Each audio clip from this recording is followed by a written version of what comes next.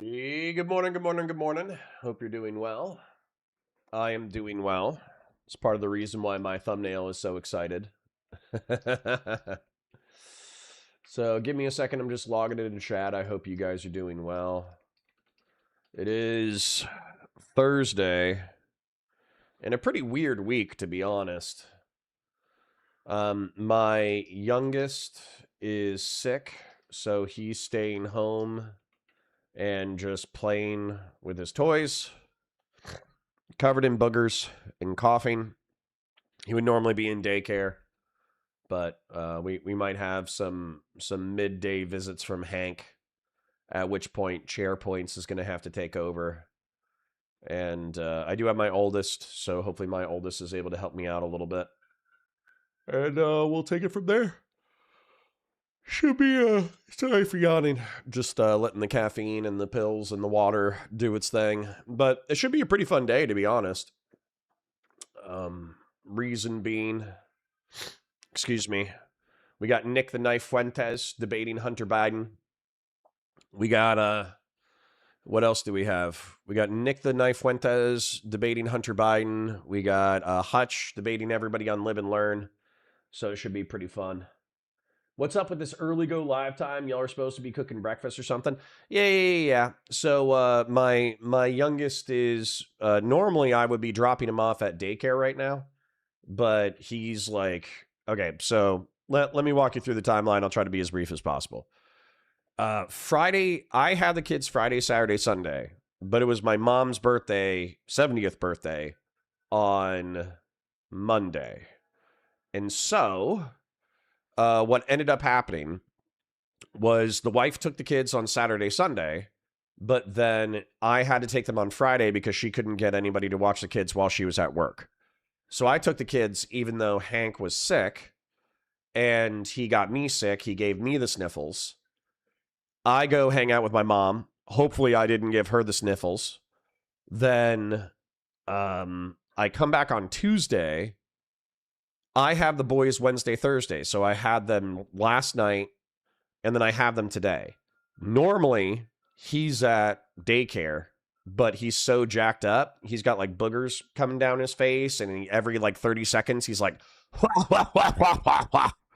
so I know that a asshole parent would normally drop their kids off and let them rub their boogers and cough on every other kid in the daycare. But I thought I would actually be kind of responsible and let my oldest help me watch my youngest.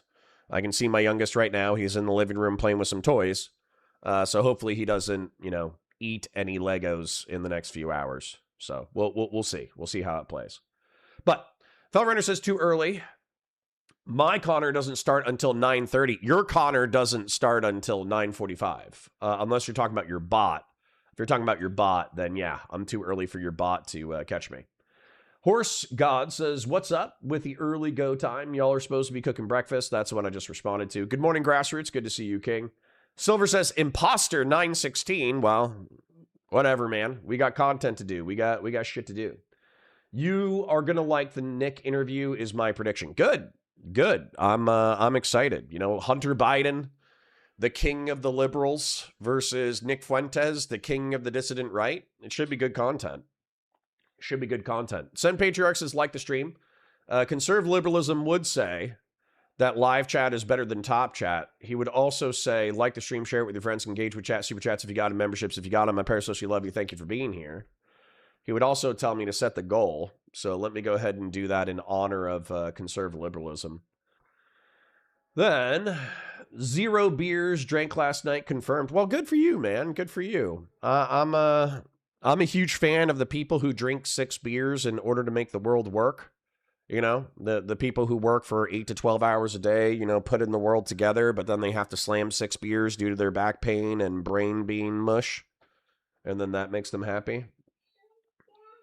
Did you break the robot? I can fix it. Give me 1 second. So I'm letting my kid play with my way too expensive dreadnought that was painted for me by Mastermind Models and Miniatures. But the good news about this model is that it's magnetized, so he can break it apart and I can just attach all the pieces together, and then it's fixed. It's fixed. Thanks, buddy. Yes. Hi, Kazra. Good to see you. Good to see that you're still alive, King. I'm happy that you're still alive. Hi, Jen Winkler. Good to see you.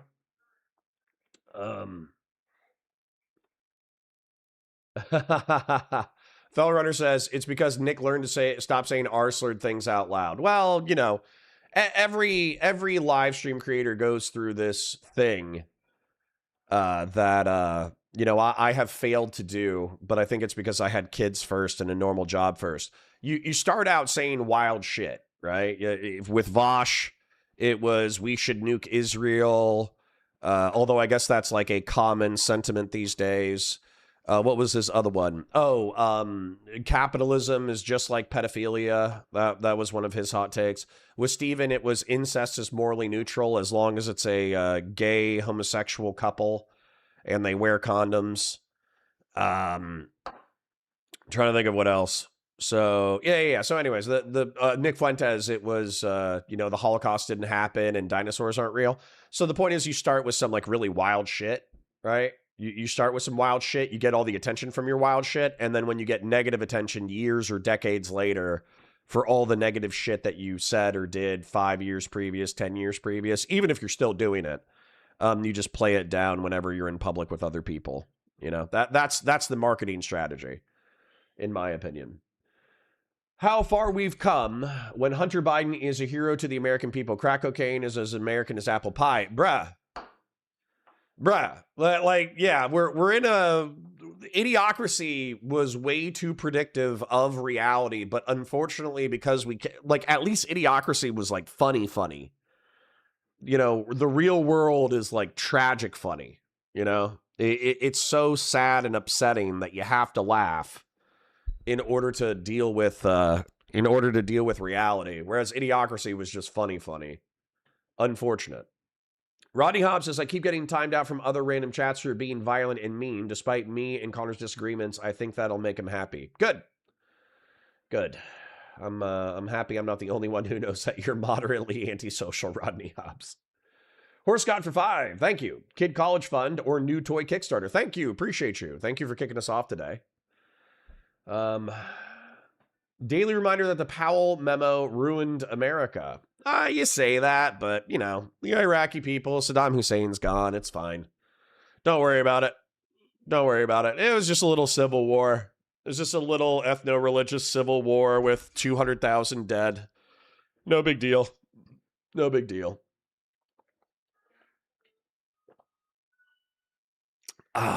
Beef Supreme says, just another day in the neighborhood, honing my pizza making skills. That's good. Nick denied the existence of dinosaurs. How did I miss this lore? Oh, yeah, 100%. Him and I talked about it. I think it was because we talked about, he saw what I saw, which was, how did dinosaurs procreate? Okay, so hold on. Let me see if there's a meme of this. How did dinosaurs procreate? Picture.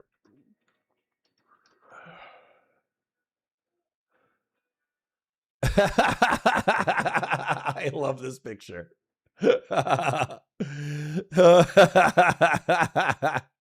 So what it shows, for those of you who can't take a look, how did dinosaurs do the deed?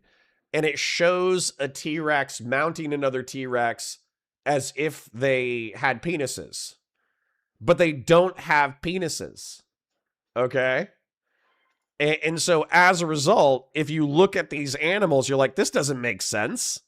How did they mount each other if they didn't have penises? But that's not how they procreated. Dinosaurs, like birds, have cloacas.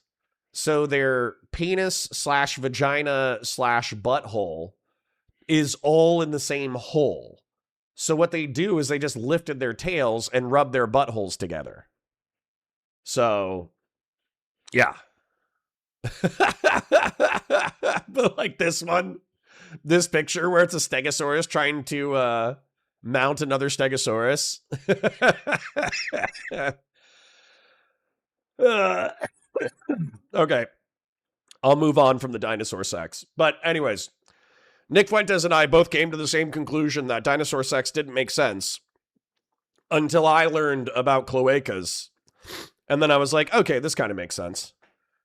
So, yeah. Connor gave you a nice shout out. I did. I already switched over to live chat. I already set a goal. I did all that stuff. Is Nick as hot in real life? I don't know. I think he's short. So if you like Nick's face, then maybe you would still want to do it. But he has like spidery arthritic fingers and he's kind of short. So, you know, if I was a gay man, he wouldn't be my cup of tea. He might be your cup of tea, but I don't think he would be my cup of tea. DM Turnbull 18th NC. I can't read this name. Idiocracy. I still haven't even seen it, even though it's come up in conversation with dozens of the same person. Dude, you should watch it. It actually explains a lot. So the opening of Idiocracy, I'm not going to play it because of I'm not going to play it due to copyright. I'm going to try to take it easy on my editor. But basically, what ends up happening is midwit and sub 100 IQ people keep reproducing and having children. All the people above 100 IQ wait to have kids, so they don't have kids, or they have one kid and it dies. And so as a result, the dipshits of the world outproduce the smart people of the world, and then the world just becomes so dumb that like high technology allows civilization to continue to function, while basically it becomes like an R-slurred Mad Max version of America. And it's all about electrolytes. It is. Brondo has what plants crave. It has electrolytes. Oh my god. It's a good movie. If you have like a silly stoner 2 hours to spend, not that anybody really has that, or at least I don't have that these days. But if you got 2 hours to get stoned and just kind of watch something goofy, you should definitely watch it. It's pretty good. Cloaca porn. True. You taught Nick Fuentes what a cloaca was? I did. This goes on top, buddy. Oh, snap. My bad. There we go. Here we go. That's probably going to happen another dozen times. A 3-year-old dressed as Sully from Monsters, Inc. is going to come in and ask for me to help reassemble a war robot. I'm talking about you. Hank, can you say hi? He just went, hey. I got friends. Friends, they're in the camera. Yeah, the camera. But can you go play? Daddy's got to work.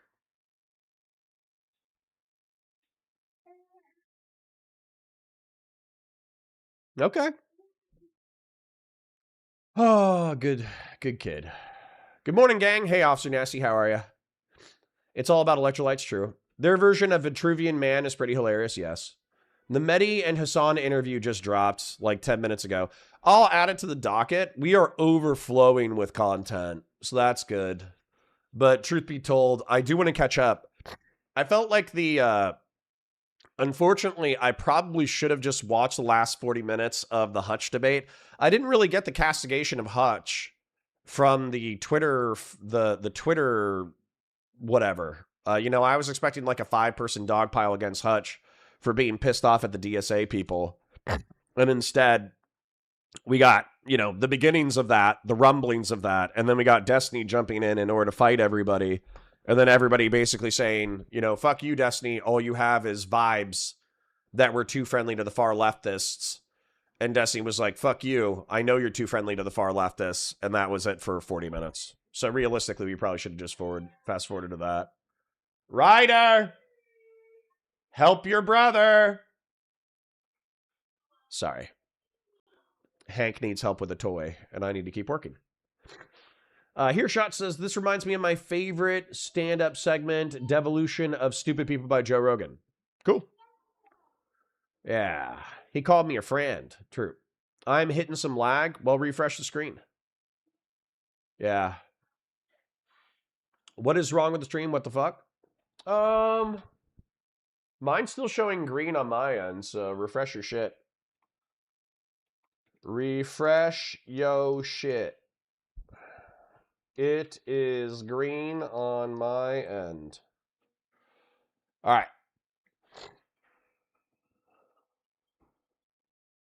Whoa. Geopol is getting hot. Russia hit 100 kilometers inside of Poland. Empty field, I think. For real? Russia strikes Poland. That's not good. The Poles are looking for a reason. An unidentified object, most likely a Russian KH-101 cruise missile, violated NATO airspace and crashed deep into Polish territory early Thursday morning, July 30th, 2026.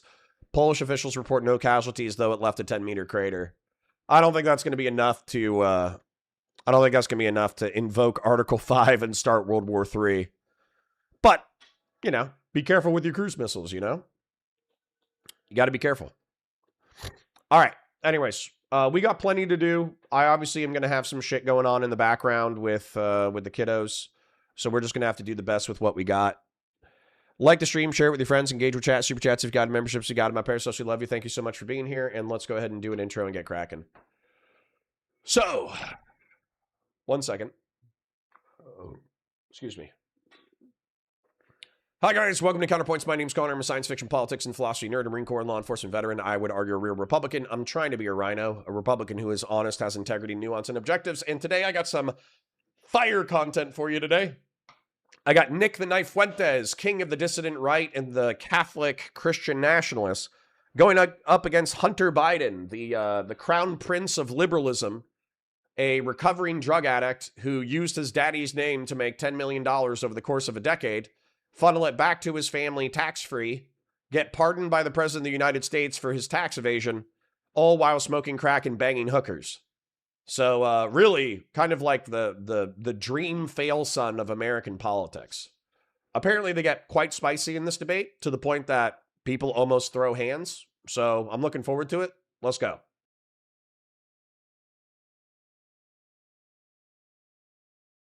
Hold on. A little bit of streamer difficulty. You said you want to ask me, why are you a Nazi? Inclusion has been our greatest strength. Diversity has been our greatest strength. White people do feel like we are being boxed out. A 26-year-old white kid doesn't feel like he has access because he's been canceled, and the problem is black people. I didn't say the problem's black people. Well, you just did, Nick. You just I said the problem is crime, and we know who's doing the crime in Chicago. Do you get what I'm saying? Yes. About the Holocaust thing? Oh. About that. We get to say whatever we want on the internet. We get to deny the Holocaust. As far as Jews are concerned in general, I think that everybody in the country should be treated with dignity and respect and have their civil rights. Like, what do you think about somebody like Mamdani? Personally, I don't like him. Like, for example, on 4th of July, when he takes the opportunity to sit there with, let's be honest, not a single white person. What about fucking Donald Trump? There's no ideological core to Donald Trump. No, I agree with you. Don Jr. got the largest loan ever given by the Department of Defense. Vance owes his entire political career to Peter Thiel. Whichever firm is the one to develop ASI, that could confer dictatorial-like powers upon the CEO of that company. Everything that we think about the way in which we exist in the world completely changes. Increasingly with Uber, Airbnb, banking apps, you can't live your life without the tech platforms. Everything that AI is built on is ours. That's what they're stealing from us. I want to find common ground of how much of a shithead Donald Trump is. We can get there, okay? The kind of first question that I had whenever I caught wind that you wanted to do an interview like this is, you know, why now? What made you want to sit down for this kind of interview? Well, I think it's an interesting conversation to have all of us here. And, you know, I think it's a moment in our country when there's a lot of realignment. You know, I think that people recognize, especially in the past couple of years, I'm like a non-conventional critic, maybe, of what's happening. And so I think it'll be an interesting, productive conversation. I think it'll be different. But I mean, specifically, because we kind of share a publicist, I heard that you wanted to kind of... Okay. we have a publicist. I heard that you wanted to kind of... Okay. we have a publicist that you hit up, and you said that you wanted to talk to someone who would give you kind of a fair shot to like clear up some things and maybe some misconceptions about you and the things you believe. Absolutely. Yeah. Yeah, I think that, you know, I'm somebody who I think like you, actually, maybe we have this in common, is kind of pigeonholed in a certain way for things that we've done in the past or things that we've said. I'm a crackhead. But exactly. I'm racist, right? I got pigeonholed there. Mine is true. Yeah. Yeah. Well, mine's a little true. Maybe a little, no. But yeah, so I think it'd be be good to clear up some of the misrepresentations and put out something accurate. So what do you think is the most misrepresented thing about you? Well, I think really the whole image everybody has about me. You know, when you mentioned me, I think on a recent show, you said you want to ask me, why are you a Nazi? Yeah. And that's how everybody knows me. Everybody thinks of me as white supremacist Nazi, and I don't think that's really true at all. I think that we definitely have different values. I mean, you're more from the left, I'm more from the right, but I don't think I'm a hater. I'm not a hateful person. It is Heil Hitler Friday, Heil Hitler, all my niggas Nazis. Hitler was very fucking cool. Yes, I do. One of the And I'm tired of pretending he's not. So what's the thing about, I guess, traditional Nazism that you think you disagree with the most? Well, it's a non-Christian ideology. So, I mean, look, I believe that race is real, as the Nazis did, but I don't think it utterly defines a person. As a Christian, I think we're all created beings. I do believe there's such a thing as a universal human community. And so I think it's a cruel ideology. I've said this on my show, by the way, but I mean, that would maybe be the fundamental. Did you always feel that way? Always, yeah, absolutely. So even whenever you were younger and stuff? I did, but you know, you got to recognize times have changed. 10 years ago, we had a totally different political world. The regulation and policing of speech, you know, what you would call wokeness, I think was at an all-time high when I got started as a very young man. What you would call wokeness? Yes. Yeah, exactly. Well, and I think, I mean, would you not maybe say there him, were maybe some him, excesses maybe in those days? Yeah, in those days, I wasn't doing too well, so I wasn't paying much attention. Anyway, I would love to hear, and I'm not asking you to like retract everything that you've ever said and all, you know, or anything, but I said that I would love to talk to you because number one, I told you this, is that I think you're really smart, and I think that with that comes in a real responsibility. And you have an audience.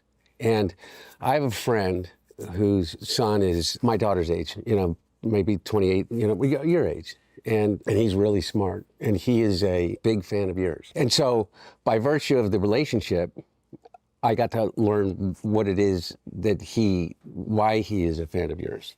And none of it has to do with, I would hope you agree, like really egregious things that you've said in the past about the Holocaust or about, you know. Did the Jews ever talk about the 100 million whites that died in World War II? Or do they just bitch and moan about the so-called 6 million Jews that died? And so it's just nice to poke holes in it and say, it's not 6 million. 6 million? I don't think so. And I don't even know, I think I've heard you since kind of rescind a lot of that. You concede that 6 million Jews died in the Holocaust. Possibly more. Possibly, we're discovering all the time. So it could be, maybe even be more than that. Come on. Dude, am I the only one who caught that? Am I the only one who caught that in the Piers Morgan interview, that basically he was like, could be 7 million, could be 12 million. We don't know. We're discovering stuff all the time. Dude, that was sarcastic. That was sarcastic. God damn it. All right, hold on. How many people died in World War II?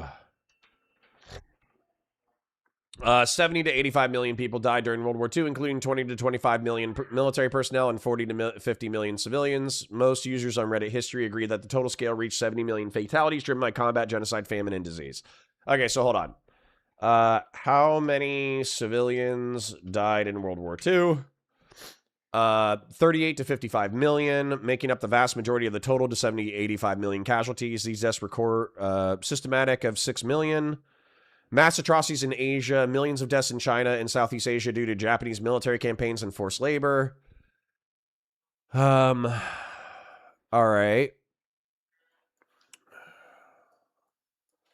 What were the numbers and nationalities of the civilians that died during World War II? Excuse me. So in the Soviet Union, roughly 10 to 20 million civilians died. In China, 8 to 16 million civilians died. Poland, 5 to 6 million total deaths, with roughly half being Polish Jews and half ethnic Poles. Germany, 1.5 to 3 million deaths. The Dutch East Indies, up to 4 million civilians through forced labor and starvation under Japanese occupation. Japan, 500,000 to 1 million deaths caused by heavy air raids and atomic bombs. Yugoslavia, 1 million civilian deaths due to ethnic violence and anti-partisan reprisals. Okay. All right, fair enough. The thing that I want to point out about this though is what do you say, like 100 million whites? Now, even with the maximalist numbers, you got 20 million Soviets who are Slavs. If you're not excluding Jews, you got 3 million Poles, so that's 23 million Poles. 3 million of them are German, and I'm not going to count that because they started that shit. And then the rest of them are Asian. So just wanted to fact check Nick Fuentes real quick on the claim that 100 million white people died in World War II. I don't think that's accurate. But what he agrees with is kind of the anger about the situation that particularly your generation finds yourself in. I know that to be real. And I think that there, maybe my reasons for recognizing that anger as being legitimate and my targets are different than yours. I just wanted to hear from you. When you say you were canceled by the right in 2016. Yes. I almost felt like in preparing to meet you now, is that your reaction to that was to just dig deeper and deeper into kind of the outsider, kind of radical, say anything for the purpose of generating, the attention to build an audience. Is that true? And it's not an accusation. I really mean it. I want this to be a conversation as much as possible. I mean, there's certainly some truth to that, but I think that might be overstating it a little bit because I really got canceled by the right and the left. Yeah. And back in those days in 2017, you had these far-left journalists at Huffington Post, Right Wing Watch, ADL, SPLC, and I really believe they were on a mission to find extremist rhetoric, the white nationalist, neo-Nazi boogeyman, all that kind of stuff. And they would look at someone like myself, 18, and if I was being serious or joking, things taken out of context, they would clip it, post it, and they wanted me to be the villain. And I think they wanted a lot of people to be the villain. I think the left, in a way, kind of created this climate where I think they pushed a lot of people farther to the right. No, by the way, that very well may be true, but you gave them a lot of ammunition. That's true.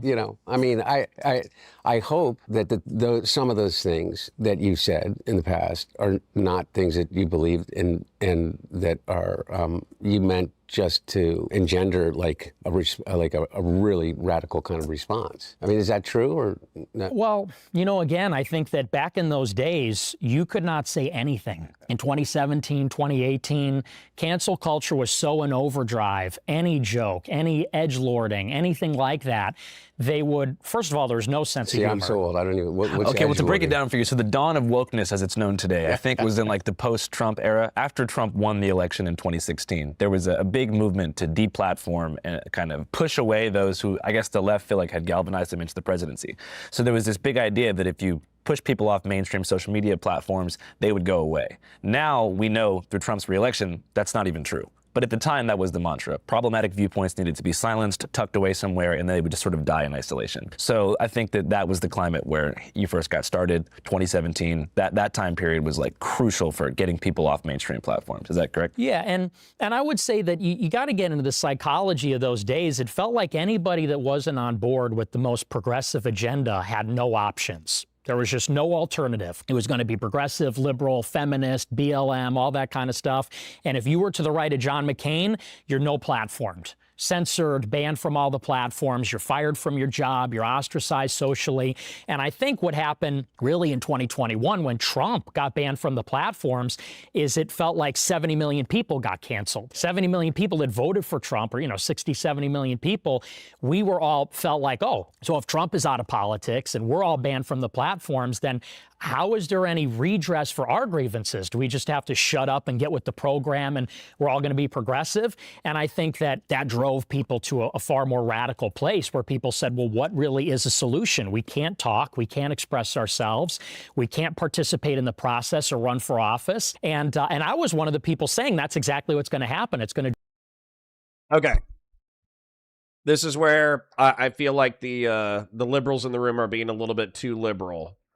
And why was Trump banned from Twitter again? Oh, yeah, January 6, 2021. He lied about the fucking election.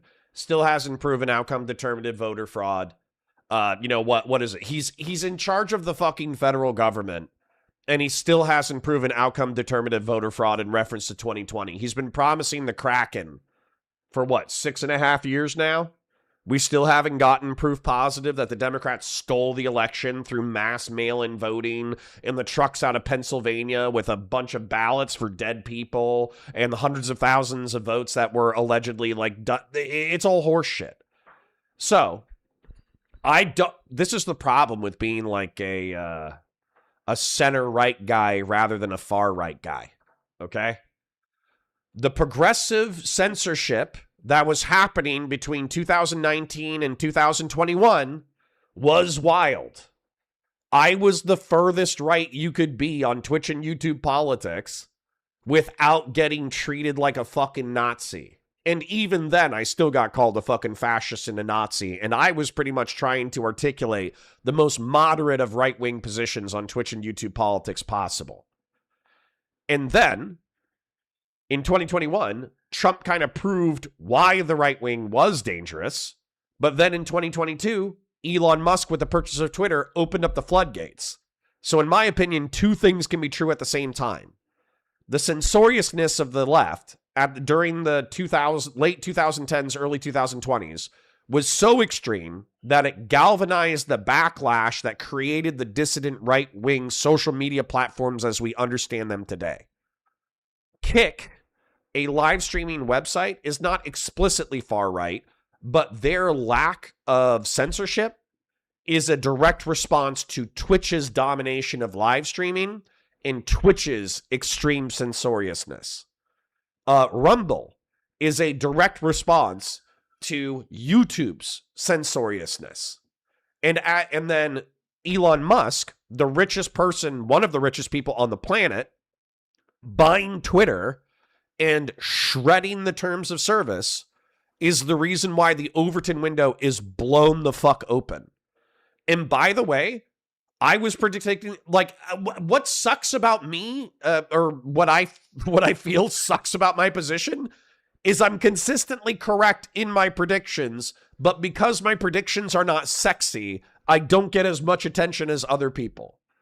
So my prediction in 2020 to the libs and the progressives was, hey, you guys keep saying, well, it's a private platform so it can do whatever it wants. What's going to happen is the right wing are going to create their own platforms and they're going to do whatever the fuck they want, and we're going to be in siloed communication spheres where we no longer interact with each other. That's exactly what the fuck happened. God damn it.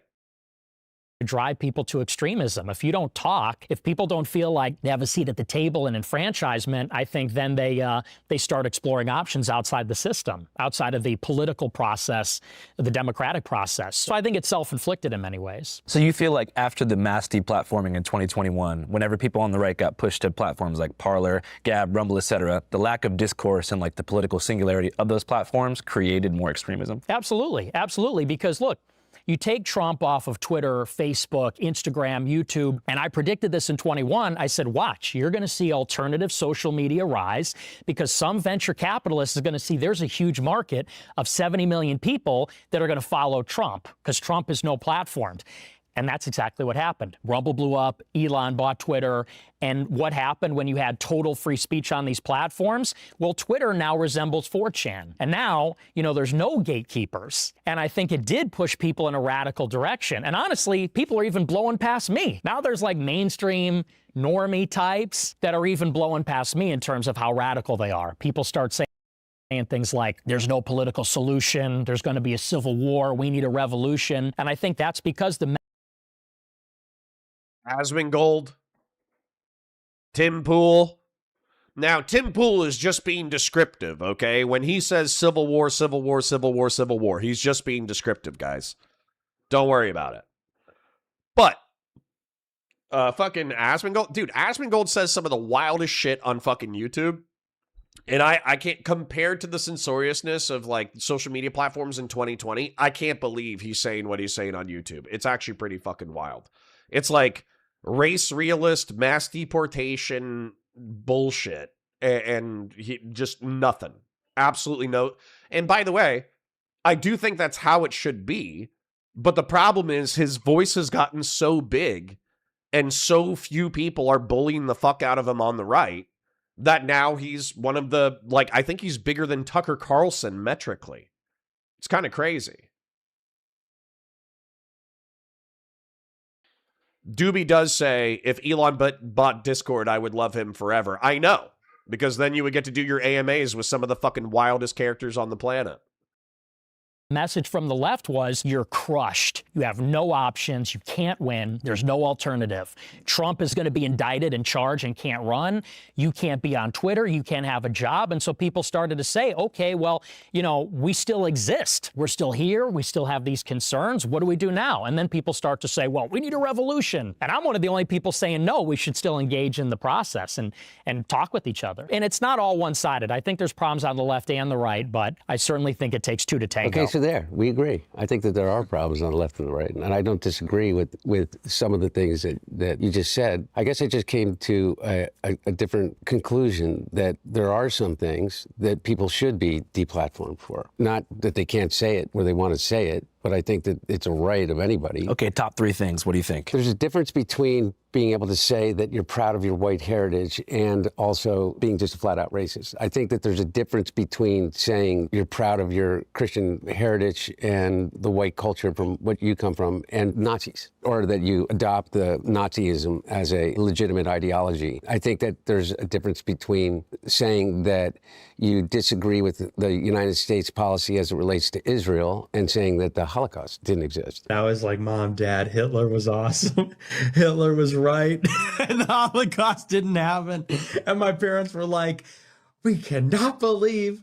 Those would be top 3 things in my mind. I know that you believe that some people took you out of context, and I do agree. Look, on both the right and the left, there are these gatekeepers, 100%. And look at me. The mainstream press just destroyed me for 7 years without any real kind of reflection about what they were doing. I do think that, you know, some of those things are legitimate reasons to say, you know, we don't want you on our, you know, on our commercial platform. Would you agree with that? I mean, you just said, for instance, people calling for a, like an armed revolution, like people calling for actual violence. You're opposed to. Oh, absolutely. Yeah. I'm against violence, Yeah. and I do think those are one of the legitimate things that should be taken from the platform. You know, there's a lot of the stuff on social media I don't agree with, but again, So Kazra brings up an interesting point, basically saying, in order for me to consider it censorship, I feel like it has to be the government. I agree with you, but I think the reason why the right wing got so upset, bear in mind that the COVID pandemic happened in February or March of 2020, was we felt this censoriousness around liberal and progressive viewpoints on social issues, trans rights. We had celebrities like the black chick from Ghostbusters saying hate speech is not free speech, to, you know, rousing applause from a liberal and progressive audience on like a mainstream night show thing. Like it just, there was this overwhelming cultural wave of progressives just doing progressive shit and assuming that nobody could challenge their narrative. And so the right wing kind of said, fuck you. And the overlap, part of the fuel for that fire came from COVID. Because with COVID, you know, 4 or 5 years ago, you couldn't even talk about COVID in general without risking a terms of service violation. Even people who were pro-vaccine, who were actively trying to debunk the, you know, COVID conspiracy theories, they were catching terms of service violations, and that was at the direction of the government. You know, the government said, hey, you know, the COVID shot is overall very safe and effective.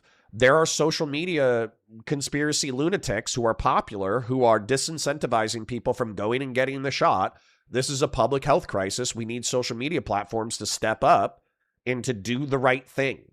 And even though they didn't pass any legislation, that was enough in order for them to basically say, okay, anybody talking about COVID whatsoever gets a terms of service violation.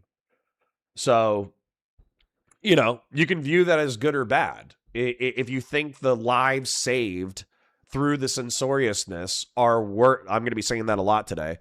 But if it was worth it to you, then it was worth it to you. But there's something fundamentally un-American about being unable to talk about any topic in public to your own satisfaction.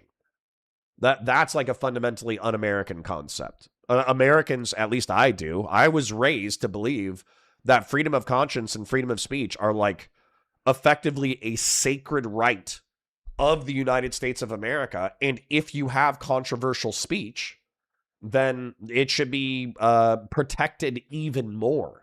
You know, that's the era of American liberal sentiment in reference to free speech that I was raised in. Again, you know, what started to happen is there was this like editorial censorship where certain ideas were banned. And it was such a broad brush and also totally opaque and ad hoc. You'd be on YouTube, like I was, for example, they banned me for life and didn't even give me a reason. Not a specific quote, not a specific infraction. And so you don't know what the rules are. You don't know what the process is. They just take you down. And especially now when everything is digital, that's not just the social platforms, it's the other ones like Uber, Airbnb, whatever.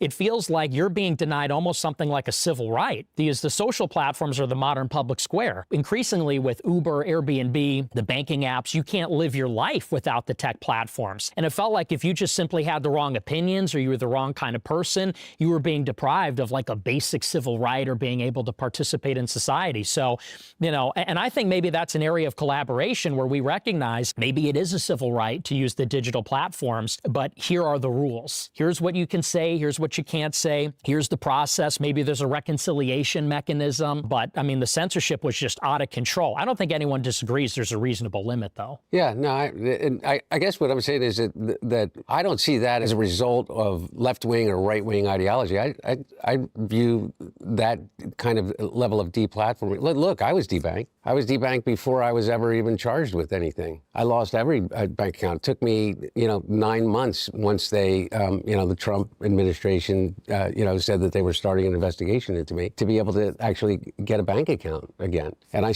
don't want to tell you the bank because tomorrow they may debank me again. But my point is that those people are incredibly identifiable. I've been talking and going around and I say things like, I don't think we are nearly as divided as they're telling us we are. Because I do believe that there are an identifiable group of people that are responsible for an enormous amount of the discord and division because they make money off of it. I think that these social media companies that are controlled by 3, 4, 5, individuals have made it clear that they only care about one thing. They only care about how much money they can produce for themselves and, the people that hold stocks in their company. Even to the degree where we know for certain that they're driving teenage girls to the highest levels of suicide by a factor, like exponential factors, directly related to the content that they're being pushed, and they won't do anything about it. Right. And so, to the same degree, I think they, a lot of what you call wokeness was maybe an illegitimate, but a financial decision based on a lot of these. Corporate psyop, maybe. Corporate psyop. Thank you. I mean, Agree. But which way were the cultural winds trending at the time? Because the truth is, at the time, you could be giga progressive, not risk cancellation, financial or cultural cancellation at all, as long as you were giga fucking woke. And then that was the incentive. Not just that, but I think we finally started hitting hard walls culturally with the progressives when it came to trans kids. Trans kids is kind of like hung out to dry by the current liberals and progressives, where they just say, oh, well, trans kids they're only a fractional part of the population, and we spend too much time talking about this topic anyways, and all that kind of stuff. But realistically, what happened, in my opinion, was in 2019 to 2021, there was this overwhelming cultural wave of progressive bullshit, and it hit its BLM true as well. Yeah. So BLM hit its zenith with liberals and progressives sweeping for vandalism, theft, and murder. That's where it hit its nadir, and all the moderates were like, okay, we don't want police brutality, but fuck you. Right? Isn't that kind of funny? We were watching that yesterday with the Destiny clip, where Destiny was like, you know, if white redneck dipshit militias need to mow down protesters who are burning down buildings at 10 p.m. at night, then at this point they have my fucking blessing.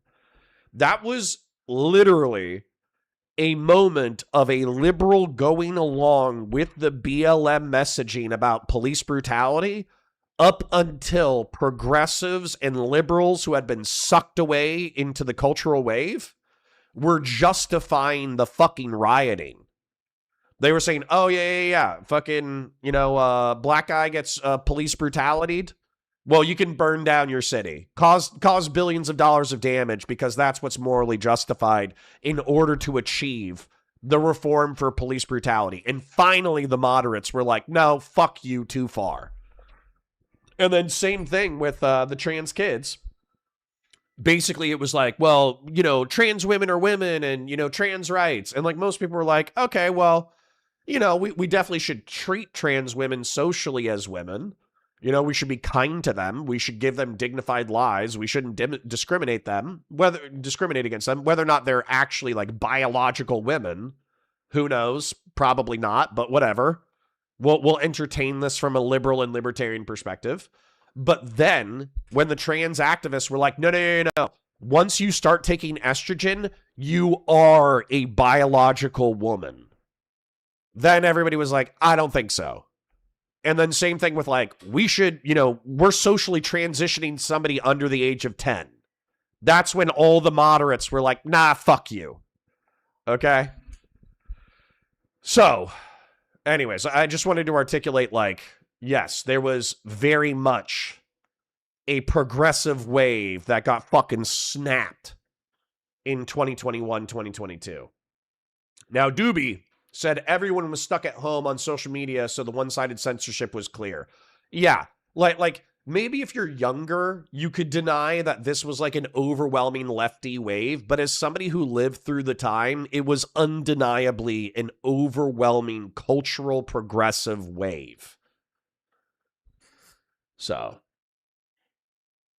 Connor, it's so bizarre. Iranians at COVID would have killed for those American vaccines. Meanwhile, Americans were blaming mRNA for COVID and shit on Fauci. Ayatollah banned using U.S. vaccines, 150,000 dead. Yeah, for sure. The stats, I think the stats bear out that COVID was a significant public health crisis that did kill, what was it, like 1 million Americans? It killed a shitload of people. How many Americans died from COVID? And we just process it differently.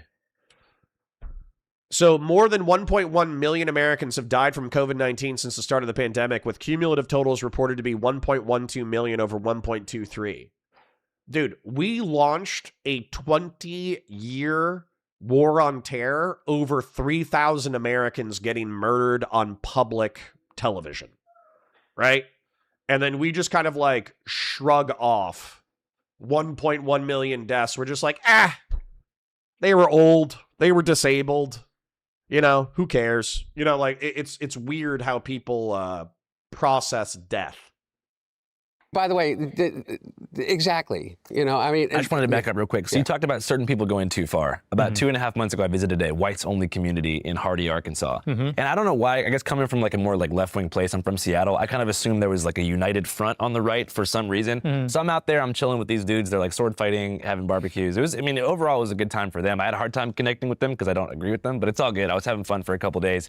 And then like right as I was there, I guess you had hit them up on X or something and said like, hey, I don't want to associate with you guys. What happened there? Well, that was really more of a personal disagreement with the guy that founded it. Yeah. But I do think it's an interesting project, and it's interesting that that got so much pushback, this whites-only community, because you know what? If you go to a lot of these different neighborhoods in major cities, there are ethnic enclaves, and it's not like there's an explicit rule that you have to be a certain ethnicity, but we all know in Chicago and New York and LA, you got certain neighborhoods where it is. 80, 90% one ethnicity. Yeah. And I think there's a lot of white people that say we kind of want something similar. I don't think there's anything. But Nick, what is this Well, fucking- okay, let's back up. If you want to talk That's about funny. the histories of New York and Chicago, I feel like that was Yeah. also a conscious decision that was made like I after tell the you Civil where Rights it's Act. blacks only. It's in Cabrini Green, where Mayor Daley made everybody that was black live in the Cabrini Green. I mean, it's not, that wasn't by choice. It's not by choice that these ethnic enclaves are 80 or 90%, whatever that ethnicity is. It's because that's the only place in which they had an opportunity to live unbothered, or where they were told that they had to live because of the historical fact that Yeah. they could not move into other neighborhoods. You could not move into parts of South Chicago without, being stoned. Right. Literally, right? Yeah, And so, like so it's not as if those ethnic enclaves are there by choice, and so that. Also, ethnic enclaves do exist for like specific variations of different Europeans. Like, there is like places that are chocolate. Like South Philly is full of But Italians. there's Little Italy and there's Little So Korea. I and think there's the Little issue, Japan. what I Yeah. always like, what confused me the most about the whites only community is like, there's just so many different kinds of white people in America. So like to establish a unified white culture with a place so diverse and full of like different regional flavors just kind of felt confusing to me. Because that could mean a different thing depending on what part of the country or what European enclave you originated from. Like we're Irish people from the Philly area. Can you compare that to like, surfers in San Diego or even like, Italian Americans in Staten Island? I don't know, everything just feels so different. So when I got there, I was trying to identify what they meant by white culture. It wasn't really based on shared like cultural practices, but more the exclusion of people who weren't white. So they weren't like stoked on being European necessarily. They were more just like, oh, we're here because those people aren't here. So it just kind of felt more negative than constructive. Yeah, I mean, like I said, I'm not really involved with that project in particular, but I think that, look, I mean, you talk about the anger that's out there and the frustration, and I think part of the frustration, let's be honest, is that white people do feel like we are being boxed out in major cities in the country, and it feels like, look, there's a little Haiti, and there's various ethnic enclaves where you get that local culture, and they do their, cultural festivals and that sort of thing, and white people feel like they're being pushed out, and they want a space where things are familiar. Do you feel the same way about the Italian festival that happens in every city? Well, here's a good example. So, Or St. Patrick's Day? well, there's no. All right, sorry. Let me. This is a new donor who I haven't seen their name before, so I want to make sure that I get it correct. Dumpster Buzzard. Actually, I remember Dumpster Buzzard. Good to see you again. My impression of progressives is that they think they can manufacture consensus by artificially finding ways to reduce visibility to other views. That's Hank, by the way. He's wearing a Monsters, Inc. costume. Hank, can you say hi? Can you want to say hi real quick? Okay. So he's got some boogers. Can you say hi? Hi. Can you say hello, internet friends? Like, oh, so he'll be wandering in the background. But yeah, Dumpster Buzzard. That's the question: is do we truly believe in freedom of conscience, freedom of association, freedom of speech? It is light the best disinfectant, right? And so my answer is principally, I think freedom of conscience and freedom of speech is so important that if bad shit happens, yes. Yeah, this is part of what is this part of? I forget what this is part of. It's tiny. Yeah. Sorry, I'm carrying on two conversations at once. So the point is, I'm principally married to freedom of conscience and freedom of speech. Now, that being said, I feel like the layout of the land has been played, where the progressives and the liberals have set the tone through the late 2010s and early 20s that private companies can decide what is on their platforms. So I'm just going to go ahead and take to heart that, it's a private company. It can do what it wants in reference to the market and how it wants to market itself, how it wants to make money, how it wants to appeal to advertisers. So when people come back and they bitch about Kick, hold on. Yes, buddy. It's another one? Is it tiny? Yeah. Private companies can do whatever the fuck they want. So if you don't like Kick being a gambling website, if you don't like Rumble being a conservative bankrolled fucking free speech fucking Dan Bongino jerk-off fest. Tough titties. It's a private company. It can do what it wants. Eat a dick. Doobie for 10 says, a future politics Discord debate, bro. True. True. All right. So, sorry for the interruptions, but I do love my son, and I am trying to partially entertain him while also entertaining you fine folk. No, Irish neighborhood in Chicago. There, Little Sure Italy. there is. I mean, there's some Also, remnant in Bridgeport. Yeah. And, It's important to note that, like, and I'm not trying to get into like a shouting match here, but like, you know, as a family who did, coming from a family who did leave Philadelphia in the 60s because of black migration from the South after the Civil Rights Act was passed, there was a sort of like mass flight of white people into the suburbs, and that kind of led to a homogenization of different cultures because they rushed so fast to build these like identical strip mall suburbs that it was very hard to maintain cultural bonds that made different European and white neighborhoods unique around like the 1950s and before. So I feel like the mass suburbanization is also a big factor that led to those like cultural bonds breaking. yeah, but why did that happen? I mean, a lot of the suburbanization is because of the race riots in the 1960s. People moved out because of the violence. You know, my grandfather was in the National Guard in Chicago when, after MLK got assassinated, the whole West Side burned to the ground. Yeah. And people didn't want to be around that anymore. Why were there riots? Yeah, MLK Jr. was assassinated. Yeah. Yeah. And so does that justify burning down the city? No, I which didn't then say it never recovered? justifies it, but it sure justifies an enormous amount of the anger, the same kind of anger that you feel. See? But dude, it's right there. It's right there. So Hunter Biden was too busy fucking smoking crack in order to recognize it, but that's the exact sentiment that was motivating people to get pissed off at BLM. Was you would have, let's say, the guy who got shot in the back, right? What was the guy who got shot in the back? Who was the guy shot in the back by police who had children in his car? Jacob Blake. Okay.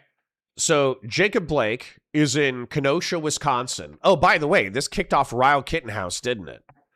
So he's disobeying law enforcement. There's a domestic violence dispute. He's not free to leave. He is detained. He's walking away from law enforcement. The ex-girlfriend or the wife says, oh, my kids are in the car. He's going to get into the car. Justifiably, the cops go, oh, shit, maybe he's about to kidnap the fucking kids. Who knows how this is going to go? The cop mag dumps him in the fucking back. He does live.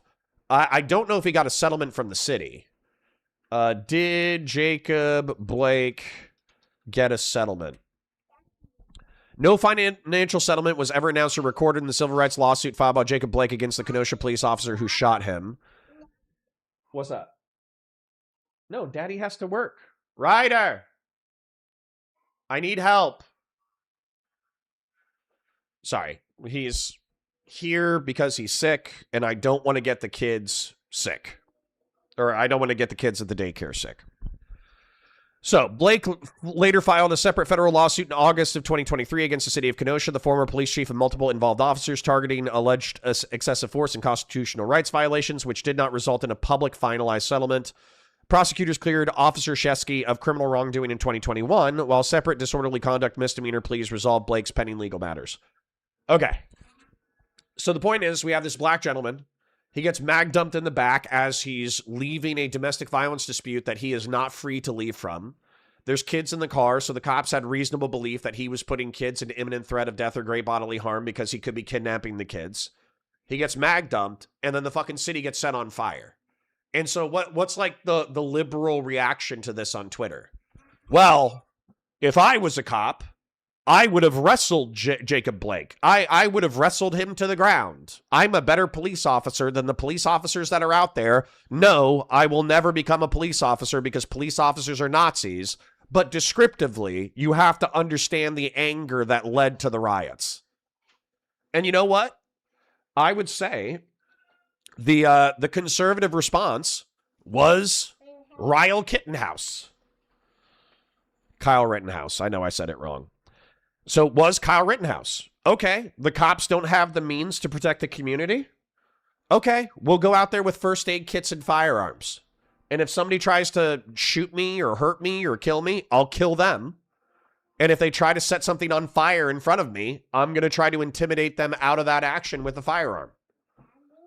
So, yeah. You know, like it was all predictably horrible. But the main point that I wanted to make was Hunter Biden was the example of the liberal reaction to cities being set on fire. About being left out. The same kind of anger that you're expressing right now about the idea that you're culturally irrelevant, that you don't have a place in society. Imagine if you were a 26-year-old black man in 1968 and saw your hero be assassinated. And I nothing being saw done about Trump get shot in the ear, and Did he? and I saw Charlie Kirk get shot, and I didn't see any cities get burned down. It's funny how that works. I think it's a very, very, very different thing. I think How it's is that different? absolutely Charlie different Kirk thing. got shot in the neck. Yeah. And liberals celebrated whom? all over social media by Tyler Robinson. Yeah. Who is what? Who is some liberal guy. He is? Mm-hmm. But He's got a transgender boyfriend. Does that make him liberal? Because he's transgender? Because I he's think so. gay? Well, because he's got a transgender boyfriend, yeah, I think so. It makes him liberal. I think he was liberal, yeah.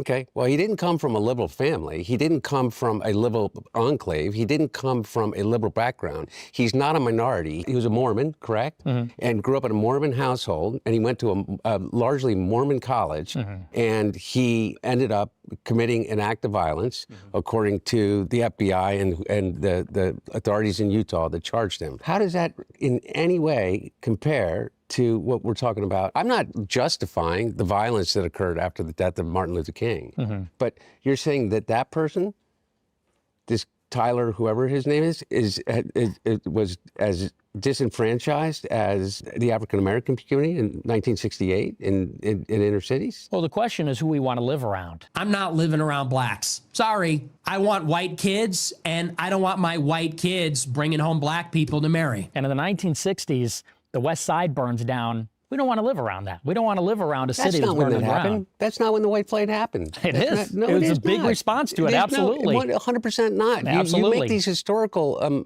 connections that don't exist.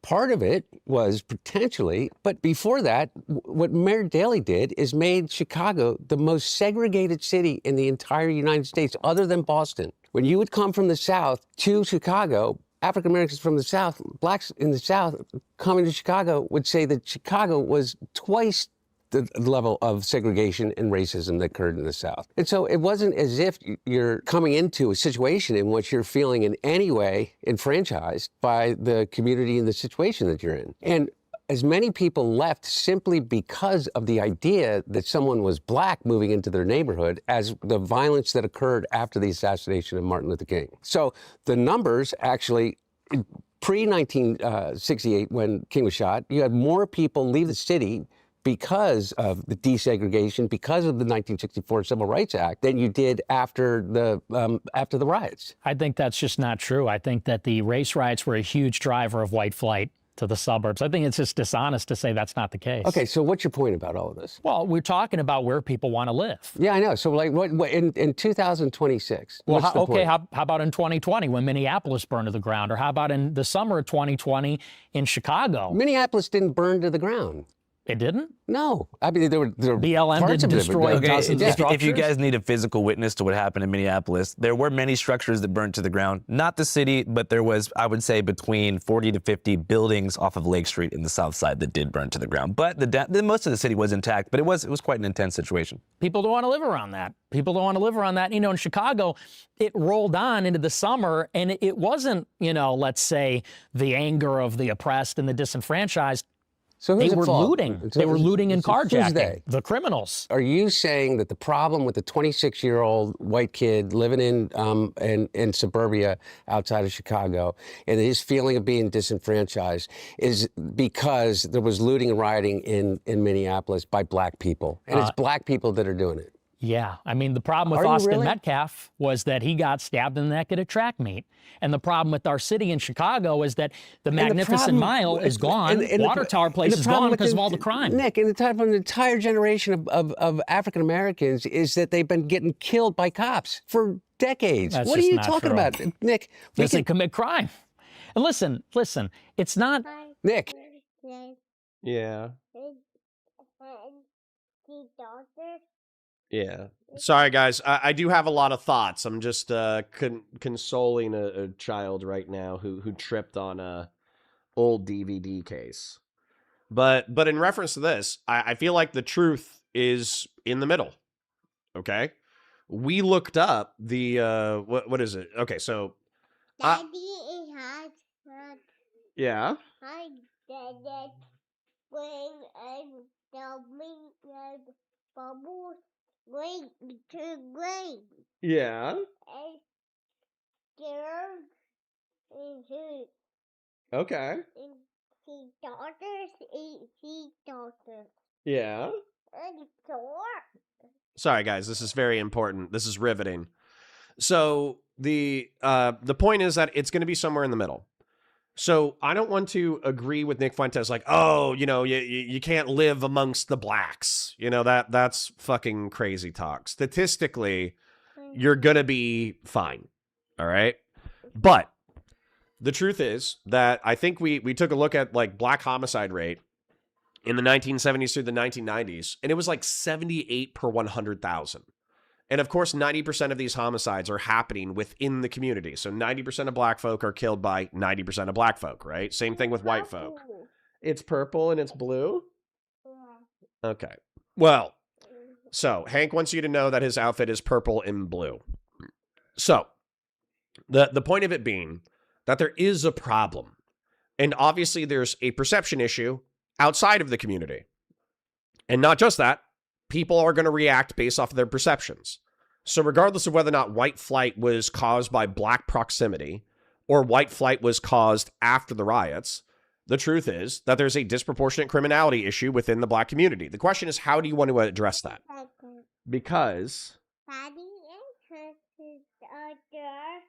Yeah, up there. Yeah. Yeah, but that's all the dangerous stuff, so we're not going to play with that, okay? Wait a second. Okay, wait a second because I want to finish my point.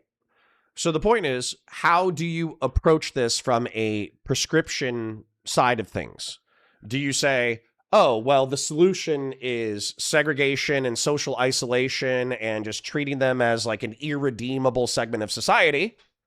Or do you treat them as, okay, they're human beings, they're suffering disproportionately from these sociological effects, therefore we need to do whatever we need to do in order to alleviate these sociological effects, oftentimes through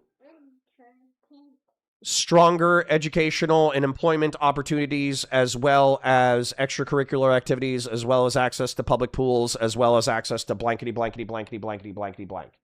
It can't just be the stick of law enforcement, right? It has to be the carrot and the stick. Humans, I'm not trying to animalize black folk, but human beings are creatures and we respond to incentives, okay? So you need a ramp out of the bad neighborhood and you need an incentive to leave. What? That's not true. It's not true. Are you saying that police brutality as it relates and racism in the police force, in the way in which police treat African Americans?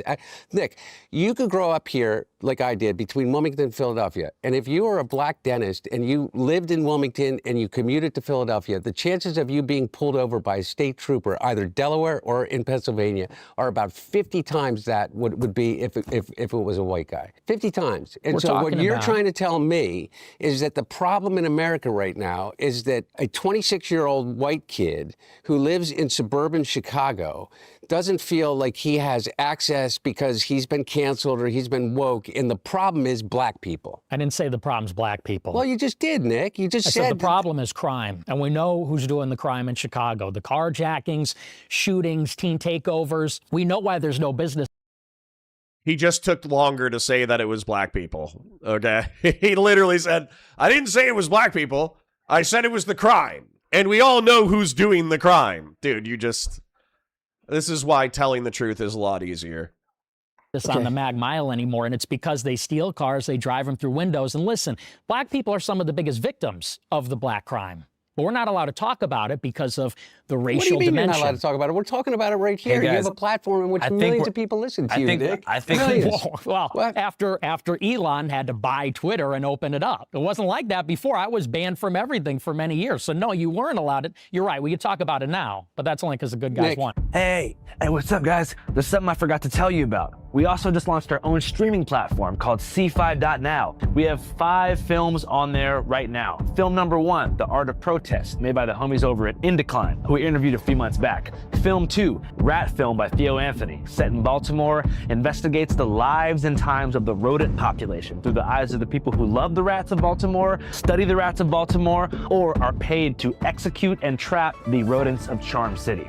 Documentary number 3, Star Cash by Haley Garrigus, an amazing Wall Street documentary that follows the lives of market predictors, that's right, stock analysts who stare at the planet.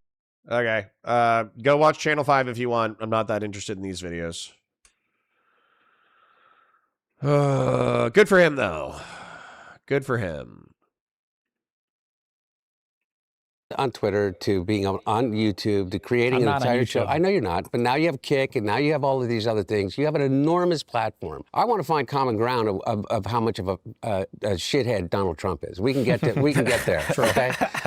What I don't understand is how you didn't recognize that in 2016, and how you didn't recognize that in 2020, and how you didn't recognize that in 2024. Because Donald Trump I did in 24. Because Donald Trump hasn't changed. Donald Trump hasn't changed at all. Donald Trump has been Donald Trump since he came out of the womb of a woman that was an immigrant to this country. And so what I want to know, though, is that I don't know how we get past this idea that the biggest problem that you have with your personal situation and how you extrapolate that to the situation of other white kids that are your age, that feel disenfranchised, that feel left out, that feel they don't have a shot at the American dream, is because of black and brown people, because of Mexicans, because of Venezuelans, because of Haitians, it's always other, Nick, with you. Correct. Hunter. It's more like, weirdly enough, hate to castigate my parents' generation, but 2 generations ago, the World War II generation didn't grow up with a social safety net. And in the 1920s and the 1940s, they did the New Deal, which was a robust welfare state and jobs program, and World War II that allowed there to be an incredible amount of industry that created an economic boom inside the United States. And that boom and the social welfare system that was created after it, arguably, while a lot of libertarians will argue that it was socialist, it wasn't socialist, it wasn't Marxian, in that it didn't decommodify basic human needs or have workers own the means of production. It just created a guarantee of like food, water, and to some degree shelter, and to some degree employment.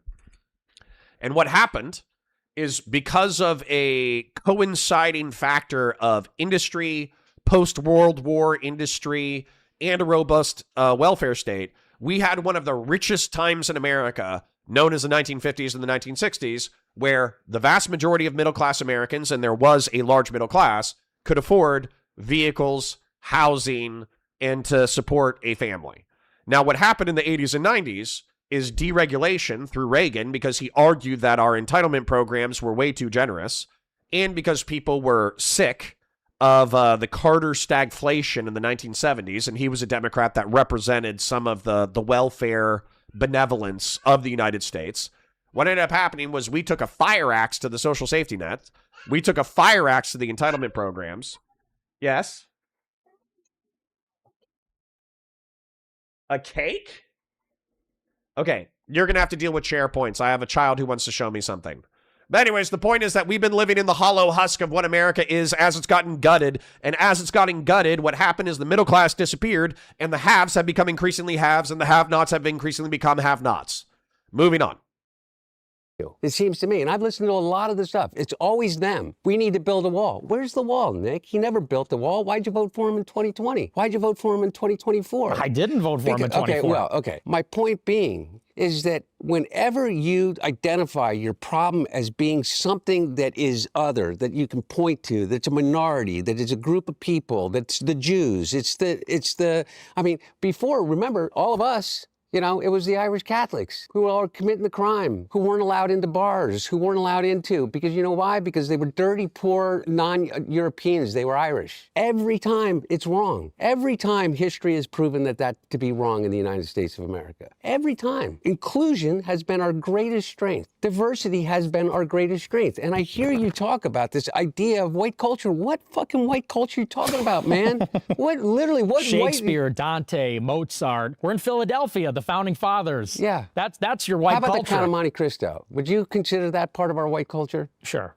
Okay. Well, it was written by a black man in France in the 1700s. In a milieu of European civilization. So what? Because you're picking out one example. It really I'm not is. just picking out one example. It really is. Nick. Listen. Nick, I'm not. I really am not. Hey guys, I think we're reaching what's called a rock in a hard place. Let's talk about Israel. Well, let me respond to this, because you're telling me I'm always blaming the other. No, Nick, for real. Here's the thing, is that the way that you talk and throw out these historical facts, which, by the way, aren't fucking facts. Okay? Which ones aren't facts? Well, as it relates to the Civil Rights Movement in 1968, and the reason why we're out in the problem that we're in is because the Civil Rights Act passed in 1964. Dr. Martin Luther King was killed and shot by a white racist, white supremacist in 1968 on a balcony of a motel. That's the root of our trouble, because an entire people that have been disenfranchised and enslaved for over 400 years. We're sick of hearing about that, though. It's 2026. You may be sick of hearing about it, but you know what? They aren't. And I'll tell you what, Nick, Get here's the other over thing. it. Get over Nick, it. It's America. Okay, but Nick, you can say stuff like that, okay, without having to say it like that. And That's not how it started, though. This is a legitimate argument, but it's, Nick. Guys, Nick, Hunter, what do you guys make of the concept of community collapse? Have you guys heard of this? No. So it's got nothing. Okay, I'm excited to hear more, but I wanted to finish off my neoconservative and neoliberal rant. Neoliberal economics is basically a mass deregulation of the economics of the world in order to be able to profit from increased foreign trade. Neoconservatism is promoting mixed economy capitalism and republicanism across the world, both through soft and hard power. Both of those philosophies dominated the 80s, 90s, and thousands, but we are currently in the whiplash against these ideas because neoliberalism, sure, has led to an insane amount of cheap consumer goods available to the American consumer public, to the point that the wealth that was available in the 1990s, Andy, get down, seems paltry compared to the amount of consumer goods that are available now. But increasingly, Americans themselves are unable to afford said consumer goods. And so it's this whiplash effect of, yeah, sure, we can get cheap shit from China, but the only thing that we can afford is the cheap shit from China, because we ourselves are not doing as well financially as we were a generation or two ago as white middle-class Americans. And then people are increasingly upset that we've spent trillions of dollars on war overseas instead of spending it on our own citizens. I have to go take care of my child. I love you. Bye. I'll be Nothing to do with race, got nothing to do with money, but this is kind of a crazy stat. So in 2019, before COVID, 76% of Americans said they were a part of an in-person community that gave them some kind of value. After COVID, and this year, it was 19%. So I think that politics and race aside, one of the biggest issues is the collapse of social bonds, third spaces, communities, in-person engagement, which comes with loneliness, more time online, and more division. I understand that. I feel like you guys aren't going to agree. I want to talk about what you guys think can be done on an individual and community level to stop people from hating each other and to create more belonging and engagement. Well, number one, I think this. Okay, for real. Podcasting. No, not podcasting, this discussion. For me to be able to sit down with someone who I so vehemently disagree with and find some kind of common ground. But I mean, guy at home who's watching this on his phone just thinking, I wish I could go outside, but I don't know anyone. Okay, well, here's what I'm talking about. It's all about connection. It is all about actually connecting with people. And I'm not talking about digitally connecting with people anonymously online. I'm talking about actually going out and connecting with people. And I don't have an answer to that. I don't, any of us. We are in look, man, I just think that you are targeting the wrong problem, Nick. I think that our biggest problem right now doesn't have to do with this cultural divide or racial divide or religious divide or the idea that America is becoming less white or culturally relevant anymore. I think our biggest problem is literally an oligarchy that is inflaming every single division that we have. And by the way, and they're out for you, man, just as much as anybody else. Well, and I agree. So those platforms that we talk about that you're not allowed to be on because Elon's out on the platform. Elon doesn't give a shit about anything other than one thing. But Hunter, I just want to money. say real quick. Money and his money. I don't necessarily even agree with that. Okay, well, you may not agree with that because you don't want to piss off Elon Musk. Elon doesn't even like me, but I just disagree. You're talking about the oligarchy, right? Like these billionaires, right? Like the goal of corporate capture of these industries is community collapse. They are trying to engineer things to make it antisocial. They want to eliminate every single small business. They want to make everyone a single person shopper, no carpooling, like to be a lonely consumer who only buys things for themselves online and doesn't talk to anyone in real life. That's what they want in real life. Like all this data center shit, like everything they're doing is in a way trying to break up in-person engagement. And I feel like for you guys, it might be hard to answer because both of you guys are what they call. Sorry, I'm going to have to rewind a couple of minutes because I wanted to hear the description of community collapse. So my apologies. Here we go. All right. Well, QC John says, go take your boys fishing, Connor. $50. Thank you for the Oil King. I promise you that I will do something fun with the boys this afternoon. Okay, without having to say it like that. And we look, That's not how it started, though. This is a legitimate argument, but it's Nick. Guys, Nick, Hunter, what do you guys make of the concept of community collapse? Have you guys heard of this? No. So it's got nothing to do with race, it's got nothing to do with money, but this is kind of a crazy stat. So in 2019, before COVID, 76% of Americans said they were a part of an in-person community that gave them some kind of value. After COVID, and this year, it was 19%. So I think that politics and race aside, one of the biggest issues is the collapse of social bonds, third spaces, communities, in-person engagement, which comes with loneliness, more time online, and more division. I understand I feel like you guys aren't going to agree. I want to talk about what you guys think can be done on an individual and community level to stop people from hating each other and to create more belonging and engagement. Well, number one, I think this. Okay, for real. Podcasting. No, not podcasting, this discussion. For me to be able to sit down with someone who I so vehemently disagree with and find some kind of common ground. But I mean, guy at home who's watching this on his phone just thinking, I wish I could go outside, but I don't know anyone. Okay, well, here's what I'm talking about. It's all about connection. It is all about actually connecting with people. And I'm not talking about digitally connecting with people anonymously online. I'm talking about actually going out and connecting with people. And I don't have an answer to that. I don't, any of us. We're in an, look, man, I just think that you are targeting the wrong problem, Nick. I think that our biggest problem right now doesn't have to do with this cultural divide or racial divide or religious divide or the idea that America is becoming less white or culturally relevant anymore. I think our biggest problem is literally an oligarchy that is inflaming every single division that we have. And by the way, and they're out for you, man, just as much as anybody else. Well, and I agree. So those platforms that we talk about that you're not allowed to be on because Elon's out on the platform. Elon doesn't give a shit about anything other than one thing. But Hunter, I just want to say real quick. Money and his money. I don't necessarily even agree with that. Okay. Okay. So hold on. I want to address what Andrew Callahan said first. Okay. He said, how can we address social loneliness within the American zeitgeist? And I think I have a very flawed prescription. So it's quite clear to me, at least within my own life, that I'm addicted to social media. I just am. If I'm creating content, I'm posting content, I'm talking to people in Discord DMs, I'm talking to people in Twitter DMs, I'm talking to people in Facebook DMs, because I don't have a third space that's regular. My third space that's regular, everybody's like either married or divorced. They've kind of like all been through the relational ringer.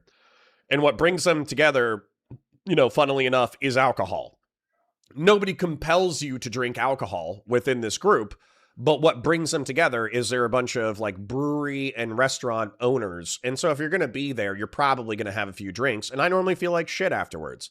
So I don't want my third space to be alcoholism as much as that is like the most social of third spaces. So, in my opinion, what we need to do is accept that the digital world is a part of our world. I profit from having 50 to 70 people come and hang out with me every single day from 9:30 a.m. to 2:30 p.m. But the digital space needs to be an enhancement for your real world. So, in my opinion, you need to talk to, if you want to get fit, you need to talk to Bud123 or Jeb Kush, because all they're ever talking about is working out. If you want to know how to cook and how to barbecue, you need to talk to Well QC John, or you need to talk to, there's another person who cooks. I forget who they are, but they could remind me.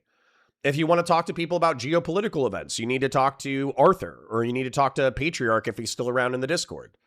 If you want to talk to, I'm trying to think of who else.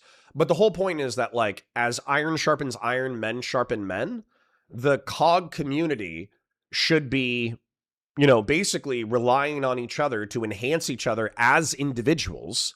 So when we go out into the world, we're better people and we're better able to operate within the third spaces. So that's my super strong recommendation, is that you use the COG, you use Twitch and YouTube politics, you use the people that you meet in this venue in order to enhance the rest of your life. And if you're not, if you're becoming a worse person, if you're becoming antisocial, if you're becoming a freak, if you're becoming a piece of shit, if you're becoming more and more socially isolated, then you need to look at that with how you spend your time, and you might need to modify the way that you spend your time. Anyways.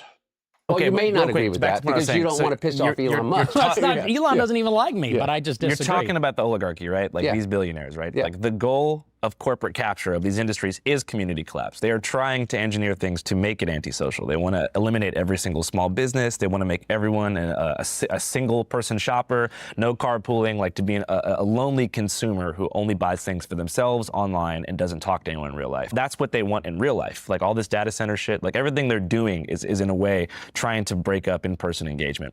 And I feel like for you guys, it might be hard to answer because both of you guys are what they call like controversial public figures. Like there's places that you, like in 2018, if you were to go to a dive bar in, let's say, Poplar Bluff, Missouri, you would have been in danger. You know what I mean? At that time.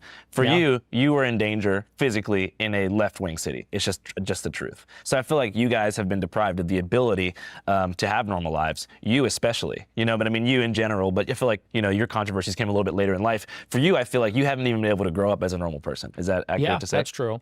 Well, and in terms of, you know, building community back and everything like that, you know, the data says that really the loss of society is the fact that we don't encounter people anymore. For example, on your way to work or, you know, in ways that are unexpected. People wake up in their house, which is separate from everybody else. They get in their car by themselves, drive to work by themselves, you know, and then they meet with their colleagues and everything, but then they go right home. Go home, have a beer, watch Netflix until they go to bed. Next day starts all over again. And so, you know, I think it has a lot to do with maybe how we structure the cities. I think, honestly, a big part of it, there's like this abundance mindset with liberals. Liberals want to have prosperity and everything like that. How can you have that when the cities are not safe? I think that one of the ways, for example, if you want to have those encounters that are unplanned or spontaneous, they're going to happen maybe on the subway, on the bus, on your way to work. People don't want to ride the subway anymore. People don't want to ride the bus. They don't I just feel like that it's if safe. you look at the data, like right now, 2026, I think 2025 had the lowest homicide rate of any year in America for like the past 40 years.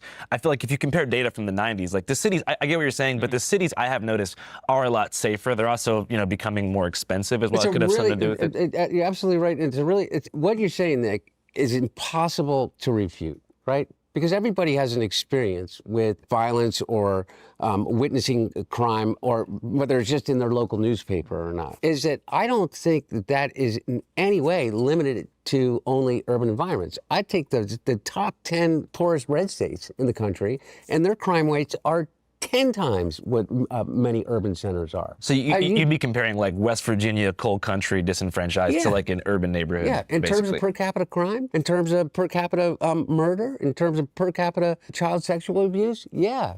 I think the things that people really care about, you know, things like that, is their own personal safety. Yeah. It is not limited to African American urban or Latino American urban environments. It's not. It exists. Carjackings do happen, but you know where they happen? They happen in Biloxi, Mississippi, just as much as they happen in Chicago. I'm skeptical of that. I mean, I just think the idea.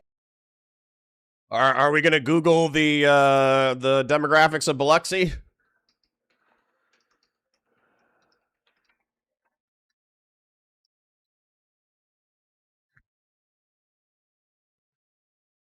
Okay, Biloxi, Mississippi has a population of approximately 48,000 residents, featuring a demographic breakdown of 60% white 18.6 Black or African American, and 11% Hispanic or Latino. Bear in mind the average rate is, 13% nationwide for Black folk. And by the way, if you're Black in my community and you feel like I'm picking on the Black folk, I'm not picking on you specifically, okay? And I'm not trying to pick on the Black demographic specifically. But what I would say is the homicide rate in the Black community in the peak of the drug war, so 1980s, 1990s, was like 78 per 100,000, while the average in the United States was 10 per 100,000. So I want you to think about that. The homicide rate within the Black community was 8 times the national average. And I think that currently it sits at like 6 times the national average. So there's a problem here, right? Now, the solution, in my opinion, is basically making sure that Black folk have a decent opportunity at the American dream. They have safe communities to live in. They have good schools to go to. They have good job opportunities once they leave those schools. They have the capacity to afford a decent standard of living that allows them to raise decent families that then repeat a generation that, and also homeownership being hugely important. They're also capable of generating generational wealth. Those are all important. And right now, our system doesn't do that. It says, figure it the fuck out and tough shit if you don't make it. That's our system right now. So I understand that takes a paternalistic governmental view that a lot of libertarians might not like. But when a segment of America has 6 or 7 times the homicide rate, I think you need to have some level of government intervention. That must be identified as a systemic failure. What is the current homicide rate in the Black community of the United States? 22 per 100,000, and the national average is 5. So right now, African Americans have a homicide rate between 4 and 5 times the national average. What was the peak homicide rate in the Black community during the war on drugs? I think it was 78. But so the peak overall homicide rate for Black Americans during the height of the crack cocaine epidemic and the war on drugs was in 1991, reaching 40 per 100,000. For young Black males aged 15 to 24, this rate peaked even higher at 159 to 195.9 per 100,000 during the early 1990s. So, 40 per 100,000. And then, what was the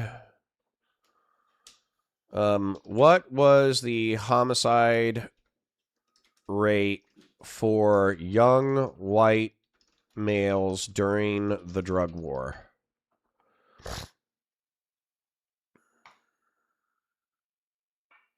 $11.2. 11.2. So during the war on drugs, during the 1980s and the 1990s, you were 20 times more likely. Am I doing that math correct? For young white males aged 15 to 24 was 11.2 per 100,000, which is still rough, by the way. But for young Black men, it was 159 to 195. So correct me if I'm wrong. If you were a young Black male during the late 80s and early 90s, you had a 20 times higher homicide rate. That's fucking crazy. Does over-policing explain any of the difference? Why would over-policing explain the difference for young Black men shooting each other? If you want to make some kind of argument that, like, a young Black man catches a felony, therefore they can't get a normal job, therefore they become more involved in the drug trade, therefore law enforcement involvement increases their chances of participating in the drug trade, I could see some kind of, like, sociological analysis of that. But for me, like the clear problem is the drug trade not enforcing criminal laws. Anyways. Of like safety, Well, by safety at the risk. way- Crime has been. I feel like media has overblown the level of everybody's danger. going to fact check both of us on this, and Yeah. but I agree with you. But my point about it, all of it is though, is that you can always point to a reason, Nick. There's never been a time in which there hasn't been crime in major urban areas where you pack a lot of people in. You're right, though, is that the difference between us feeling like each other were our neighbors and that we can find some common ground is the fact, you can live an existence now and by the time you're 56 years old and never really have to leave your house to make a living, you don't go to the community center anymore. And I don't know how to fix that. And I certainly don't know how to fix it in the age of AI. Right? Because community is like an essential human need, if not the most important thing. So when you are deprived of that, you're more likely to look for a radical solution and be like, everything's broken, we need to try something really out there. So you might embrace something more reactionary on left or right to be like, fuck this, we need something new. And I'm not trying to draw this like male loneliness, like incel pipeline that the media tries to do all the time. But do you see a connection there between like people being lonely and having less friends and subcultural absolutely. choice taking over community value systems or community engagement and people just like driving to the extreme? 100%. I think social dislocation is probably the number one problem of our times, because you look at the young people and you're right, it is one of those essential human needs is to connect and have that sense of familiarity, to be seen, to see and to be seen. And that's something young people don't have. And I think, by the way, you look at the way young people socialize and even the mentality, I think a lot of young people have this absolute drive to go to college. Why? It's an extension of high school. And what do high school and college have in common? It's a community. You're in the quad. You can see and be seen. There's sort of like a status, reputation. You're constantly involved with other people. And I think everybody, young people, look at when they graduate from college like falling off a cliff and now life is over. Because now you just have your job, the gym, and going back home, and that's it. And this is why a lot of young people then want to move to the big cities. Got to go to New York, got to go to Chicago or LA where it's happening. And they want to get a condo or an apartment downtown because they want to go to the bar scene and extend college a little bit longer. And I think that's just not really a sustainable way to have a society. There has to be a way for people to still have that sense of community outside of, let's say, college and high school, even into their adulthood, and then into their old age. So, yeah, I mean, that's one of the biggest problems going on. And I agree. I think it drives, even to your point about the whites-only community in Arkansas, I think it is driving these, let's call it ghettoization or insulation of people going into these artificial values-based communities. Yeah. Because where are you going to find people? Go online. Go online, start spouting about politics, or, even not just for incels and right-wingers, but even on the left. Someone like Tyler Robinson, he's on Discord. He's on Discord with all of the Overwatch players and all the LGBTQ or whatever. And I think that, there's a tendency there where everybody kind of amplifies some of the resentment or feelings there. So I agree, that's a huge driver. So for you, like back in high school. True.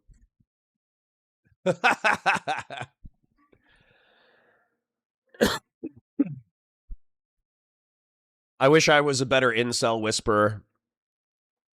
I wish I was a better Volcel whisperer. I wish I was able to take these tens of thousands or hundreds of thousands of young men and tell them, like, hey, bro, just go to the gym. Let Weld QC John teach you to, to fish and to hunt.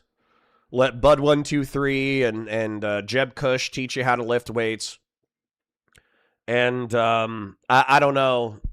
I don't know who would teach you how to find a partner. I think the game's totally changed. The game has completely changed, and not for the better, by the way. The way that it used to work before everything was digitized, in my opinion, is like you go to high school. In my case, you join the military, but the military isn't the best place to find a partner.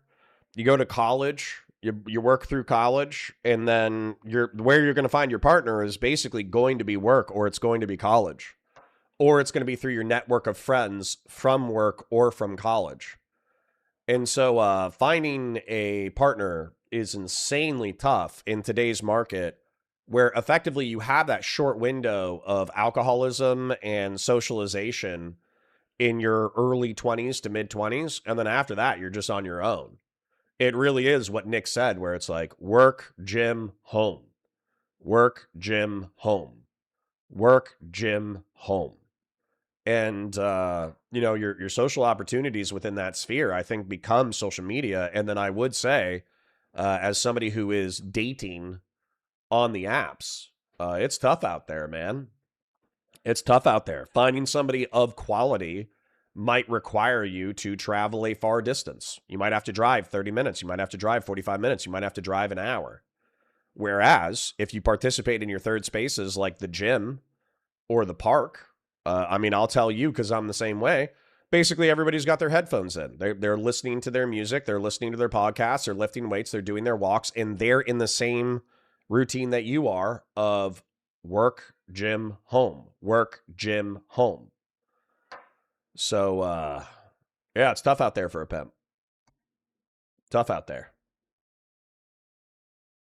High school when you were like first kind of starting to use the internet and all that. Did you build most of your community in person outside Chicago, or was it mostly online? When I was in high school or college? High school. The high school, I had real friends in Model UN. That was my favorite thing. So that was. But you were still creating like some kind of content at that time. Not in high school, no. Okay, so you went to BU. Yes. Were most of your friends like classmates there? Like when did you start to kind of build your online persona and community around your content? It wasn't until I left college. So to that point, I had friends in college. And then when I left college and started my show independently, then it was all people online. And everybody I knew was people from my community for the most part. But your cancellation from mainstream platforms was effectively the same thing as like a community collapse for your personal life, right? Yeah, well, I wouldn't even say it was just the cancellation, but even more just returning home from college. What do you think would have happened to you, like career-wise and personal life-wise, if you never would have been mainstreamed? I mean, I guess removed from major social media platforms.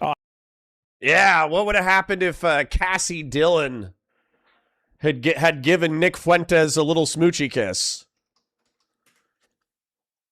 She could have saved us all. Cassie Dillon, this Zionist lady, if she'd taken one for the team, she could have ended Nick Fuentes in the beginning of her career. Unfortunately, she was too Zionist.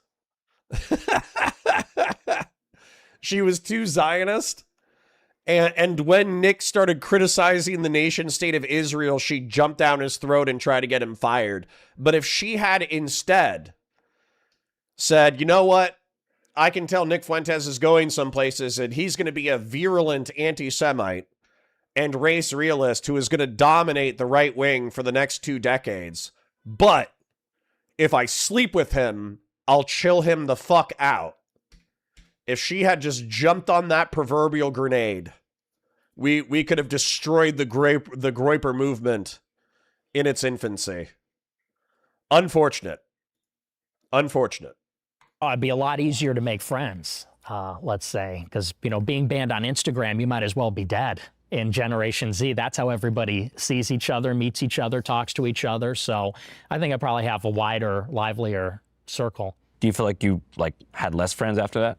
No, I'd say it's about the same. No, but I mean, you said that you feel like it would have been easier to make friends. It would have been easy to make more friends. Yeah, sure. So aside from your career, how was your personal and social life affected in those following years? Well, it's brutal, I mean, because everybody that I knew from high school is on Instagram, on Facebook, and I'm just not on there. It's almost like you're removed from the earth. For Generation Z, I understand for older people, for different generation, people still meet up or stay in touch in other ways. But if you're not online as a young person, you might as well be dead. Do you think you would have said some of the more extreme things that you did say if you I guess were allowed to remain on the mainstream internet? Absolutely, yeah. Looking back, and I'm not trying to get you to take something back necessarily, what's one thing that you said when you were younger where you're like, fuck, wish I could take that back? I don't know if I regret what I've said. It's just how you say it. Yeah, can you think of an example of when you listen back to something and you're like, geez, I wish I could. Yeah. So I did this rally in 2023 called Fuentes Rally 2. And the one comment I said, we're talking about a spiritual battle between Christians and everybody else. And I said, we're in a holy war. I said, and we're going to make them die in a holy war. And the second I said that, I was like, didn't mean to say that. It's an extemporaneous speech. So you don't rehearse it. You just say things. And I was like, didn't mean that. Shouldn't have said that. So it's always the how. It's always in the delivery that I... Nick, I can think of about 4 things that I really wish you would take back right now. Like what? The cookies in the oven. Well, that's a joke. But it's not, Nick. My wife is Jewish. My son is Jewish. No, Nick. I promise you. Don't get mad. I'm not mad. Okay, It's I know. But okay. But you gotta understand how incredibly... Have I ever met Nick in person or online? Yeah. Yeah. I do want to see how the cookie joke kind of plays out. I do have the Battle of Fallujah saved up. But hold up. Counterpoints, Nick Fuentes. Unfortunately, I've done too much. I'll recognize the thumbnail because it's an old school thumbnail. Damn.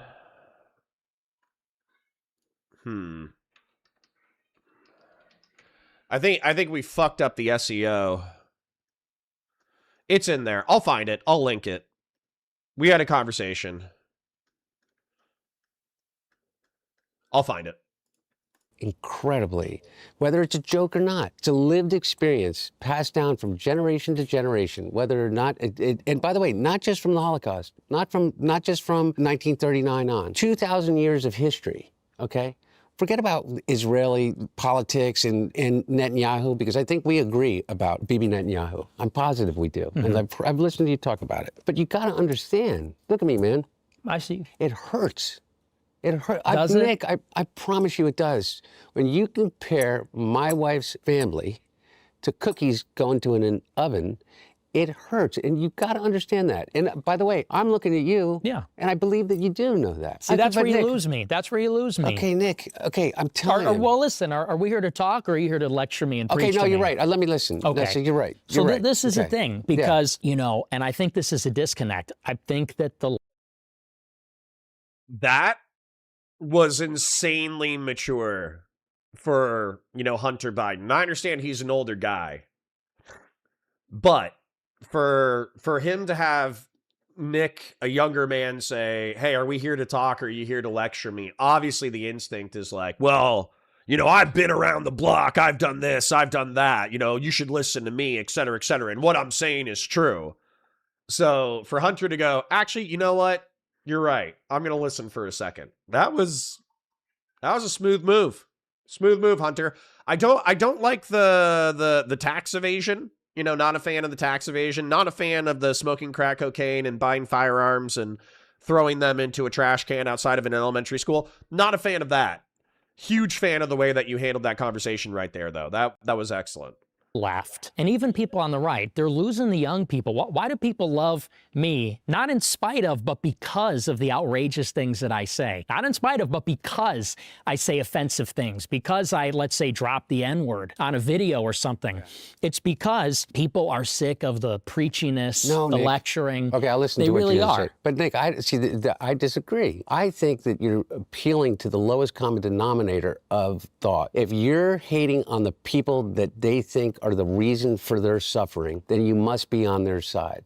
I don't think that you believe that about the Holocaust. I think you think the Holocaust did happen. But forget about whether or not you think that it is used politically in a way that is obtuse and wrong. But I think that you do believe that. And I think that you have to. Like, what's your cultural heritage? I'm Italian, Mexican, and Irish. Mexican. When did they come in Italian? When did the Mexicans come? When did the Irish come? Mexicans came turn of the last century. Yeah. Italians came in the 1860s. Yeah. Irish came in the early 1900s. Okay, so maybe you wouldn't care about something that is like grossly offensive just on the face of it and think that, oh, why can't people just believe that that's funny? But you got to understand, it's from the perspective of somebody that has that trauma, and I think that there is such a thing as generational trauma, and those stories are passed down generation to generation. When you say something like that, they completely shut off. They can't hear another thing that you're saying about this cultural disconnect, about losing communities, about the feeling of being left out or left behind in a world in which there no longer is this sense of community.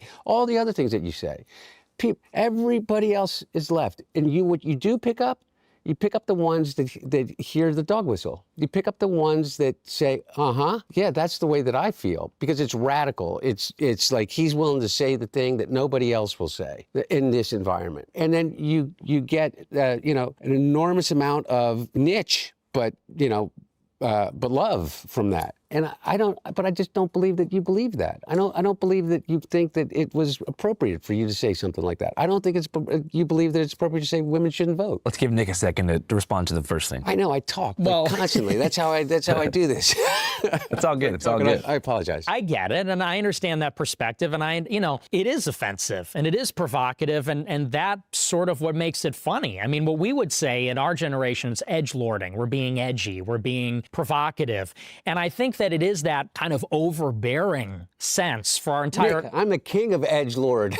Well, I'm the king in of a being certain way. provocative. Let's let Nick explain I know. the psychology behind it's edgelording. that overbearingness that my generation's had our entire lives. That's not appropriate. That's not funny. Think of the trauma. That's racist. That's white supremacist. That makes it funny. That makes it different, interesting. And let me grant, by the way, I think that now, and this is maybe a concession towards you, now that my kind of humor has become mainstream and popular, I don't even think that that's funny anymore. People do the edgelording thing. It's become so commonplace and so tired. I don't think it's that funny or impressive. That's a big part of why I kind of moved past it, because 10 years ago, it was treated like sacrilegious. And there's something funny about the fact that you could say a word or make a joke and make people lose their minds and freak out. And it was like an international incident if you said the wrong thing. And I think that's what made it tempting, especially for a young person. You want to rebel. You want to be defiant. You want to be a little revolutionary or something. Now, as time has gone on, I think that's become a fad. Everybody does it.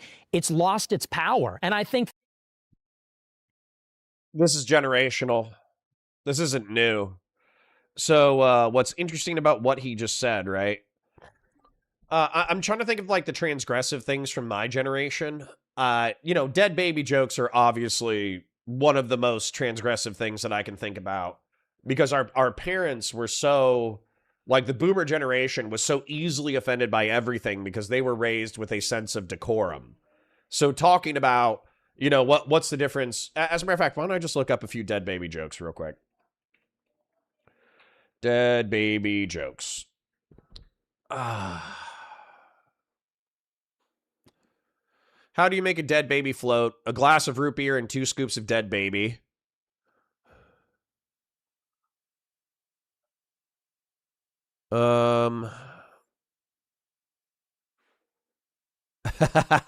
What do you call a baby with no arms and legs on your front porch? Matt. What do you call him in a hot tub? Stew. In a hole? Phil. Under your car? Jack. What do you call his leg? A piece of art? Well, anyways, the point is you can Google these things on your own.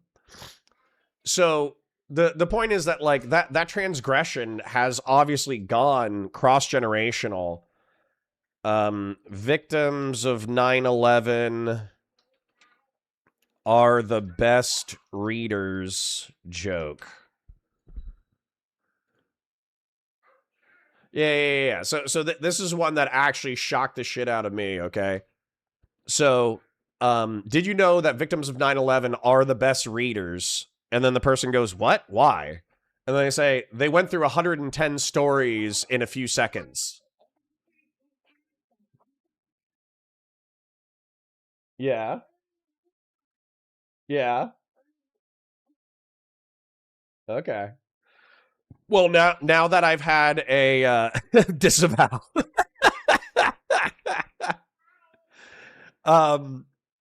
So now that I've brought up a pretext with which to tell you a bunch of horrific jokes, okay? Yeah. Same things with Jew jokes and black jokes, right? What is it? It's like you know what? We're on Valor, so I'll stop. But the point of it is that the transgression is cross-generational. So my generation, because the boomers were so easily offended, and they were sons and daughters of World War II veterans, we made Holocaust jokes, we made World War II jokes, we made, well, here's one that's not that offensive, but it's a Holocaust and it's a World War II joke. And it's like, somebody's making a Holocaust joke, and then you go, oh, that's not funny, man. My grandpa died in a concentration camp. And they're like, oh my God, I'm so sorry for offending you. And you go, oh yeah, he fell out of a guard tower. It's shit like that, Oh, that's not funny, man. My uncle, he died in 9/11. And they go, oh, I'm so sorry, I didn't know. And then you go, oh yeah, he was one of the best pilots in the Middle East. All right, that's enough. Back to the content. That, by the way, part of why we're getting less of it is because instead of getting the preachy lecture from the left saying that's not appropriate, people just roll their eyes. Now, when an edgy white person says the N-word, people roll their eyes and go, really? You know, that joke again? People hear someone wears a Nazi costume, makes a Holocaust joke. People go, really? That joke again? It's not impressive. It's not funny anymore. We've seen it before. And ironically, that is what makes you get less of it when you disempower those things by not giving them this over-the-top reaction, pretending like it's some great travesty. So you think the new counterculture is going to be woke again? No, I think it's a synthesis. A synthesis of post-edgelordism and wokeism? Yes, because I think that wokeism had its me. excesses. Yeah.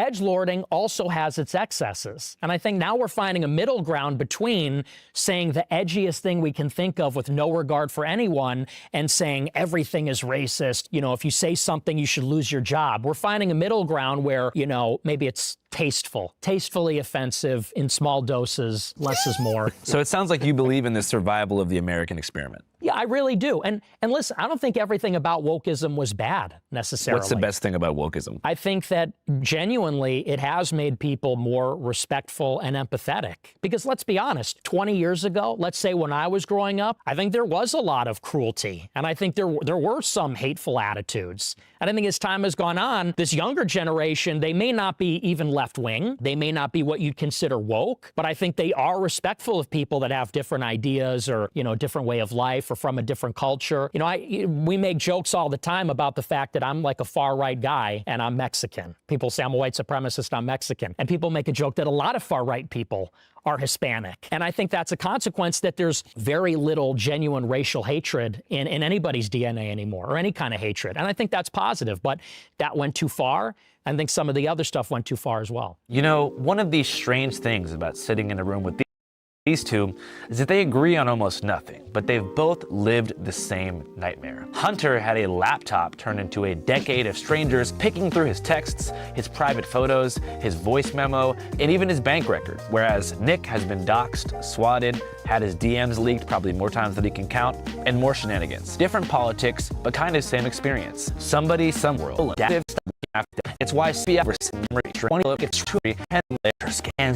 about 6 was entering. They grow up like around a lot of Mexicans. No, all white people for the most part. Did they know you were Mexican? They did. And I'm not gonna lie, I mean, people made fun of me for that. What'd they say? Well, like for example, one time when I was in Model UN, I was entering high school as a freshman. They looked at my name on the roster without knowing me. And they told me this after the fact, the leadership of the club. They said, oh, we thought you were just some Mexican kid, so we gave you a bad committee assignment. Wow. But see, I heard that and I laughed. I said, that's funny. You know, whereas a lot of people would say, oh, that's traumatic. I'm a victim of racism. You know, I think that's, you know, it's just a human thing. Yeah, I always felt like growing up as like a white kid in America. What if you went, wait, what if you were and identified as being Mexican and they came to you and they didn't tell you that's the reason that they gave you all the bad committee assignments? That would be unfair.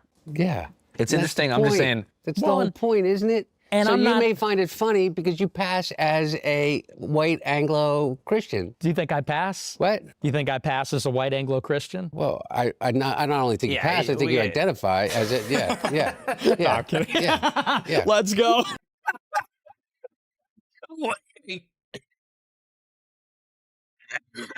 Did they just dab?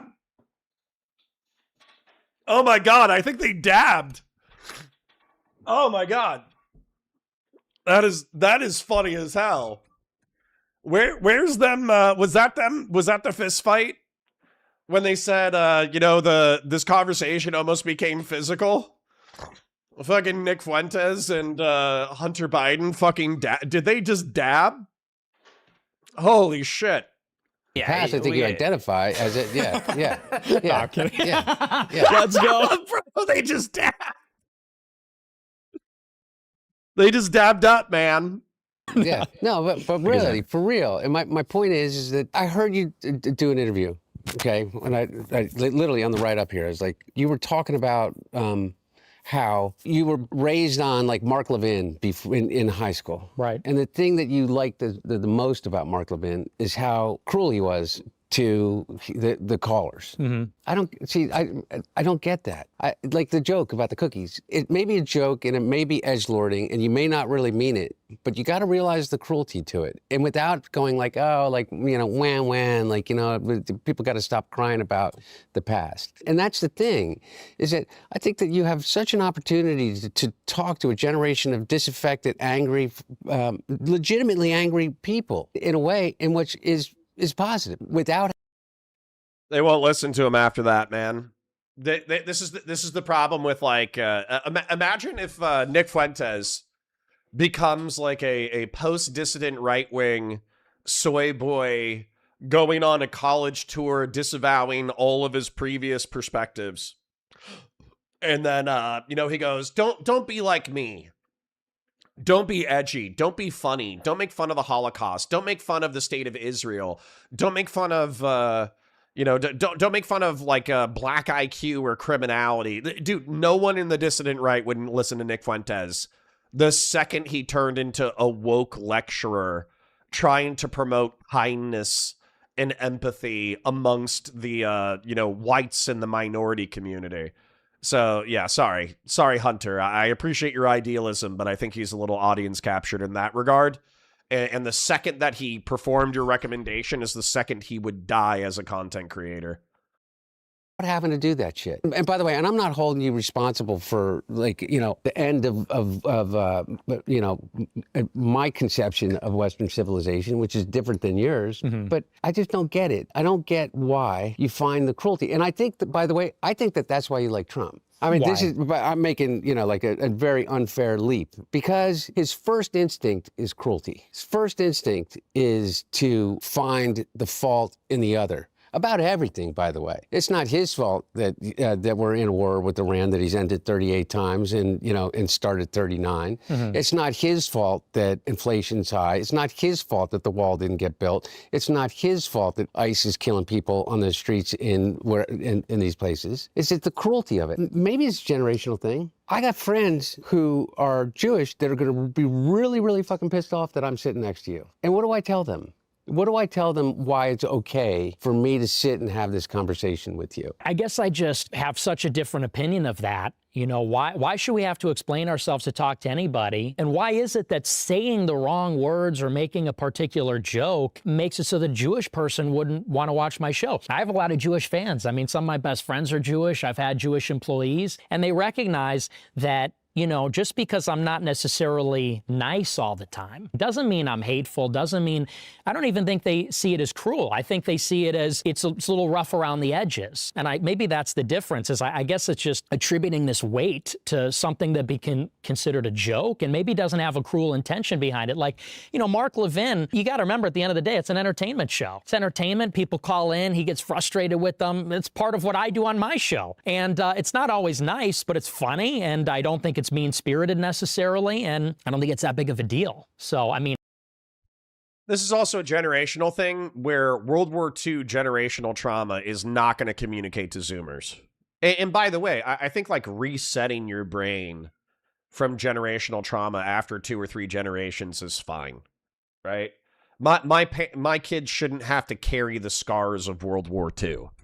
And so the scars of World War II, at least for my family, are both of my grandparents, males, were World War II veterans. One of them deployed to Guam, didn't see much action, et cetera, but he was like a CB engineer who helped build all the infrastructure that helped invade Japan.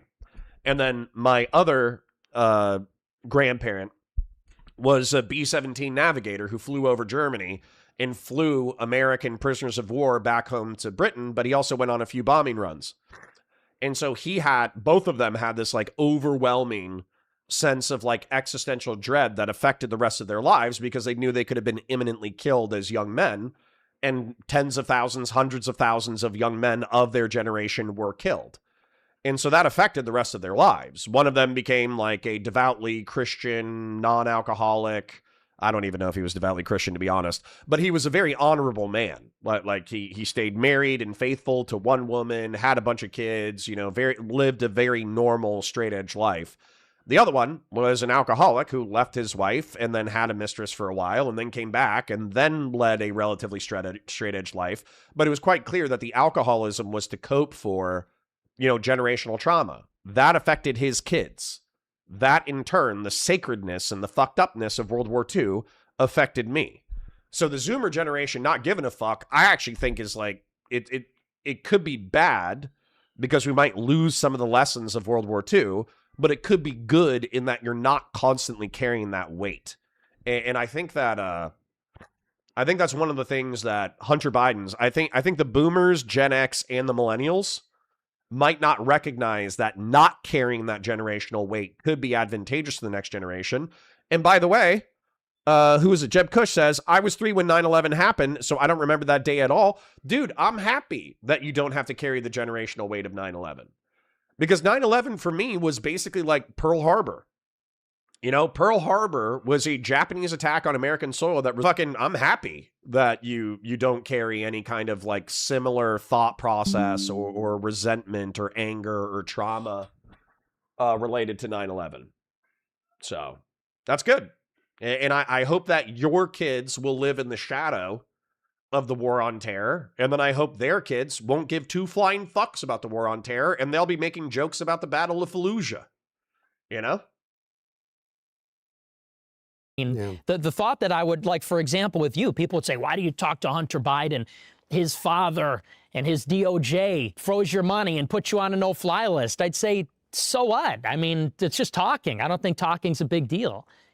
Froze my money and put me on a no-fly list too. There you go. See, so we got that in common. So a different question that I have that kind of weaves everything together. How do you think like October 7th and the subsequent like pro-Palestine movement and the online worlds it created led to a growing audience on the right? October 7th in particular? Yeah. Well, I think it highlighted and brought to the forefront how captured the right wing is by Israel, which is very unique. I think the Democrats and the Republicans are pro-Israel, but the Republican Party has this inextricable institutional connection with the Israel lobby, with this Likud government in particular. And I think people just started to see the hypocrisies. The hypocrisy was brought to the forefront, which is America first, but not with Israel. No new wars except for with Iran. Under Trump, we will have no more wars. No more wars. No more wars. They said he will start a war. I'm not going to start a war. I'm going to stop wars. Tonight, Iran's Navy is gone. We're going to be racist and all these things, but don't you dare be anti-Semitic. Don't even, think about it. I see good things about Hitler also. Every human being has something of value that they brought to the table, especially Hitler. So I think that on the right wing, it made it unignorable that there's this ideological institutional capture. I just feel like a lot of straightforward, like just anti-Semite influencers were taking advantage of the post-October 7th discourse to push other ideas, broader ideas about Jewish people as a whole. Come out and say it. Like, I think that Jews are causing a disproportionate amount of problems in the United States. Well, I mean, I think it's hard to ignore some of those other conversations. I know that it's now become maybe in vogue to say that the Israel issue is very narrow. It's just Netanyahu. It's just the Likudniks. It's just the Israel lobby. But, what would you say about someone like Larry Ellison? I mean, somebody like that, I don't think fits neatly into this, let's say, problem of Netanyahu. As far as installing Barry Weiss and whatnot. Yes. Gotcha. Because this is somebody who's not Israeli. Let's go. Israel, Palestine, Israel, Palestine, Israel, Palestine. Oh, man, I was getting worried that we weren't going to have any Israel-Palestine discourse today, and then boom, Nick just brought it for us.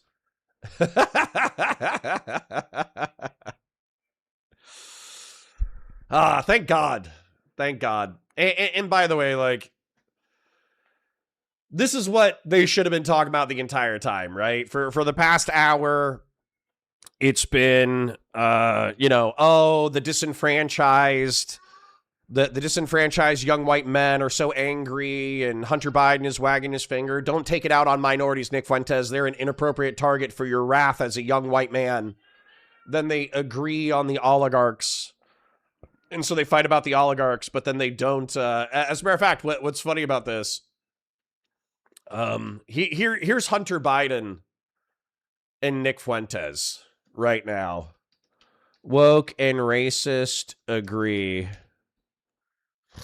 Here we go. Here's Hunter Biden and Nick Fuentes so far in this interview. Along, but turns out we kind of agree on everything. Your racial identity is the most important thing. Everything should be looked at through the lens of race. Jinx, you owe me a Coke. We both have a lot of opinions about people of color, even though we barely know any. I say colored people, but as long as we're classifying them, we both think minorities are a united group who think the same and act the same. And vote the same. You don't want to lose your black card. Sorry, I don't know. I just think we should roll back discrimination laws so we can hire based on race again. Jinx, now you owe me a Coke. Hey, tell them what you told me yesterday. White actors should only do voices for white cartoon characters. I've been saying that for years. Stick to your own. Us white people, we have so much privilege. I agree. It is a privilege to be white. Ask him about interracial dating. All I said is that black men who date white women have internalized racism, and white men that date ethnic women are fetishizing them. Guys against interracial dating now. Like, am I being pranked? Did Boomer put you up to this?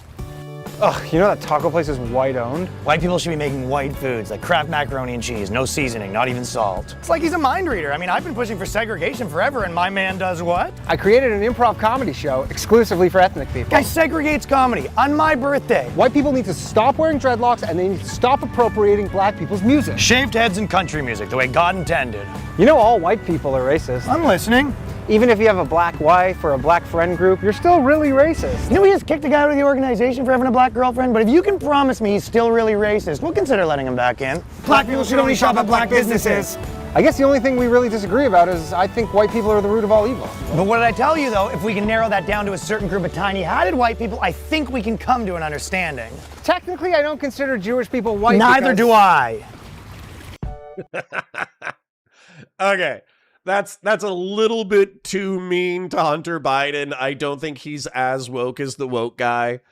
But I do think that Nick Fuentes, when he agreed to the oligarchs are manipulating society into being socially isolated and to, you know, feeling disenfranchised and all that kind of crap, I felt like he subconsciously wanted to say, well, if we want to talk about oligarchs from a certain tiny hatted group, like I'm pretty sure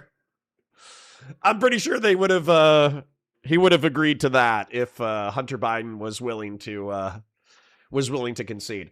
But yeah, but we get back into the Zionism discussion, right? Larry Ellison is a Zionist. He has a allegiance to the existence of the nation state of Israel. He acts on their behalf within American politics. We've already described the historical shit. Maybe that's what I'll do. I'll let them keep talking while I mind map the historical development of like post-World War II Jewish political distribution. He's not even a religious Jew, but he's ethnically Jewish and has this deep affinity for the state of Israel. You know, I feel a deep emotional connection to the state of Israel and the Israeli people. And is using and mobilizing his power and resources and connections to benefit Israel in the private sector. And so if you were to say, what's a law that we could pass to prevent that kind of influence, what would it look like? He's an American citizen. He can't buy a media company and hire Barry Weiss to run CBS News. And yet we recognize that's a big problem. I just feel the conflation of like anti-Zionism and like Holocaust denial played into the hands of the Israeli propaganda apparatus. Because then they can say, hey, look, these people that oppose what we're doing in Palestine also don't think the Holocaust happened. It's a big jump in the public perception. It was almost to me as if that was your intent. To lose any legitimacy about any argument as it relates to Israel and the Likud government, is to say those edgelording things or whatever. Jews are money changers, bullshit artists, psychopaths, charlatans, grifters, manipulators. I don't know anybody that can hear you after you say that, including myself. It delegitimizes everything, because I don't think that you... a little bit more compassion. Let's try to stay a little. I don't want to do any character attacks on Nick. I'm not attacking his character. I'm not attacking. I promise you. I'm no, not. but as far as compassion, I more just mean straightforward. Do you feel like the rise in anti-Semitic online influencers post October 7th has given Israel more ammunition to work with in terms of casting everyone who opposes what they're doing as just like a rabid Jew hater?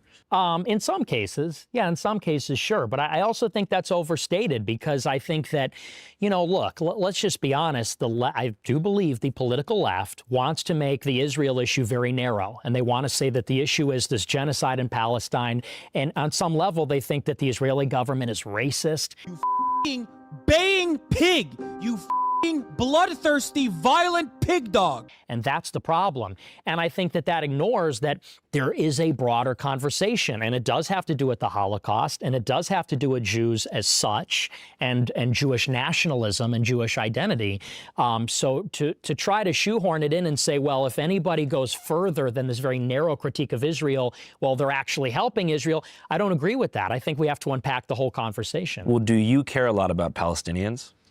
Not more than I care about anybody else. So I guess that would be why that they would be like, okay, you're just taking advantage of this discourse. I don't think it's taking advantage. I think that we can sympathize with the Palestinians while also realizing that, look, I'm an American. And so it's a tragedy what's happening in Palestine, but there's tragedies happening all over the world. My problem is that Israel has this influence over our government. I'm a newcomer to politics, but not to backing the Jewish state. And we're paying for the genocide, and we're furnishing them with the weapons to commit the genocide. And by the way, America is going to be held liable for this genocide, morally, but also politically and diplomatically and otherwise. But I think that people on the left, they may be guilty of maybe caring more about Palestine than they do about America. Nick, but the left didn't cancel you. The right canceled you first. The right canceled you first, and Ben Shapiro and the Daily Wire, and those were the people that canceled. They may have utilized the tools of the left, or what you call the left, to be able to do that, but it was the right that canceled you.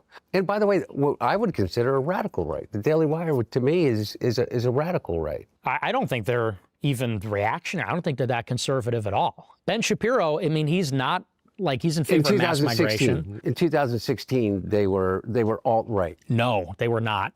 Ben Shapiro and the Daily Wire were to the right of Mitt Romney. Yes. You know what I mean? That's what I mean. And that's they what weren't I'm Mormon saying. conservatives. Yeah. My point was, that's who you were canceled by. I was also canceled by the left. No, I know. They came along. They came along because some of the more egregious things that you said is edgelording. They came along. And whether you call it canceling or saying like... Yeah. The Daily Wire was always moderate. That's kind of wild to me. Like now with Matt Walsh and whoever else, I hate the other guy. I don't even know the other guy's name, but Matt Walsh and the other one who I hate. Those guys say some wild shit, but what they're trying to do is they're trying to dog whistle to the dissident right in order to get a younger, more vibrant audience in order to perpetuate their right-wing bullshit. But if you think the Daily Wire was extreme in 2016, that's wild. Like what was Steve? What media orgs did Steve Bannon work for? So Breitbart. And even then, I think Michael Knowles was who I was thinking about. Thank you. But even with Breitbart, Steve Bannon was saying that we're catering to the alt-right and the dissident right in order to try to attract that audience. But I don't think he was saying, like, we're ideologically captured by the anti-Semitic dissident right Yarvanite techno-feudalist freaks. Now, of course, that's what ended up happening was by swimming in dissident right-wing circles, energizing the dissident right, a substantial amount of Steve Bannon and Trump's rhetoric ended up energizing and dog whistling to that segment of the community. But to say that the Daily Wire was the same as Breitbart and Steve Bannon, I think is a misattribution. I think it's silly to think that Ben Shapiro and what was the Charlottesville guy again? I always forget his name. Richard Spencer. Associating Richard Spencer and Ben Shapiro as the same flavor of right wing with the same level of dissident thought, I think is extremely silly. Yarvin hates Jews? No, Yarvin, to my knowledge, Curtis Yarvin doesn't hate Jews. Yarvin is just a dissident right wing thinker. What the fuck? This is what I call it. What the fuck? like what the fuck? And so, I don't find it funny. And just like you're able to say, well, I just think it's funny, I'm able to say, I don't find it fucking funny. I didn't find it funny then, I don't find it funny now. I didn't find it funny that some of the things that, you said about me. But I'm willing to sit here and listen to you because I want to get to this, and this is my whole point. What about fucking Donald Trump? Yeah, we can get to that. Yeah, how did you get, of all the people in the world, where you could look at and say he doesn't believe anything. So for context for the viewer, Donald Trump is currently the sitting president of the U.S. For our audience abroad, the war with Iran was supposed to be over. Now we're back in business, baby. Khomeini had a pretty sick funeral, if you saw the video. So you guys don't like Trump? You used to like him. I did. You've always hated him. He's tried to destroy your life. Yeah. You guys were cool. You guys hung out once at Mar-a-Lago with Kanye. You've never hung out with Trump, right? Would you want to? No. Do I want to? Yeah, I did. Okay. Look, man, I would like. Can we get him? Can we get him in the motel room? So I want you to imagine. Let's get him in. I want you to imagine he's in the motel with us. Yeah. That's Trump. What do you want to? How about what do you want to ask him? Oh, you know, put me on the spot. I don't want to ask Donald Trump anything because I know, and I think you would agree with me, is that Donald Trump isn't going to give me an authentic answer. Donald Trump never gives an authentic answer.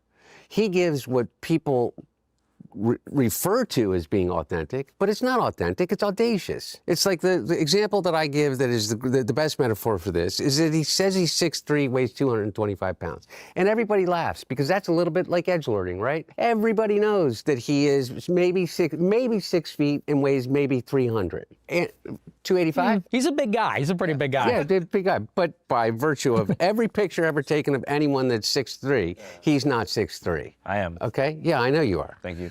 You're 6'2.5", maybe. That's maybe.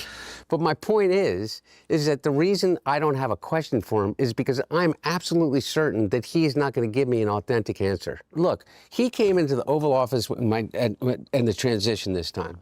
And he told my dad that he thought that he did an amazing job. He did an amazing job with the economy. He did an amazing job that with NATO, he did an amazing job and that he got a raw deal from his side and anything he could do, particularly for Hunter. Hunter got screwed. Whatever I could do, you let me know.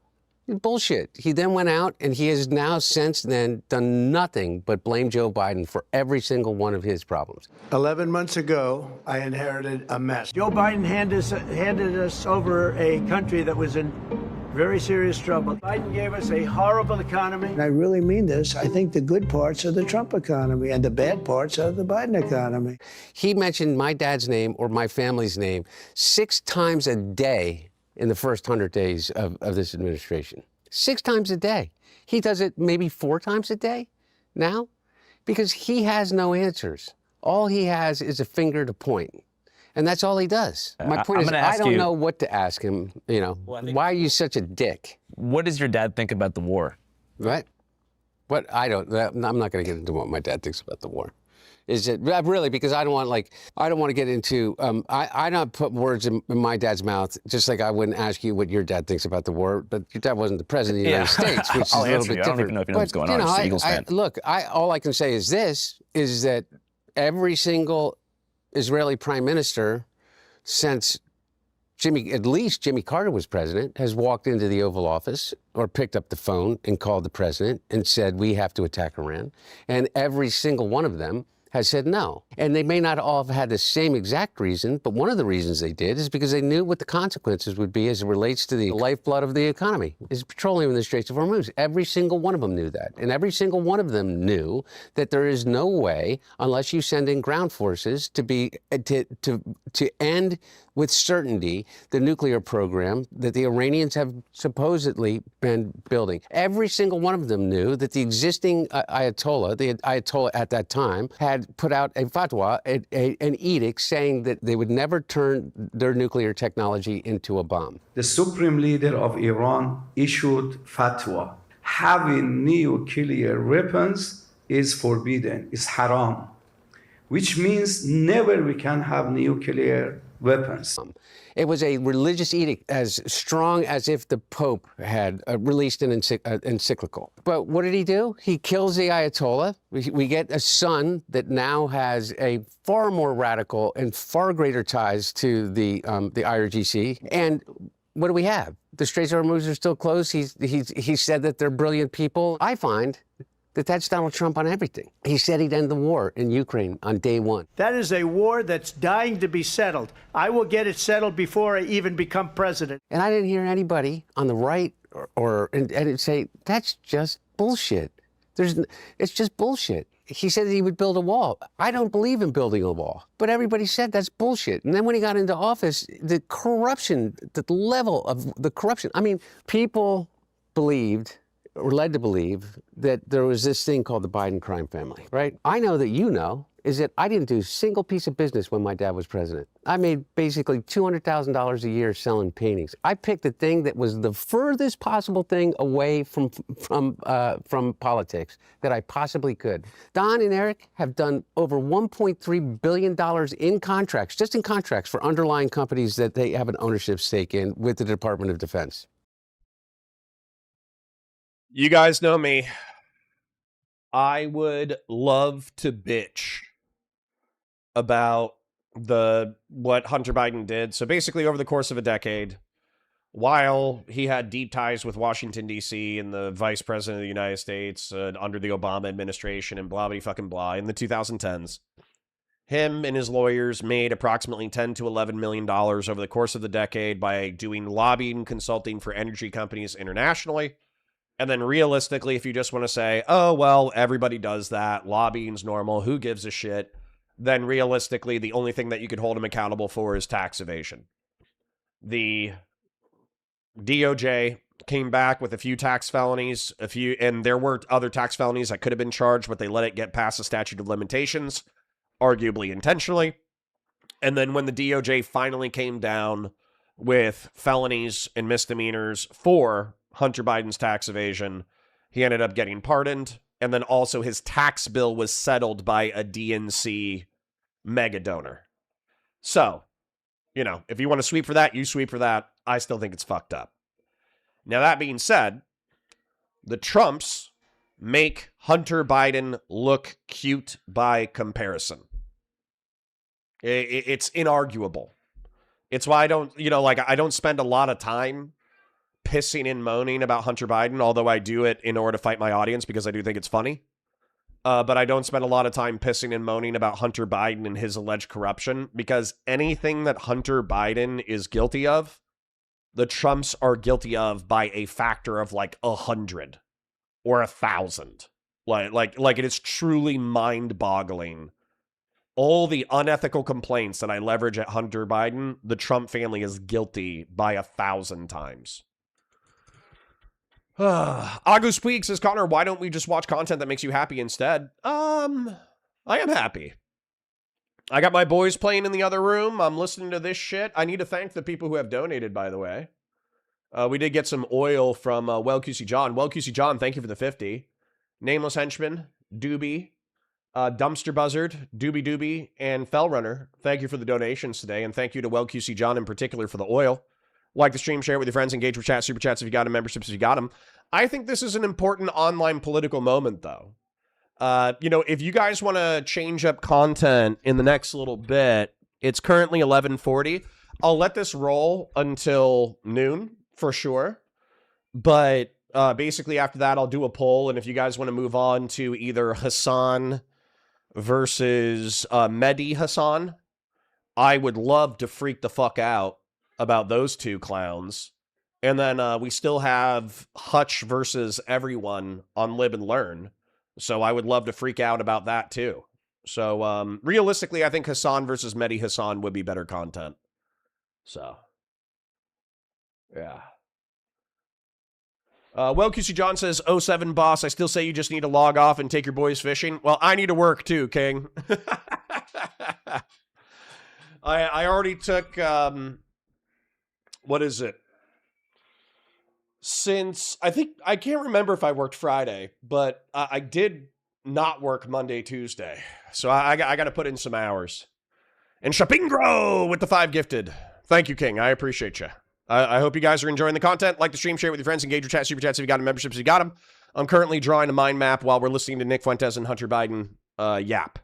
And by the way, I am enjoying this. I do think both of these people are huge online political figures. Even though Hunter Biden isn't like an online creator, he is someone who carries like enormous online clout.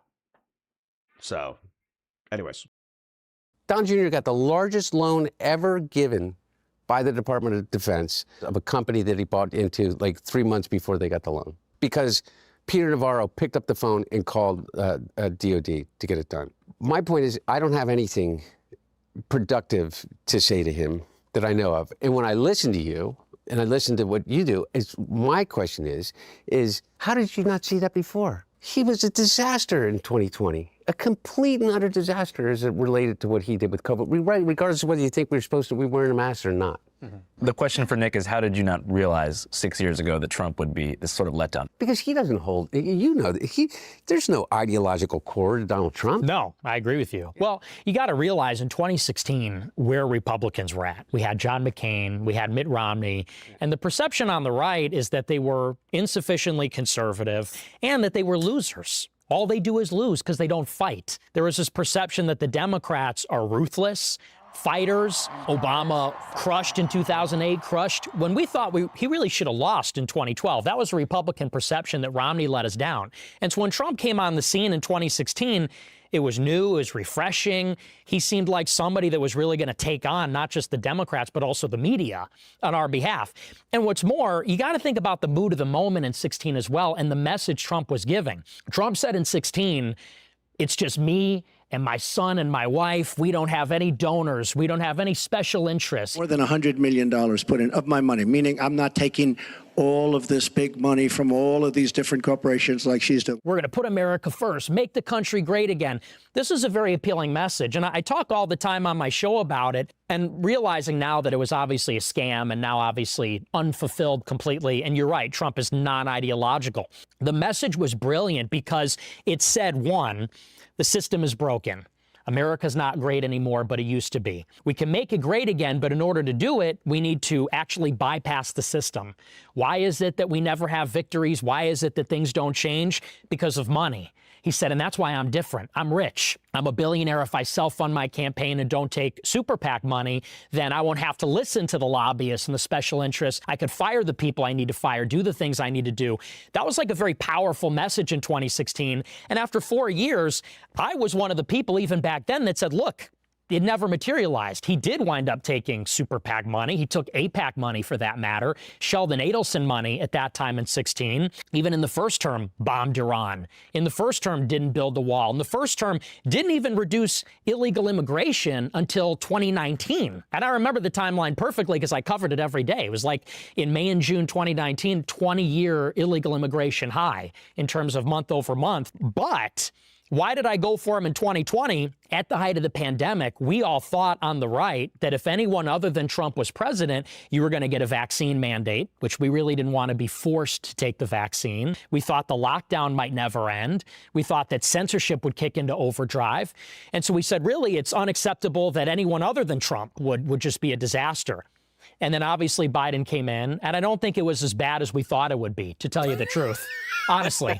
But by 2024, I mean, I was out in 2024 because everything you're saying is totally true. And I was telling people on my side, I was saying he's not going to build the wall. And I know you're against that. He's not going to do the mass deportations, promising that. He's not going to start no new wars. I said in 24, he's going to take us to war in Iran. And the Ukraine war, I said, that's not going to end in one day. Too complicated. We're already in it. And so I didn't vote. I didn't vote in 2024. And I told my followers not to vote for Trump for that reason. And it was only until a year later, after all the exuberance died down and people saw the bearing of the Epstein files, the war in Iran, people said, you know what? You were right. You were right about Trump. Even Alex Jones told me you were right about Trump. I was all in on him. So, I mean, as far as him being vaporware is concerned and a scammer and fundamentally, you're 100% right. No ideological core. He's not an ideological guy. Yeah, it is. He's literally all about him. And I agree. He's a cruel narcissist. Yeah. And you said I like the cruelty. I do not like the cruelty. No, by the way, no. I didn't say you liked the cruelty. I said I'm listening to your thing, and you said one of the things that you liked about Levin was the cruelty. And not for the cruelty's sake, it didn't seem to me like this, is because it was raw. Dazzling, it was, yeah. And that's, so I'm not saying that. No, but I... So, one of the things that I've been drawing in the background, I understand this is more of a conversation than a debate. I have enjoyed it. If you guys want to move on in a second, we can. You know, we got some memes out of it. You know, Nick Fuentes and Hunter Biden dabbing each other up. Hunter Biden kind of admitting to, I'm a fuck up and this, that, the other. But at the same time, I still care about the United States, and I think these conversations are important. Him being a little bit woke in reference to BLM and trans kids and me kind of going off on that. It is what it is. Now, the reason why I drew this little mind map of Jewish emigration from Europe post-World War II, I'll do a poll, conservative liberalism. That way we can get a vibe check on the entirety of the chat. And also looks like we got our Patreon pinned thanks to Fellrunner. But there were, according to the vast historical consensus, 10 million Jews in Europe. And approximately 6 million of them were wiped out due to the Holocaust. 3 million of them were Polish, and I think 1 to 1.5 million of them were like Eastern European. And so, that kind of establishes the numbers of the Jews getting wiped out. Now, out of the 4 million Jewish folk who were left after the Holocaust, we had 1.5 million. What? Well, let me just finish this rant real quick, okay? 1.5 million of them emigrated to Israel, and 700,000 of them emigrated to the United States. I thought it would be a more close to an even split, but the truth is that 3 million Jews emigrated to the United States prior to World War II. So we actually already had a substantial Jewish population in the United States prior to World War II. But as a result, since that era, which bear in mind is 2 generations ago, or at least 2 generations from me, we have 7.5 million Jews in the United States and 8 million approximately living in the state of Israel. Well, I understand that you can think that it's, bad that Israel has so much influence. You can think it's bad that we spend, $20 billion a year keeping the peace between Egypt, Israel, and Jordan. You can think it's bad that we've given them $20 billion with which to prosecute their wars over the past 4 years.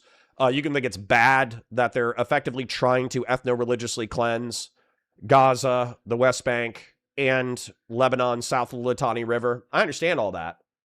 But when you're descriptively looking at the ties, I think it's quite clear why there's an existential tie between American Jews and Israelis. It's because at the end of World War II, in which a third of the total Jewish population of the planet was wiped out, there were 2 relatively safe places to go: the United States and Israel. And the United States is the world hegemon. So we have insane military power, insane commercial power, insane diplomatic leverage. So good or bad, make your own moral judgment. But descriptively, this is why it's happening. Shapingro says, honestly, thought we were on Connor's channel, but we can support Valor too, I guess. Hey, man, it's all good. Basically, what happens is that keeps me employed. All right? I gotta earn my bread over on Valor. I gotta make more than I cost in order to keep my job.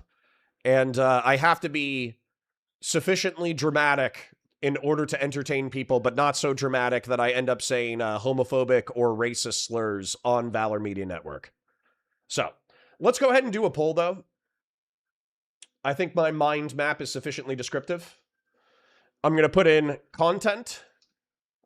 I'm going to put in keep going. I'm going to put in Hutch. Well, I'm going to do Mehdi Hassan versus Hassan. And then I'm going to do Hutch, Lib, and Learn. I'll tell you right now, Lib and Learn is my least favorite out of the 3. I would keep this content rolling till 12:30 if you guys are still enjoying it. Or I would switch over to Hassan and Mehdi Hassan, depending on your votes. So, I'm going to keep this rolling for like 5 minutes while you guys vote. I'm going to use the restroom. I'll be right back. I agree. I think he is cruel. And even what he said on Easter, I mean, we're Catholic. On Easter Sunday, he says we're going to annihilate Iran. And then he made fun of Allah on Easter Sunday. So, that kind of stuff, it just totally turned me off entirely. Is there anything that you think Trump can do to like regain the support of the, I guess, Gen Z and millennial right? No, it's over. People see what he's made of. And Hunter's right. He's a liar. He is a liar. He is a bullshit artist. And especially, you look at what he did with the Epstein files, with the war in Iran, what he did to Thomas Massie. This guy named Thomas Massey. There's something wrong with them. They just vote no. They love voting no. They think it's good politically. You realize that if you are America first, you have no place in this Republican Party, because he said it. He said our Republican Party, or rather, he said MAGA is Mark Levin, Laura Loomer, Randy Fine. He said, and who is not MAGA? Megyn Kelly, Tucker, Alex Jones, Candace. And I think most Republicans said, well, we're with those other people. We're not MAGA anymore. So what do you think happens, Nick? I believe that we need radical change. And I'm not talking about violence or revolution or things like that. I'm talking about the only ways that you can have this kind of radical rethinking of the system. Like, there's so many questions. Like, what do you think about the Epstein files? What do you think about the accountability? Or do you think that he's broken the system to the degree that we now are basically in a dictatorship light? No, I have a lot of confidence only because I think the Democrats are going to take the House in 26, which I support. I'm telling my people, vote Democrat. We want the Democrats in the House, because what they're going to do is they're going to use the oversight powers to bring all the corruption to light. Because I know Republicans will watch this, and when you say, you know, we didn't commit crime, they're going to be skeptical. However, for the sake of argument, let's say the income you made during Biden was ill-gotten. For the sake of example, it's just doesn't hold a candle. It doesn't even come close, doesn't even touch Jared Kushner, Howard Lutnick, Steve Witkoff, Don Jr., Trump himself. It's just a different sport. It's a different game entirely. And I want all that corruption to be revealed. And I think the Democrats are going to do it. I hope they get impeached. I don't think they'll be removed from office, but I think it'll basically drag this administration to a halt. And then in 28, I think there's an opportunity for a clean reset with both sides, right and left. Hey guys, quick thing before we get back to Hunter and Nick. So these two guys individually very offensive can leave. Right, the judge or state, and when you can stand the screen and see, you explain this like nightmare scenario that revolves around a Vance presidency. Yes. What about JD Vance being in power scares you so much? If Trump doesn't have an ideological core, then Vance really doesn't, because Vance is a chameleon. That's not his real name, for openers. Never had a real job. These are all sinecures given to him by Peter Thiel. 6 years ago, he's a never Trumper. I'm a never Trump guy. I never liked him. I think that he's leading people in a very dark direction, and that's ultimately what worries me the most. Terrible candidate. Idiot if you voted for him. Might be America's Hitler. I was wrong about Donald Trump. I didn't think he was going to be a good president, Brett. He was a great president. Now he's a national conservative, national populist. And so we don't even really know who he is. I mean, to me, this is basically a Manchurian candidate. This is a shell. And who is the power behind him? It's the oligarchs. It's the little tech oligarchs in bed with the CIA, you know, especially at this fever pitch with AI. I think that's really dangerous. So to me, him being president is just a worse scenario in my mind. For the uninformed viewer, what is the Palantir-JD Vance connection? Well, Palantir was founded by Peter Thiel, and Peter Thiel's very close with David Sachs. JD Vance was given his first job in Silicon Valley by Thiel. Thiel hooked him up with it. You know, the CEO of that company said it was a personal favor to Thiel that I hired him. And then Thiel got him all his jobs at these various venture capital firms, including his own, and then funding JD Vance's venture capital firm. Peter Thiel gave $15 million to Vance when he ran for Senate in Ohio in 2022. Peter Thiel secured President Trump's endorsement for him in 22, which basically got him the nomination and the seat. So, I mean, as far as anybody's concerned, Vance owes his entire political career to Peter Thiel, who derives his fortune from Palantir. And now he's a Catholic like you and me. Well, he's a convert, so, you know. Beware the convert. Yeah. So do you think that Trump's unfulfillment of his campaign promises was a result of him being like compromised by somebody connected to that structure, or do you think he always just never cared? I don't know that he never cared. I just think that, you know, me, I'm an idealist. So I think about the ideas and the concepts. Trump is a businessman. And so I think with him, everything's transactional. And I said this in 2024. Trump knew the voters would swallow anything. The voters would not walk away from the table because they were enamored with him. I could stand in the middle of Fifth Avenue and shoot somebody and I wouldn't lose any voters, okay? It's like incredible. So he knew he could break every promise with them in order to fulfill promises for the donor class, which is little tech, the Israel lobby, and Wall Street. The bankers, Tim Mellon, you know, the big asset managers. So I think with him, everything's business, everything's a transaction. And that's why you can't trust him. You have to do business. And in 24, I said we should all collectively say we're not going to vote unless he makes certain commitments. And not enough people did that. But I mean, that's fundamentally his flaw. Your critique of this, like, I'm okay with that as an end, as a capstone.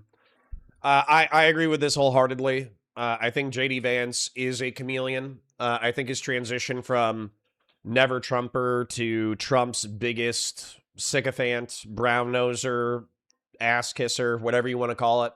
And then not just that, he is socially and politically beholden to Peter Thiel. It does seem like he will justify whatever is necessary in order to, in order to gain power. And in my opinion, you should go watch it if you have an opportunity. It didn't get as many views as I think it should, but you should go check out my analysis of his Joe Rogan. I'll do a little self-shill real quick. But if you check out Counterpoints Politics, and if you check out the recently released videos, we got JD Vance right here, right? And so JD Vance, he does this horrible sweep job for the Epstein files, where he simultaneously says, oh, we should have released everything, and then sweeps for 3.5 million files still being redacted. He is truly like a lying sack of shit. So, take a look at that. Go check it out if you haven't seen it before. And I think we're going to move on. So, Hassan Piker, Mehdi Hassan. Two of my least favorite people in internet politics. Oh no, they're smiling at each other. Kill me now. Imagine buying your kid a... Oh no. This is going to be terrible. I hope you guys are ready for some brain damage. Oh no. Oh no. toy only to find the batteries aren't included. Or buying furniture, but it's missing the tools to build it. Frustrating, right? Now imagine that exact same feeling, but you're paying way more. That is what buying business software usually feels like. Fragmented, disconnected. All right, let's do an intro. Let's suffer. Hi guys, welcome to Counterpoints. My name's Connor. I'm a science fiction, politics, and philosophy nerd, a Marine Corps and law enforcement veteran, and my audience wants to beat me to death psychically today. So I have Hassan Piker versus Mehdi Hassan. My general impressions of these characters is that Hassan Piker is a Marxist-Leninist vanguard revolutionary who LARPs, live-action role plays within that role, but whenever he gets confronted on his politics, he pretends to be a social democrat, where he just wants healthcare for everyone, despite simping for the Soviet Union, despite simping for Maoist China, despite simping for authoritarian communism, despite simping for revolution, despite LARPing about, terroristic violence in order to overthrow the capitalist imperial core and institute a new communist socialist regime. Whenever you confront him, he's going to be a social democrat. Mehdi Hassan is a mixed character for me because I do view him as like a pit bull interviewer, but if you check out clips from him 10, 20 years ago, he does have straight up Islamist claims. Like he just wants Islam to be the supreme religion of the planet.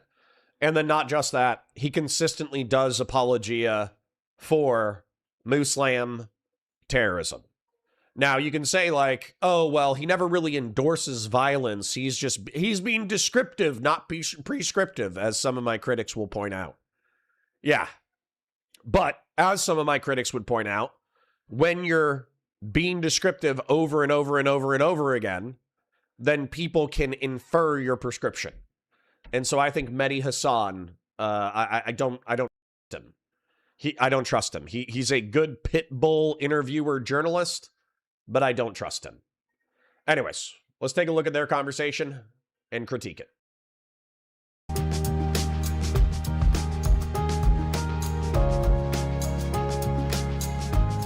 I'm Mehdi Hassan. I'm Hassan Piker. And we're not kidding. This is a podcast where I get to talk to funny people about serious things, but also funny things too, I hope. Hassan Piker, welcome to the show. It's an honor to be here. It's an honor to be here. It's taken ages to get you on the show. I know. Get you in D.C. I hate being in D.C. Well, you're here now. Oh, you miss L.A.? No, it's not that I love L.A. I mean, I do like L.A. That's why I live there. But I feel like every time I'm in this town, the aura of evil is so palpable. Like, it's a beautiful city. There's There are phenomenal people that live here, but then it's just overshadowed by the metric ton of evil that you experience and you feel on a daily basis. Like I'm staying at a hotel and I'm walking around and there's like, I'm looking around, I'm like, there's like war criminals here right now. That's you humble bragging that you're staying at a really nice hotel. That's not what my intention was with that. That's how it came across. It is good to see you in town. This is our casual podcast. You're very dressed up, but you dress up a lot these days. You're in a suit, I see you. I thought you'd be in a suit today. What is this Chairman Mao outfit you are rocking This is today? a Zhongshan suit. So this is a traditional Chinese suit. When they initially, in China, I think it was like the nationalists as well, originally started dressing up in a more Western style. And this was like that first iteration of it. And when I went to China in Shanghai, I met this tailor who came from this long lineage who actually invented the Zhongshan suit. So I made them make me one, and I really liked it. They made it in the time you were in China? They made it while I was there, yeah. But then I liked it so much, they already had my sizes, so I was like, send me another one. This is going to be like the part of a U.S. Treasury Department investigation to Hassan Piker's ties to China. His suits. Yeah. Do you want to get into that? We can get into all of that. We'll get into a lot of things There's a today. lot going on that front. Well, hold on. Is there a lot going on that front? Because last time you were on the Potato podcast, you were on Beyond Israelism with Simone Zimmerman not too long ago. Yeah. It was shortly after Fox were talking about you being investigated by the... All right. There's a part of me that loves online politics.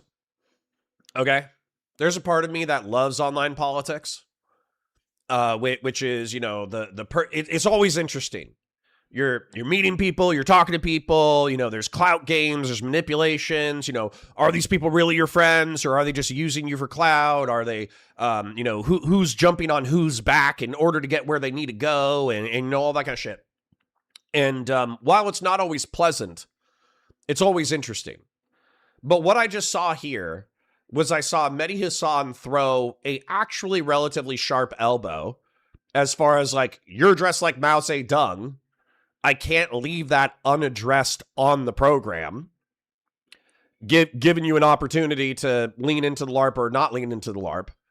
Hassan Piker doesn't lean into the LARP. He said, I just had this tailor, it's a sim, the Chinese nationalists used to wear it too, which kind of diminishes whether or not it, was obviously worn quite famously by Mao Zedong and has become iconic because of Mao Zedong wearing the suit.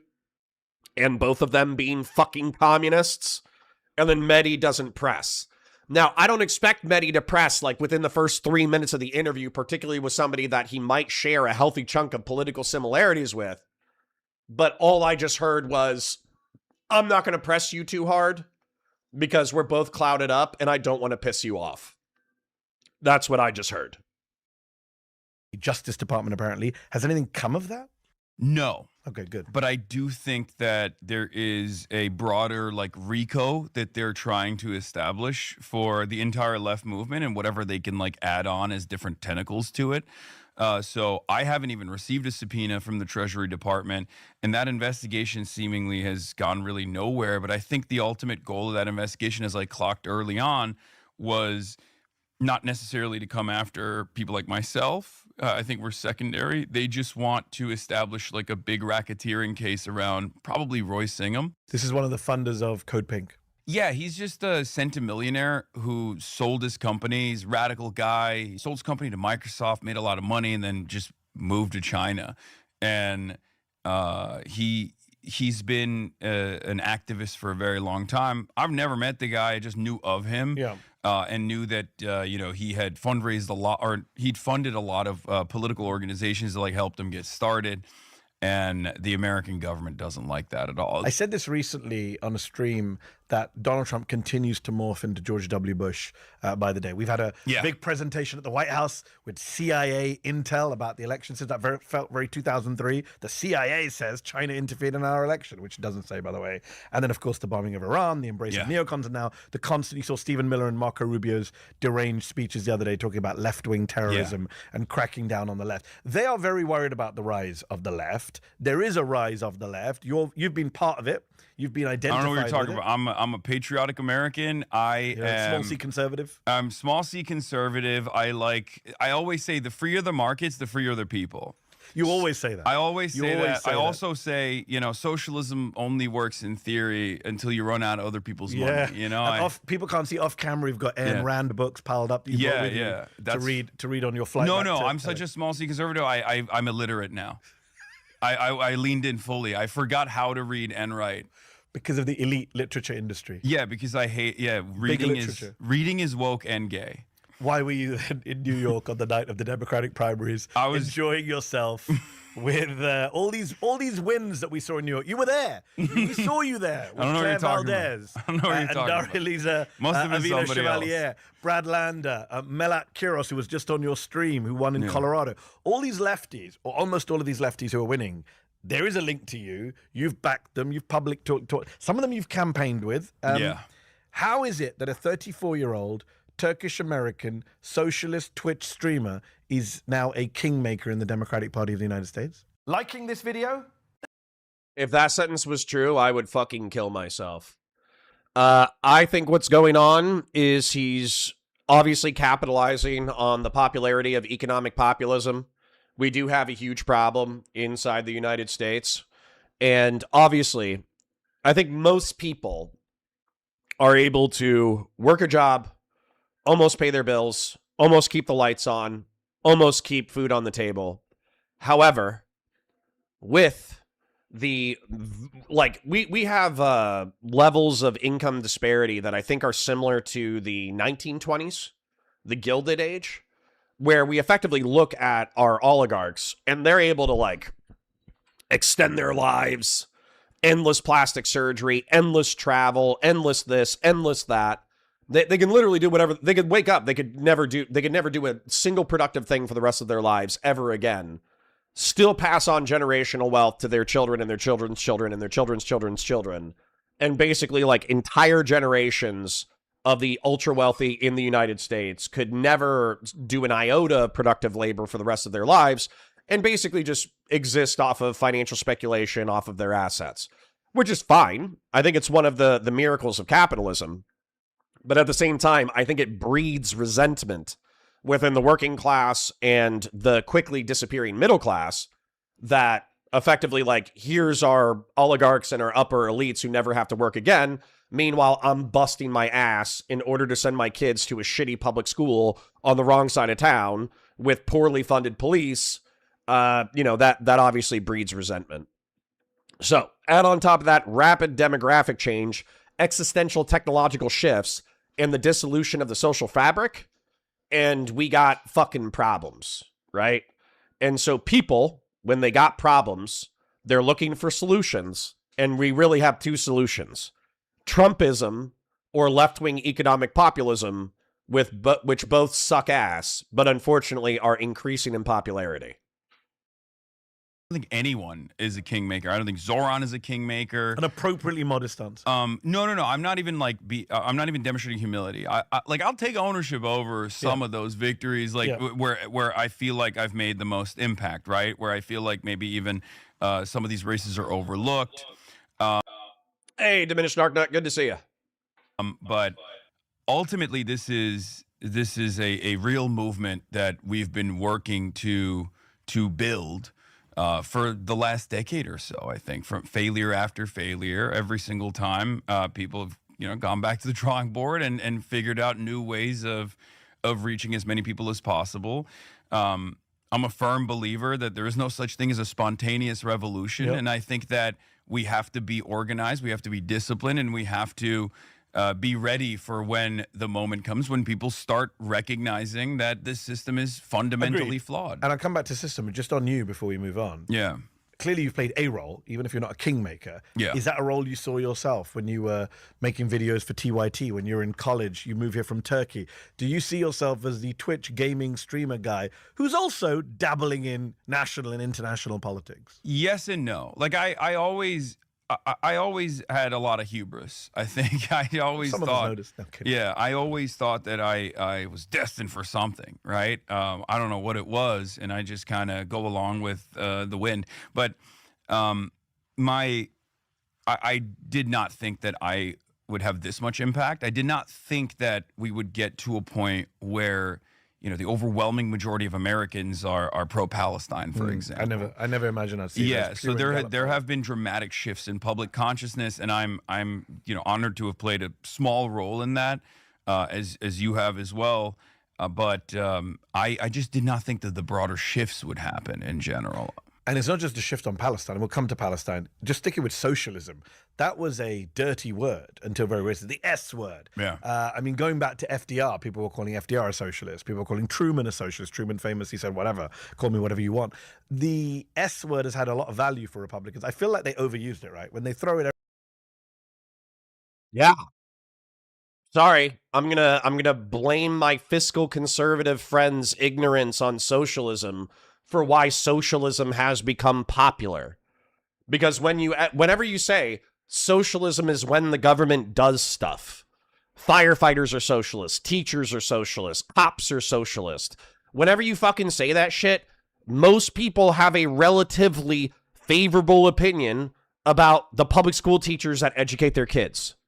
Most people have a relatively favorable opinion about the firefighters who put out car fires and put out house fires in their community.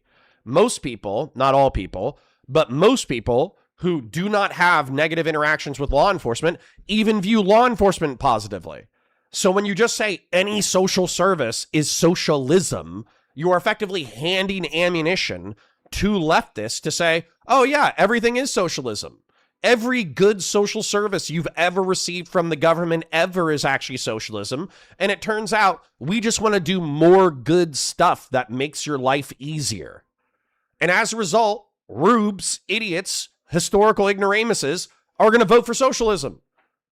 It is your fault. It is the fiscal conservatives' fault for being historically ignorant. Socialism is not when the government does stuff. If you want the quickest and cleanest definitions, the 19th century socialism definition that covers everything, including Marxian socialism, is trying to emancipate humanity from the oppressions of capitalism. If you want specifically Marxist socialism, it's the decommodification of basic human need and workers owning the means of production, which then arguably results in communism, a moneyless, stateless, classless society. And the reason why you have to differentiate these things is because you have to know what the fuck you're fighting. God damn it. And by the way, Hassan Piker is a Marxist socialist. He hangs out with and sympathizes with vanguard Marxist socialists. He's not a cutesy, ooh-woo, firefighter, teacher socialist. He's a Pol Pot, Mao Zedong, Stalin socialist. Anyways, Old School for Five says, Hunter Biden, Hassan Piker, Mehdi Hassan, is today left-wing shitbird day? Yes. Everywhere. Yeah. If Obama's a socialist, if Joe Biden's a socialist, if Kamala Harris is a socialist, communist apparently, Marxist, then when the real socialists come along, people are, oh, Bernie Sanders and Zoran Mamdani, they don't seem so bad. And I wonder, you to go back to free market principles, do you think the which rise I in admire and adore, we both love, do you believe that the rise of socialism in America is a supply issue or a demand issue? Is it being led by, is it because you have all these people pushing it now and people are like, wow, we like Zoran Mamdani, we like this Claire Valdez, we like Bernie and AOC? Or is it a demand issue from the public just saying, we are fed up with this broken system, give us something else? It's both. Okay. It can't be one or the other. It's in the moment. Yeah, that's why I said that, you know, there's always going to be ideologues, there's always going to be fighters, but there's a severe crisis in class consciousness in this country. My understanding, or our understanding on the broader left, is that class war happens, right? It's already happening. It's happening all the time. And there is a group of people that are class conscious, and there's a group of people who aren't. It's the billionaires, the capital owning class that are class conscious and waging class war, albeit very successfully. And a part of that is that the working class are oblivious to their position. They are unaware that they're being screwed over by this system that has been designed in a way to create these unjust outcomes, because it's very beneficial for the capital owning class. So my goal always has been to first and foremost foment class consciousness amongst the masses and help people recognize their class position and realize that the real dividing line is around those who are of the working class and being exploited versus those who are in the billionaire, millionaire, capital owning class that are doing the exploitation and not on these different lines, like these ethnic tensions, racial divisions, divisions around your gender identity, your sexuality, and vice versa. You and I. And for those of you who are unfamiliar, and Shapingro, I really would like it if you updated your fucking understanding of this topic. So, what was like Marxist? So, okay, once again, socialism in the 19th century definitional sense, emancipating humanity from the oppressions of capitalism. That covers every brand of political socialism I know. Marxian socialism being specifically the decommodification of basic human needs and workers owning the means of production, leading to a moneyless, stateless classless society. The reason why I'm frustrated with Hassan Piker and Mehdi Hassan waxing philosophical and jerking each other off about their understanding of class consciousness is because there's really two ways that socialists think that they're going to achieve power. Number one, making the deluded masses aware of class consciousness, that there are the capital owners, there's the bourgeois, and then there's the proletariat. So once you make the proletariat aware of the class distinctions between the bourgeois and the proletariat, it's only natural that they're going to want to revolt because they're going to say, why the fuck are we letting the bourgeois control capital to such a degree that the impoverished masses languish when it's their labor that makes society possible? And so as a result, all you have to do is just peel the fucking, I don't know, the shades from their eyes or whatever, the scales from their eyes, and they will see the truth. And they will all become socialist. The other option is vanguardism. So effectively, the poor deluded masses are so ignorant and so stupid and so deluded and so propagandized that we need a revolutionary core that overthrows the capital class via violent struggle and then imposes a socialist or communist system from the top down. Now, funnily enough, that's exactly what the Soviet Union did. That's exactly what China did. And they created some of the most dystopian hellholes on the fucking planet, and yet Hassan Piker fucking simps for them.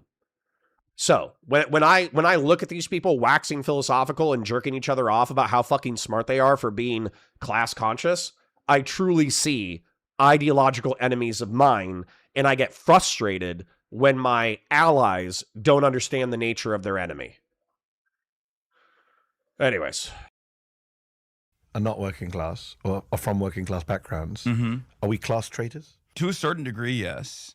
I mean, I don't really own a business necessarily. Like everything I do, I'm like owned and operated by myself. But yeah, I mean, I do now. I know you were on Patrick Bet David, and he called you out for it. He was like, "How can you say you're a socialist?" I love Patrick. We'll come back to Patrick. We're going to talk about Patrick Bet David. Don't worry. But while we're on the subject of lefty candidates, the rise of socialism, actually, a candidate who is not a socialist but is running a very lefty campaign is Abdul El-Sayed in Michigan, running a very progressive, insurgent campaign in the Senate Democratic primary there in a key swing state. You've been stumping hard for him. You've campaigned for him. You're looking at the polls this week, Hassan. The polls are interesting. They're kind of all over the place. You have a Detroit News poll that shows Haley Stevens, the centrist establishment pro-Israel candidate, the sitting congresswoman, at 48%, and Abdul El-Sayed at 41%. And then you have a Data for Progress poll that has, I think it's an internal Abdul poll, which shows him at 54% and Stevens at 41%. How are you reading these mixed polls? Are you worried? So both of those, no, I'm not. Both of those polls are technically should be read as internal polls. So the Data for Progress comes from, I think, a super PAC, and the Detroit one, the Glenn Gariff one, is actually a poll that has overestimated Haley Stevens' chances the entire time and actually endorsed Haley Stevens. So both are favorable polls to the respective partners. Having said that, I think what's more important than poll watch, which can show you the trend, is looking at the number of small dollar donations, looking at the on-the-ground excitement. And I think those are far better markers of who will inevitably win elections. At least in my experience, that's what it's looked like every single time. And we've had a couple upsets. Melot Kiros and Daria Liza are the two big upsets that I think a lot of people were not expecting. And they didn't even win narrowly; they won comfortably. Yeah. Daria Liza was like the closer one, and she was still, I believe, up 5 points against the incumbent. Well, this race is Andrea clearly going to be Nesbitt. close, and no one expected otherwise, especially after Mallory McMorrow, the third candidate, pulled We'll out. see. You don't think it's going to be close? I think You heard it here first, folks. I think that this race will shock the world. Oh. Yeah, that's what I think. I mean, they are throwing a lot of money now into this race, obviously. Oh, The UDP, the United Democracy Project, which is AIPAC's super PAC, has spent $15 million in recent weeks. New York Times has a number of $28 million total from AIPAC or its affiliates just for Haley Stevens. Yeah. They're spending 10 times as much on TV ads as Abdul Sayed right now. We know the power of TV ads in a lot of these primary races. What do you make of the money that's being spent in this race, and especially AIPAC, of course? And now we're on it makes sense. now we're on to sensitive territory because you say AIPAC because you're being anti-Semitic conspiracy theorists, even though AIPAC themselves bragging about how much money they're spending. Yeah, I mean, it makes total sense. AIPAC has done this already with Wesley Bell. AIPAC did this against Jamal Bowman as well, and those were primary races for the House of Representatives, right? Like the Senate seat is far more consequential. There's less senators. More powerful. It's the upper chamber. And I think it's terrifying that there is an avowed anti-Zionist, pro-Medicare for all, anti-corporate PAC expenditure candidate out there who is a Bernie-crat through and through. They don't want that in the Senate. And when I say they, I don't mean just AIPAC. I mean all of these other big corporations definitely are terrified. And that's precisely the reason why the total expenditure, outside expenditure so far has been around $54 million. Insane Haley numbers. Stevens is a non-entity on the ground. She, every now and then she pops up and does a couple safe events. And even at the safe events, she says some weird stuff. And There's- if you say well, it's now, weird, now you're being misogynistic. You're being yes, you're being a classic woman-hating Muslim, which is what I think because I'm a small C conservative. Well, they've said it about Abdul. They've said it about you. They'll say it about me. In my defense, you know, I call a lot of Republicans weirdos. I call a lot of Democrats weirdos. Yeah. I don't know what else to describe someone who says Israel comes to me in my dreams as. Other than a weirdo. You know what I call them? The next senator from Michigan, because I love all of that. That's my favorite type of Abdul politics. El-Sayed recently tweeted, Hassan, it's become impossible to ignore the way that people online make fun of my opponent for things that have nothing to do with their policies or politics. It's unkind and unhelpful. If you support me, please stop. Some people say he's talking about you. It's unkind and unhelpful. If you support me, please stop. Some people say he's talking about you. That's Shannon Watts saying that. No, I don't think he's talking about me because he could talk Do you to agree me. do you agree with that sentiment? I agree with the sentiment, but I also disagree with it at the same time. So I agree that, and I even brought this up before he even tweeted that out, like a couple days prior to this, where I was like, I think people are focusing a little too much on how folksy Haley Stevens is, right? And what people should be focusing on instead is how utterly devoid of policy her campaigning has been, and also how bought and sold she is to AIPAC and numerous other corporations. Like, those are the real problems here. That's why Abdul And that's should unique win. to Haley Stevens, because whatever you think of Mallory McMorrow, she didn't have as bad a record or as much outside spending. Like, there's a difference between Mallory McMorrow and Haley Stevens. Mallory McMorrow called Haley Stevens. Okay. Shapingro says, Connor, when it comes to the market, I'm a laissez-faire Lockean. The lineage of Charles Babbage is directly opposed to that, even if it's not in full swing. Yeah, like I would say you probably need to update your economics by around, I don't know, 300 years. When was Locke around? When was Locke around? Yeah, you need to update your economics by around 300 years. No offense. I believe in the power of the market. I think that whenever possible, the market should be left to its own devices. But there are things that are not market incentivized. And we call those things like externalities, right? Externality definition. So an externality is an unintended cost or benefit imposed on a third party who is not part of an economic transaction. Because these spillover effects are left out of market prices, they often cause market failures. So, for instance, if I'm able to, let's say that I'm able to produce, I don't know, the world's cheapest oil, okay? I can outcompete like I can synthesize oil out of thin air. Okay, I am now the world's richest man because I can synthesize oil out of thin air.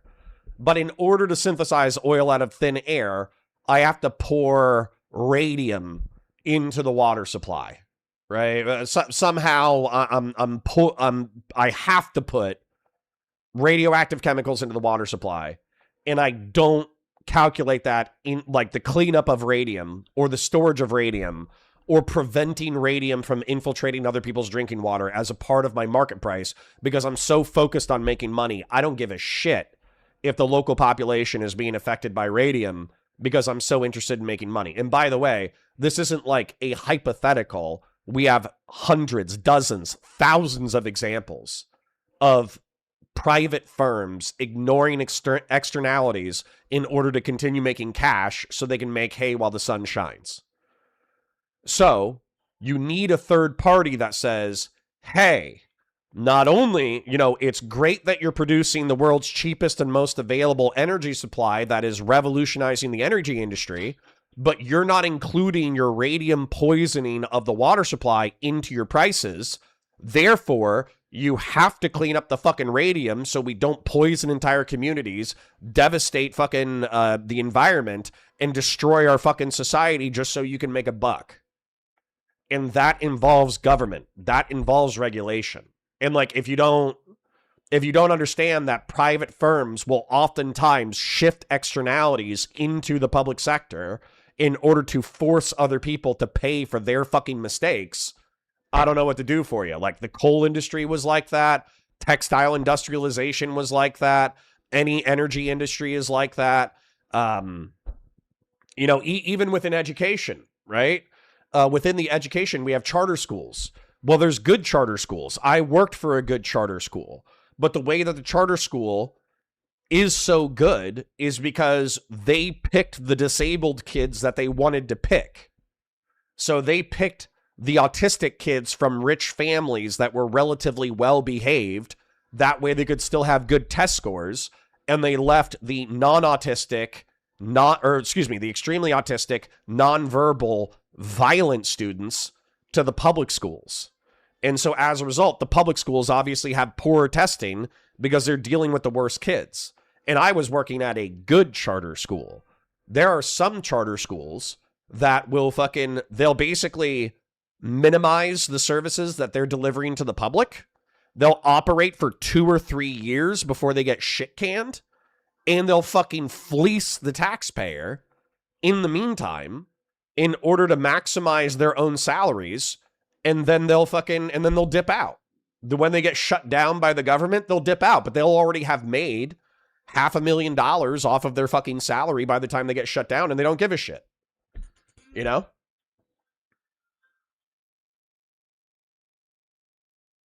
Rob says Connor literally chastised me for explaining the behavior of externalizing losses, i.e. socialized losses, in here a couple of weeks. Yeah, probably because you wanted to fucking socialize way too goddamn far. I only want to socialize externalities. I don't even necessarily want to socialize externalities. I want a fucking third party, i.e. the government, to prevent or calculate for externalities. So the example wouldn't be the state owns the fucking fuel company. It would be the state the company is compelled to deal with the radium leakage. There's a difference in prescription. Short says the taxpayers deserve to be fleeced. I wish I could find you and twist your dick off with my bare hands.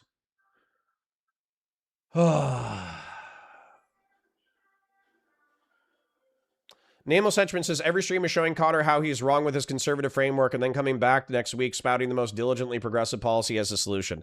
I'm sorry. Who founded the national park system? Was it a Republican? Was it Teddy Roosevelt? One of my idols? Who created the EPA? Richard Nixon, one of the most vilified Republicans on the fucking planet. Yeah, dude, you guys you're used to Reaganite fiscal conservatism where any government behavior is bad. Reaganite conservatism is not the only conservatism that ever existed. Jesus. Anyways, I'm going to keep drawing.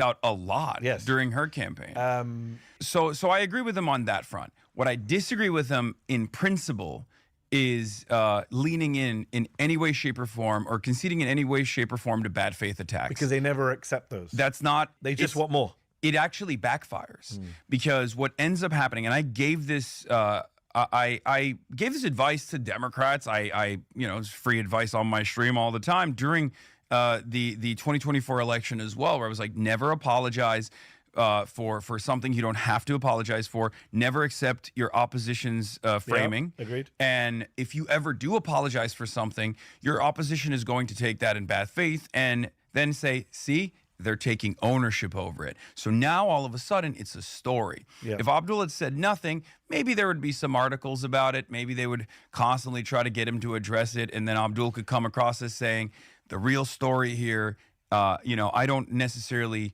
have anything to say about the way Haley Stevens sounds. I think it's silly. What the real story is how devoid of policy she is. Democrats should not be on the defensive. The left is often in a defensive posture, often appeasing bad faith actors, often denying things they shouldn't have to deny.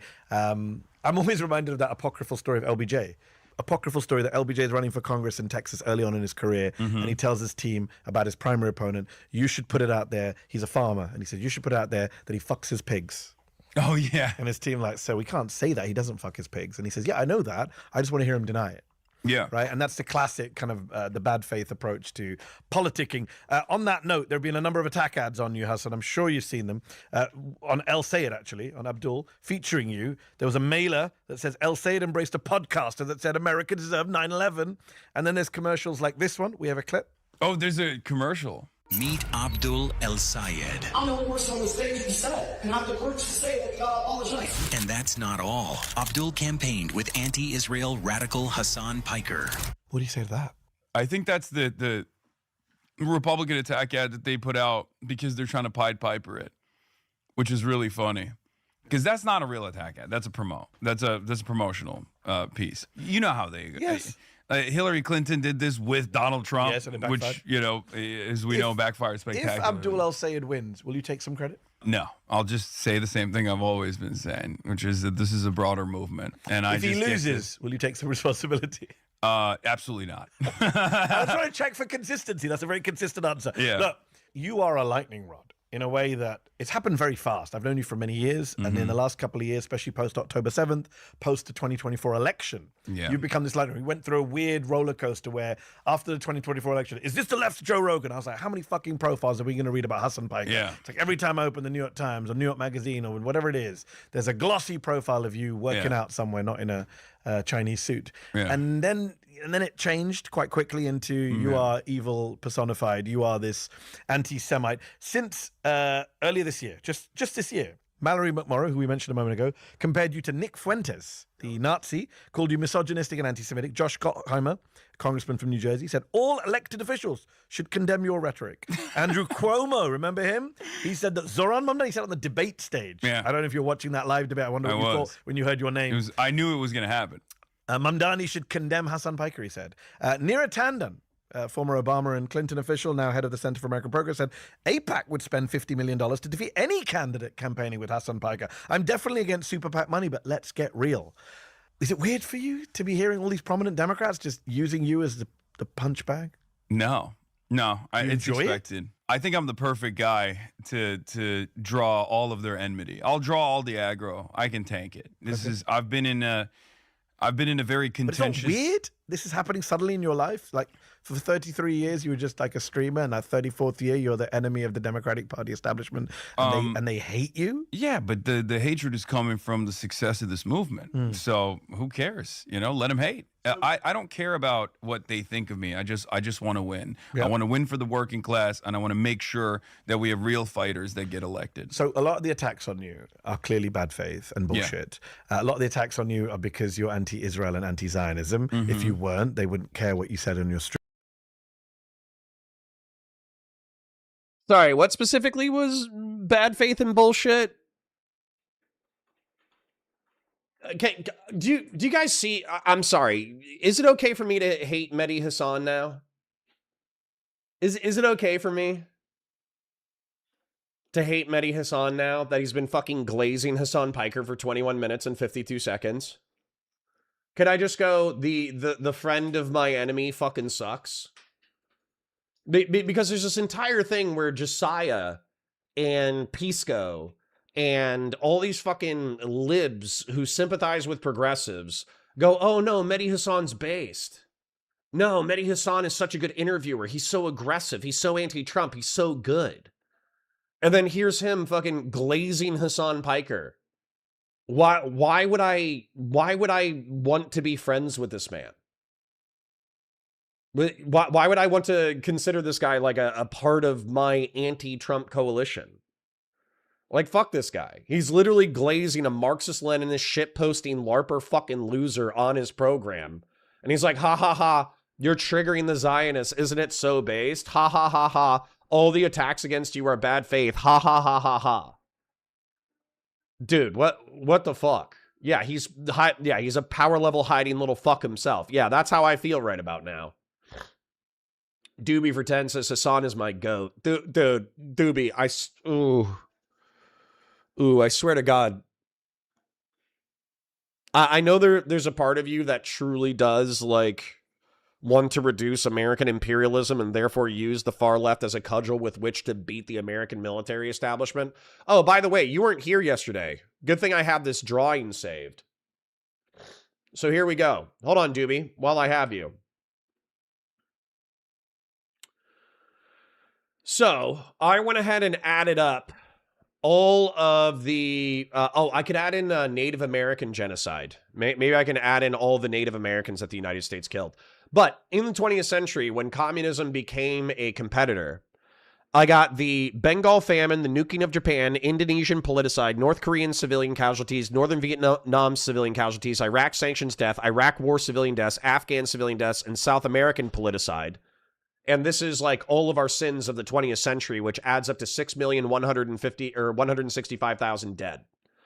Then, on the communist side of the tabulation, I have the Holodomor, the Great Leap Forward, the Soviet politicized, the Chinese land reform politicide, the Chinese Cultural Revolution, the Cambodian politicide, South Korean casualties, Vietnamese civilian casualties during the Sino-Chinese War, the Sino-Vietnamese War, and then Afghan civilian casualties. And for politicides, the communists are about like 20% higher. And then if you add in human-caused famines, it's like they're a factor of 5 higher. And half of the stats for the Western world comes from the Bengal famine. So do you have any other atrocities that I should add to the left-wing tabulation? Or excuse me, the not left-wing tabulation. Do you have anything that I should add to the America and her allies tabulation?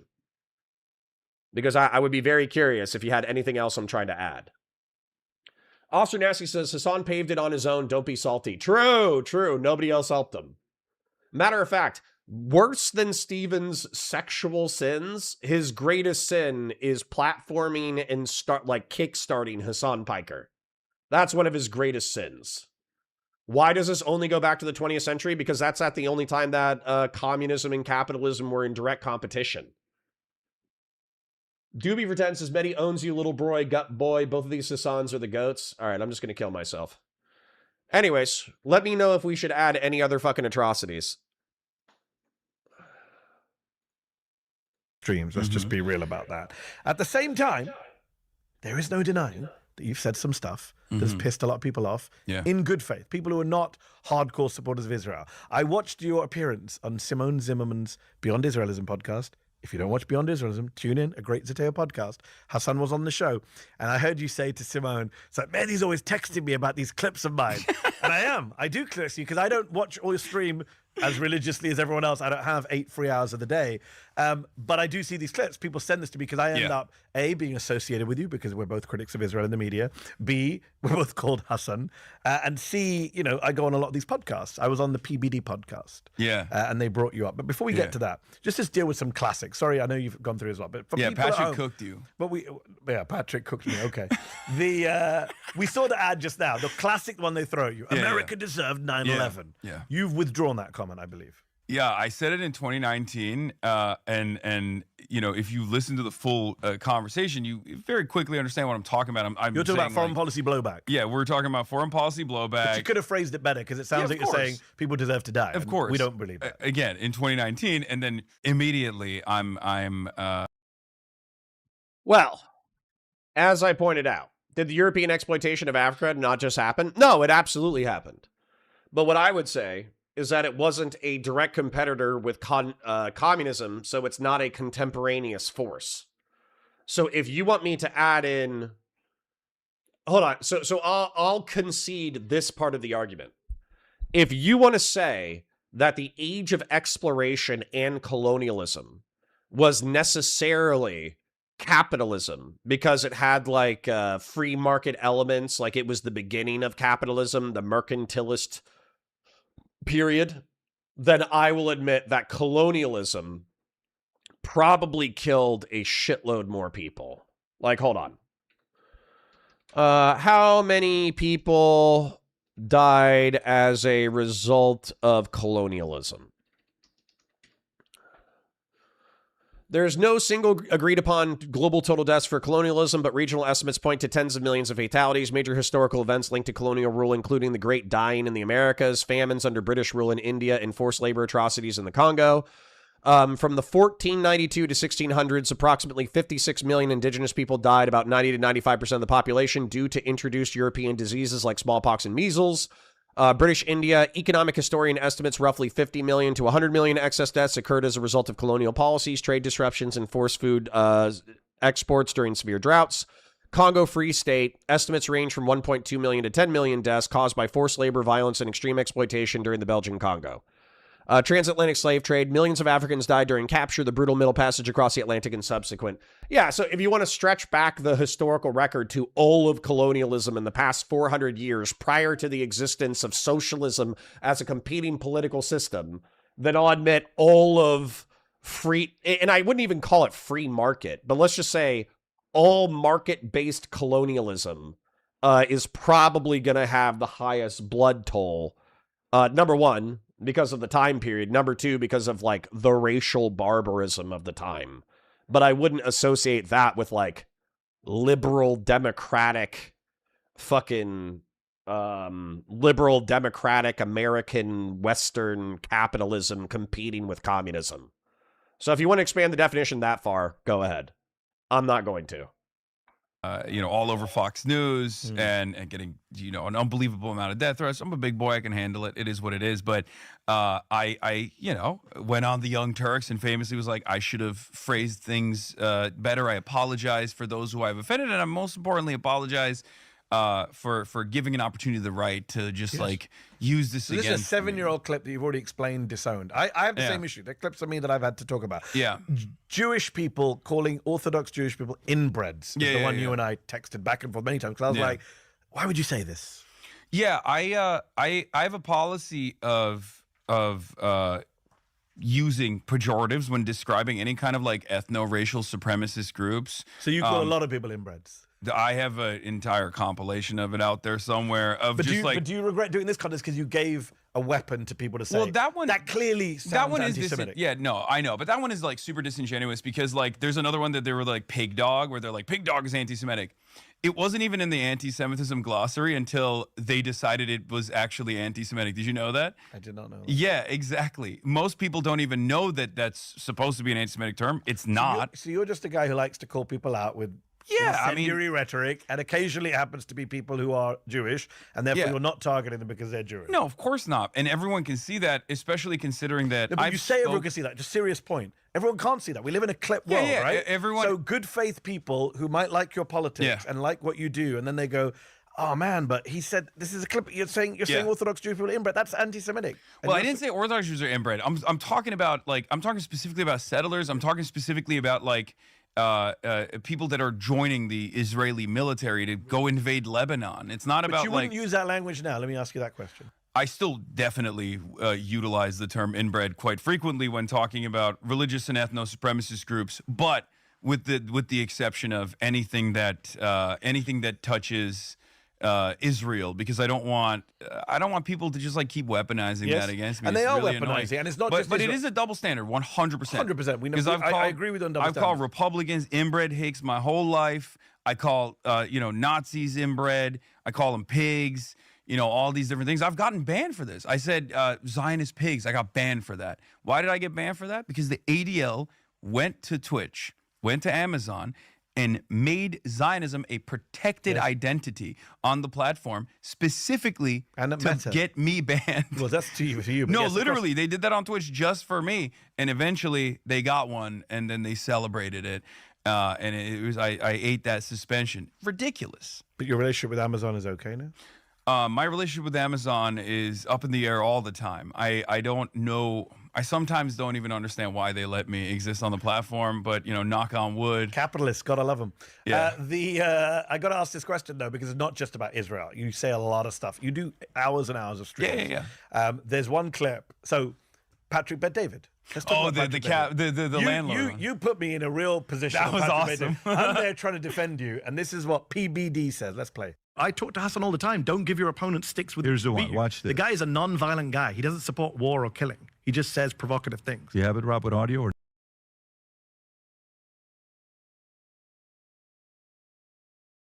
Please tell me they play the Red Sea Crisis 10 toes down. Please tell me they bring up Timothée Chalamet.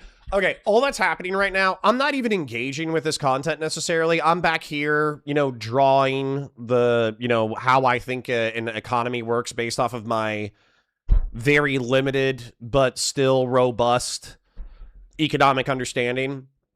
And my frustration with this is how am I supposed to view this as anything other besides a fucking sweep job? Hassan's not a violent guy. He doesn't advocate for violence. Meanwhile, we got the Dan Saltman kill the fucking landlords clip. We got the interview with Timothée Chalamet. We got the fucking 10 toes down, I support the Red Sea Crisis. We got the, Hamas is morally superior, and between the IDF and Hamas, I'll support Hamas every day of the fucking week. What the fuck? Doobie says, all of these are silly ways to judge the systems. In my opinion, all of them existed in imperfect forms, massively impacted by the political, cultural, and technological restrictions of the time. Okay. But Doobie, my point is that we exist within a paradigm where over the past 100 years, we've been making the decision between mixed economy capitalism and fucking socialism, right? Fascism largely, I say that even though we have a little bit of a recent resurgence, fascism has largely died out as a political system as far as a codified system of government that's advocated for. However, socialism and communism and mixed economy capitalism have not died out.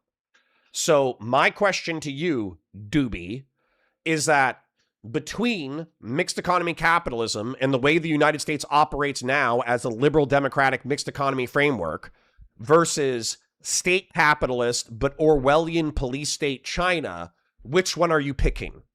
Because, in my opinion, Hassan Piker and Mehdi Hassan both want the United States to become more like China. They want more government intervention within the private market. They want more robust social security nets. But they also don't mind if they give up some of American God-given fucking freedom in order to achieve that. So within the which way, Western man, Hassan Piker's leftist fucking utopia or Connor's imperial hellscape? I'll tell you, I'm picking my imperial hellscape fucking 10 times out of 10. All right.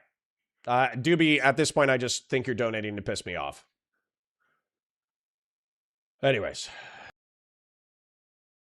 Or no? My understanding is that the property owners who have properties there choose just not to rent it at all. Yeah, kill As a them. result. Kill those motherfuckers and murder those motherfuckers in the street. Let the streets soak in their fucking red capitalist bloods, dude. Yeah, that's a dumb. Good-looking guy. That's a dumb thing to say. Talented guy. I'm gonna Good text, speaker. Why would you say I'm something gonna text like this? Hassan after this and say you screwed me over on the Patrick Bet David, because I'm not going to defend that. I don't know what the context for that is. So I said there, I'm going to text you afterwards. I did text you. You did. You texted me immediately. I was furious at you because I'd not seen that clip. Yeah, yeah. And I'm sitting there going, he's a non-violent guy. You're like, kill the motherfuckers in the streets. Yeah, yeah. What did I text? What did you text me about? What was the explanation for people who want to know why? I mean, it's first of all LARPing. Secondly, I'm literally talking to people who old LARPing. The show, don't know what LARPing is. LARPing means live action role play, but it's just that's not a sincerely held policy position of mine, obviously. And the point is, not only was it a conversation that I was having with a former friend, not a friend anymore, who was a landlord himself at the time. You know, you can kind of hear him laughing in between, like while I'm saying that. So it's not supposed to be held sincerely. Again, from 2018, not even like a real conversation at the time, not even a real issue at the time. With the greatest respect to you, I'm sure you're doing great in your career. Most people are not paying attention to you. Yeah. And I just wondered now in 2026, you are not 2018 Hassan Piker. You're 2026 Piker, who's in Republican attack ads, mentioned in New York mayoral debates, on the campaign trail in Michigan.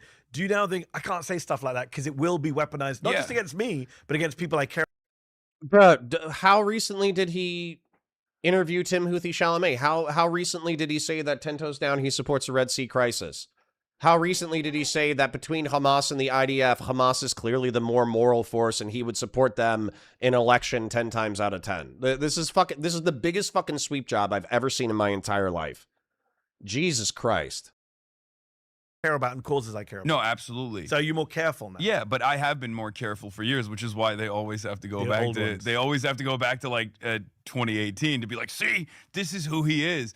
Or even earlier than that. There's the bro and this is not just stuff. about you. It frustrates me that people on the left give the right. And I'm just talking about you. I'm talking about people on Twitter. I'm talking about members of Congress, members of Parliament. There are people on our side of the argument who just say sometimes over-emotional, batshit crazy things that is then weaponized against the entire cause. Yeah, but I think what matters is who you are as a person and where you are in your life. And I give this, I am open-minded even towards people on the right who demonstrate that change. Yes. Unless they're, grifters, which I'm sure we'll talk about in a little bit. We are.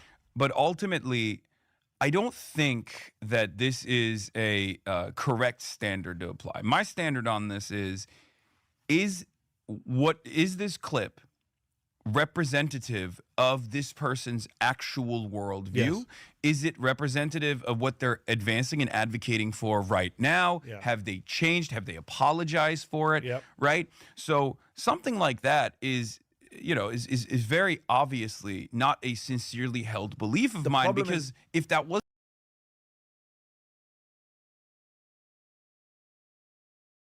Dude, okay.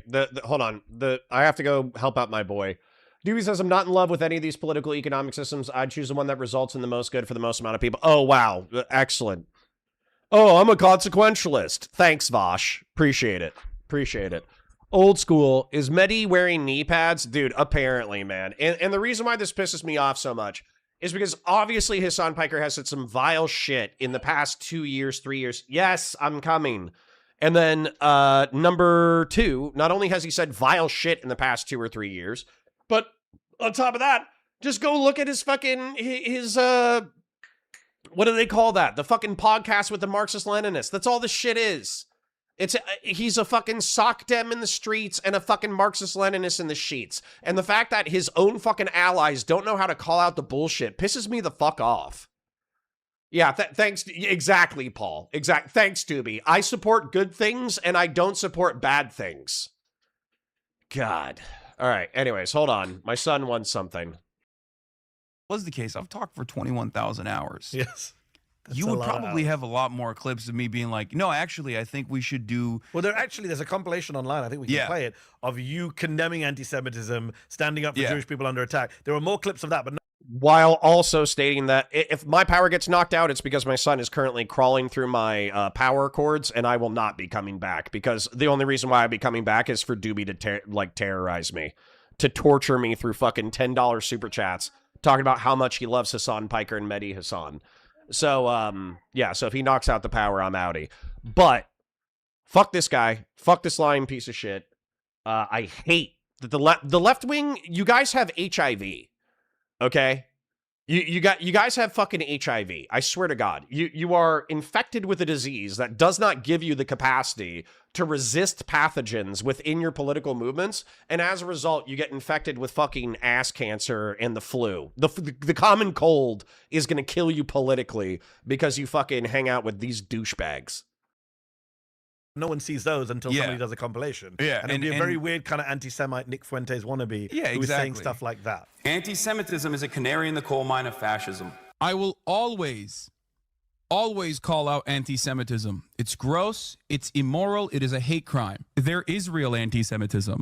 There is actually a sense of marginalization that is valid. And the same goes for even like advocacy for violence, where I talk about like whenever I offer analysis about structural forms of violence and what, you know, decentralized forms of violence look like, or who gets to do violence and how it's considered appropriate by the masses, people immediately go, that's an endorsement. And it's very frustrating. Like Ross Douthat did that to me when we had a New York Times podcast together, where he literally was like, oh, you're saying, I was explaining to him the concept of adventurism when talking about Luigi Mangione. As a leftist, in the leftist tradition, in the Marxist tradition, there are those, or in the Leninist tradition, there are those who actually abhor adventurism. This is decentralized violence. It only instigates the masses. It only frustrates the masses. The propaganda of the deed is what the anarchists call it. But leftists want organized and structured and disciplined movements and disciplined mobilization, labor militancy, in order to enact this change. Like, we don't believe in random acts of violence as like it might make some people feel good in the moment, but ultimately it causes too much chaos, right? That's not a way to organize society. So I was trying to explain this concept to him, and I thought, he's a New York Times writer. He's a well-read guy for a conservative, very well-read for conservatives because he's literate, I assume. And he thought that meant he thought that was a positive term. I was saying he's going on an adventure, and that's what we left it off as. Ignorance, maybe, or stupidity. It is the bad faith actors we really have to worry about. Yeah. Who come, and it's interesting what you said about body of work, because obviously I'm older than you. I'm a decade older than you. I've been a journalist for 26 years. I've been a public figure I've been a public figure for 17 years. And, 20 years ago when I wasn't a public figure, I said some dumb shit, which I still regret. I've talked about it many times. And it's funny how people now as I become more prominent in the US, a lot of right-wingers, you'll see every time I post it, it'll be in the replies. And it's kind of like, this is pure bad faith, because obviously you have years and years of columns, tweets, posts, interviews, monologues, MSNBC, where I didn't say any of this stuff, where I said the opposite of this stuff, where I've stood with minority communities, Jewish communities, gay communities, but nobody cares about that, right? We don't live in a world where people look at your body of work. They look at the last clip that popped up in the algorithm. Yeah. And that is obviously a source of frustration and a weapon for bad faith actors to wield. Yeah, which is precisely the reason why I tackled the forum, where I say, look, none of this is reflective of my position at all. It's purely bad faith. And I think there's a little bit of power. Oh, you fucking loser. And the fact that Mehdi is so poorly equipped to deal with this is infuriating to me. Let's talk about the Red Sea crisis, man. Let's talk about Hamas and Hezbollah. Let's talk about why Hezbollah has the coolest flag on the planet. Let's talk about how Hamas is a more moral actor than the IDF. And by the way, all that's going to happen is he's going to extrapolate the statistics of people killed in combat rather than the moral conduct of the combatants themselves. Let's delineate the numbers of people killed in combat versus the moral conduct of combatants, and let's dig into that. Let's talk about Timothy Chalamet. Let's talk about the Red Sea crisis. Let's talk about commercial ships getting fucking blown up in the Red Sea. Let's talk about the civilians that were targeted. Let's talk about the fucking infrastructure that Iran is currently fucking targeting. Let's talk about all this shit. But no, we gotta fucking sit here, glaze, and pretend that he's not fucking sitting there in a Mao Zedong fucking suit, talking shit about the Imperial Core, and he's a revolutionary one second, and he's a moderate sock dem the other. This is fucking horse shit. It's fucking pussy shit. It's fucking bullshit. And I don't fucking understand. Like, I wish Josiah were here. I wish I could pull in Josiah, Hutch, and Pisco and fucking scream at them that this is such obvious fucking power level bullshit. I can't even fucking deal with it. It's crazy.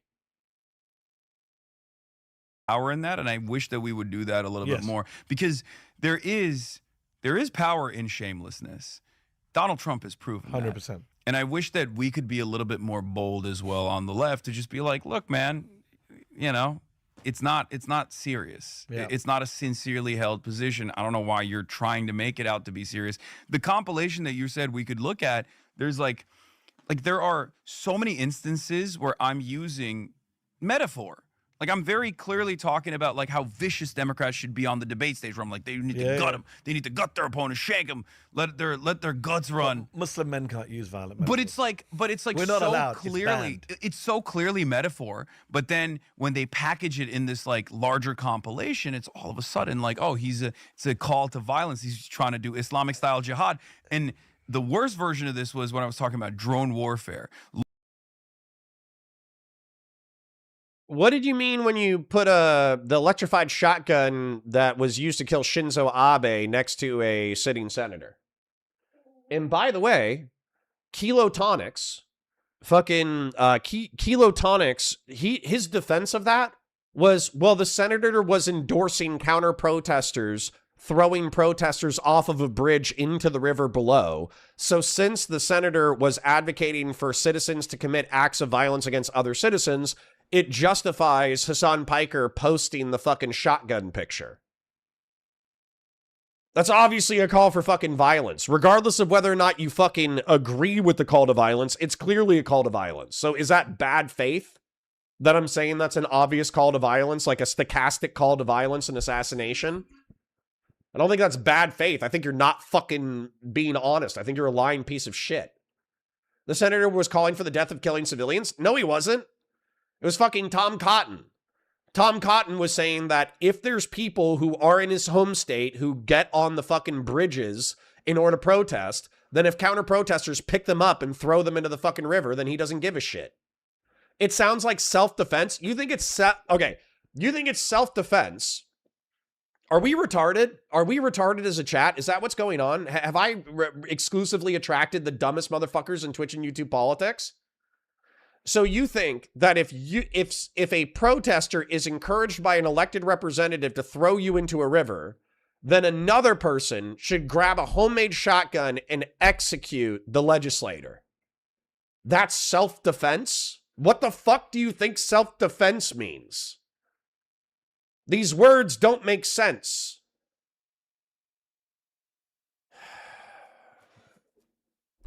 Doobie for 10 says, Mehdi likely agrees that the Houthis did the morally correct thing. Any reasonable person who has decolonized their mind would say that, to be honest. I want to decolonize your fucking testicles with a ball peen hammer, Doobie. Jesus Christ. Laura Loomer and Canary Mission and Vicky Palladino in New York, they took this clip. Fellrunner, no, Connor. It's literally just Officer Nasty and Doobie, two of the people who you refuse to let leave. Okay, let's take a look at our donations so far today. Let's go ahead and look at our donations so far today. You know, everybody really applauded me when I took the brave stance that jacking off to kids is bad. You know what? What I really loved about my online Twitch and YouTube political community, both extended and immediate, is that when I said masturbating to children is bad, everybody rallied around me and they were like, you know what, Connor, you're absolutely right. You're so fucking brave. Let's give you money for the take. So let's go ahead and take a look at all the people who have rewarded me for the brave take of masturbating to children is bad. Doobie. Old school.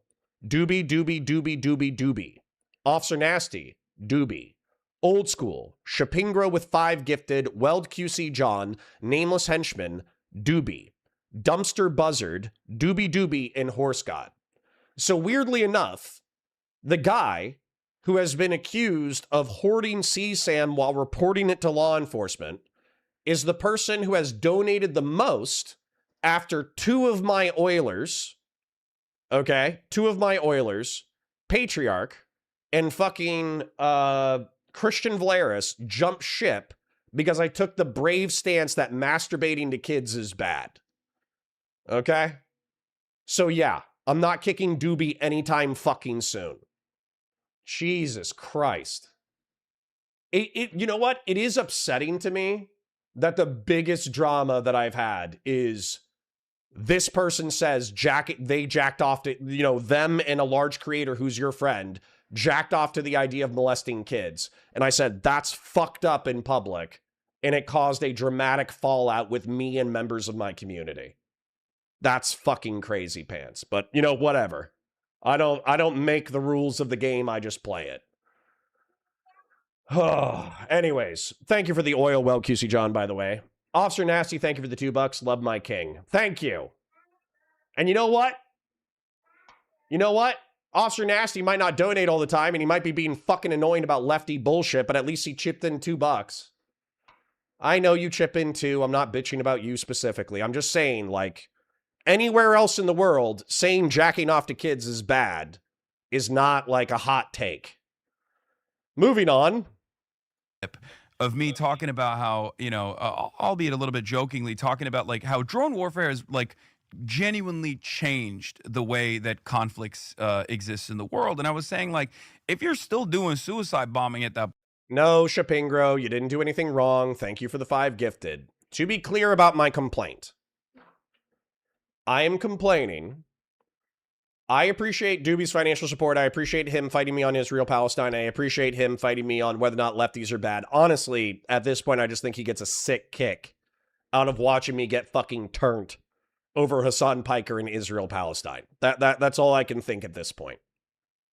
However, my point is, we had 2 long-term community members who fell out over the fucking Destiny drama, and that sucks.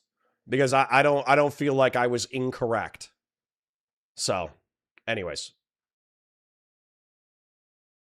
You're just doing it for the love of the game, because you could purchase a commercial drone and buy on the TikTok shop like one of these like grenade. They suggested you're inciting violence. Yeah, they were saying that I was teaching my audience of radical Islamic jihadists how to do drone terror attacks. Got to be careful, Hassan. But that's an insane environment to work in. And I had to think twice. I often talk about when you're debating, you throw a rhetorical hand grenade into debate. You pull the pin, you throw it out. It's like a mic drop. And I often use the analogy of a hand grenade. And I was thinking, should I put this in the book? Yeah, you know who Am else? I going to get hand You know grenades? who else uses hand grenades? Hamas. Yeah, so the book is Hamas. Yeah. The book about debating and persuading. Reading is Hamas. Reading is Hamas. Yeah. I think so. Everything. In the name of Allah, read. That's in the Quran. I love that Hassan Piker's quoting the Quran. I'm just saying you're not a religious man. No. You're not just getting attacked by Democrats, of course. You get attacked by Republicans. Senator Rick Scott of Florida is very upset. He thinks you want to kill him. Yeah, that was another funny one where it's like very clearly I'm responding to Mike Johnson. And I'm not saying like someone should go out and do this thing. I'm saying like if you cared about this, you would. You cared about fraud, I think you were talking about. If you cared about This medical guy fraud, you would oversaw like medical punish fraud. this guy who's done Medicare fraud. You were also detained at Chicago Airport by U.S. Customs and Border Police who wanted to talk to you about Hamas and Houthis. Yeah, and my opinion on Trump too. And your opinion on Trump. The Treasury Department we talked about, and Cuba. We don't know what's going on there. How worried are you about the Republicans in government weaponizing government to come after you? I'm worried about my own safety, the safety of my family, but I'm more so worried about where we're headed. Yes. Because, look, I'm a very privileged person. I've made a lot of money in my career. I know a lot of people in, relative positions of power. And I'm an American citizen. I was born here. So if they can do that to me, right, the guy living the immigrant dream, right, the archetype, guy comes to America and builds a business, right? If they can do that to me, they're doing horrible things to everybody else, right? And they already are doing horrible things to everybody else. And a part of the reason why they want to come after me is because I'm trying to shine a light on it all the time and badger people over it, over these injustices that are going on. So from my perspective, it's just like if they come after someone like myself in that way, then it's over. Like they are successfully dismantling the democratic process and what remains of these institutions. You have managed to piss off not just Republicans and Democrats, but foreign governments. The Labour government in the UK, by the time this airs, Keir Starmer will no longer be Prime Minister of the UK. Yeah. But one of his final prominent, globally recognized acts was to ban yourself from entering the United Kingdom. Yes. Shabana Mahmood. Muslim Shouts out. Home Secretary. Yeah. She may be the Chancellor of the Exchequer by the time this airs. Maybe it's because you're doing too fucking bad of a job fucking sweeping for this motherfucker instead of understanding the fucked up shit that he said. Maybe that's what's going on. Maybe you're interviewing. This is another thing that fucking pisses me off. He's interviewing, in my mind, Hassan Piker and Nick Fuentes are not fucking different at all. They're both extremist fucking assholes. They both advocate for authoritarian fucking politics. They both do apologia for some of the worst mass murders in 20th century history. They fucking jerk off fucking authoritarian dickheads in the modern era. They pray and bray and cry for revolution for their authoritarian fucking shithead ideologies. Okay, there is literally no difference, in my opinion, between Hassan Piker and fucking Nick Fuentes as far as my level of distaste for their politics. And yet, we have fucking Mehdi Hassan over here just fucking glugging, just fucking trying to fit Hassan's fucking cock and balls into his entire fucking mouth. Infuriating. Absolutely fucking infuriating. But anyways, I wanted to draw this drawing because I wanted to explain how my brief, but I feel robust understanding of economics is. Which is effectively, we are all reliant on a supply chain of goods and services in order to make our daily bread. Now, what's very interesting, this is going to be like a pseudo-historical materialist analysis, okay? When it comes to... Okay, hold on, I'll answer this question because I've seen you do it before. Somewhere, whatever. I'm still waiting for Connor to explain what he's so worried about. Why is America incapable of doing what other normal countries have done? Okay. Having the Labor Party, which is a socialist party, quote unquote, that advocates for social democratic fucking policies, all it does is it shifts the economics leftward, but it doesn't destroy the country because they've maintained their democracy. But that's because they were counterbalanced by the right. That's not what Hassan Piker wants. Hassan Piker wants a Marxist-Leninist vanguard to overthrow the fucking current system in which we're occupied. He simps for fucking communist China. You're basically saying like, why aren't you worried about, or I can't even come up with an equivalent because it's so fucking stupid. Hassan Piker is not a goddamn social democrat. Okay? Every other country has a socialist party. Good for fucking them. Fuck them. Fuck them in their stupid fucking asses. The decommodification of basic human needs and workers owning the means of production is a fucking dumb fucking concept that has not been implemented successfully across the entirety of the planet for the past 125 fucking years. Okay, congratulations. A party can advocate for something stupid, and as long as it's a part of a broader democracy, it won't destroy the society. Thumbs up. Cool beans. Jesus. Anyways, I would like to explain how fucking micro and macroeconomics works. Okay? All these little boxes are representative of economic productivity. Okay? And I went ahead and used Maslow's hierarchy of needs, arguably, in order to demonstrate the hierarchy of economic existence. Okay, I don't care. When it comes to food production, weirdly enough, for 95% of human history, most humans were involved in food production. Literally, in the late 19th century, 90% of the population was involved in agricultural food production. Okay? Now it's only 10%. And they don't make a lot of money. Now, when you're talking about like the macro farmers, when you're talking about the corporations that are farmers, yeah, they can make a decent amount of cash. Yeah, there's some middle-class farmers who have millions, tens of millions of dollars, that allows them to have like a decent homestead and decent equipment and have a bunch of employees and all that kind of shit. But the truth is, nobody's going into farming or ranching in order to get rich. They're asset rich, but they're not income rich. Okay?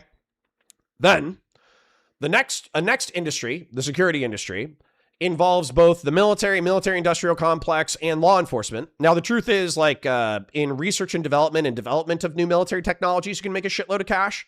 But if you're actually going to serve in these industries, like you're in heavy manufacturing, or if you're a cop, you're also not going to get rich. You're going to be making basically a subsistence income. Then what I would say is the vast majority of Americans are in retail, restaurant, and service industry. So the majority of people work for Amazon. They work for Walmart. They work at your local gas station. They're stock broker, or they're stock boys at your local grocery store. That's what they do. So they don't make a lot of fucking cash, but they work their fucking dicks off and they barely subsist. And all of these people are paying approximately 10 to 20% of their taxes to the federal government, and they're barely surviving. Now, when it comes to, there's also specialized professions. I would add doctors and lawyers here, but this is supposed to represent tech over here, and this is supposed to represent Wall Street. And the truth is that medical doctors, medical professionals, tech, engineering, and Wall Street, these people are our middle class. We consider them our elites, but they are A-R-E, our O-U-R, middle class. These are the people who not only make a substantial amount of money from being employed, but they also make sufficient money that they can live good lives. They might take home between $150,000 and $500,000 a year, which seems like a lot to working stiffs, but realistically, in the game of things, it's actually kind of piss in the ocean. Now, that being said, once they get into the upper echelons of their income, once they start making more than 200 grand, realistically, after they start making 100 grand, if they're single, they start paying very high taxes. Like 30 or 40% of their income will be going to the tax man unless they're smart about their taxes. And then finally, we have the capital class, which is the investors, the owners, et cetera, et cetera. They're very few in population, but they're extremely fucking wealthy. And what a lot of people complain about is the fact that they have investment vehicles that allow them to pay less tax or the same tax as the working class or the middle class.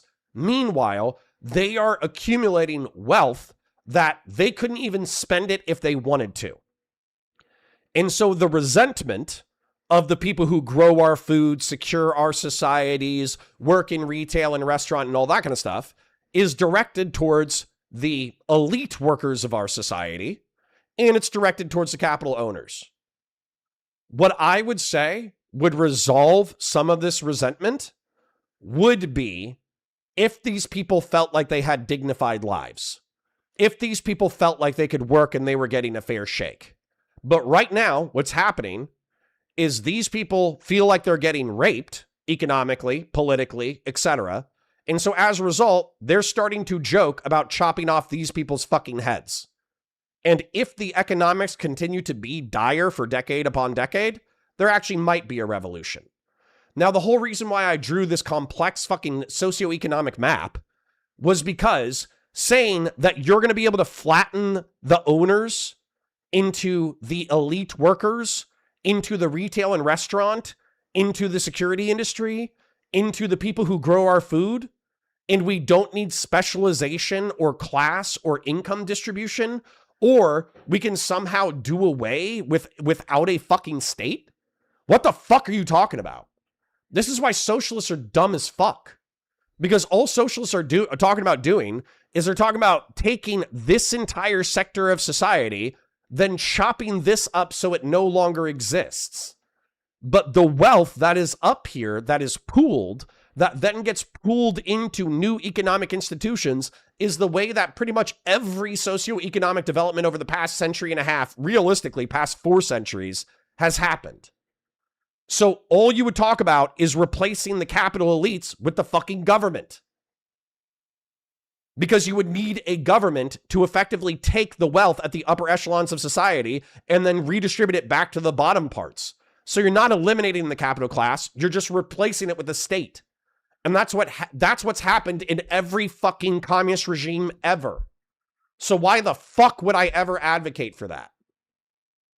If you're saying ... what? Just look at this fucking drawing until you goddamn understand it. This is the way our society fucking functions. I don't want to replace the upper class with the state. Okay? If you want to replace the upper class with the fucking state, I think you're a dipshit. And I think you need to read 20th century history. Anyways. Doobie says, honestly, if our political system fails apart over Hassan making SOCDEM arguments and promoting DSA candidates, it sort of deserves to fall apart. Well, you got me there. We should be powerful enough to tolerate a open socialist party or caucus, probably not party, but an openly socialist caucus within the Democratic Party. Liberalism should be able to fucking survive that. Who is this? Is this Well QC John? Is he being nice again? Don't have to be this nice. Let me take a look. It's Well QC John.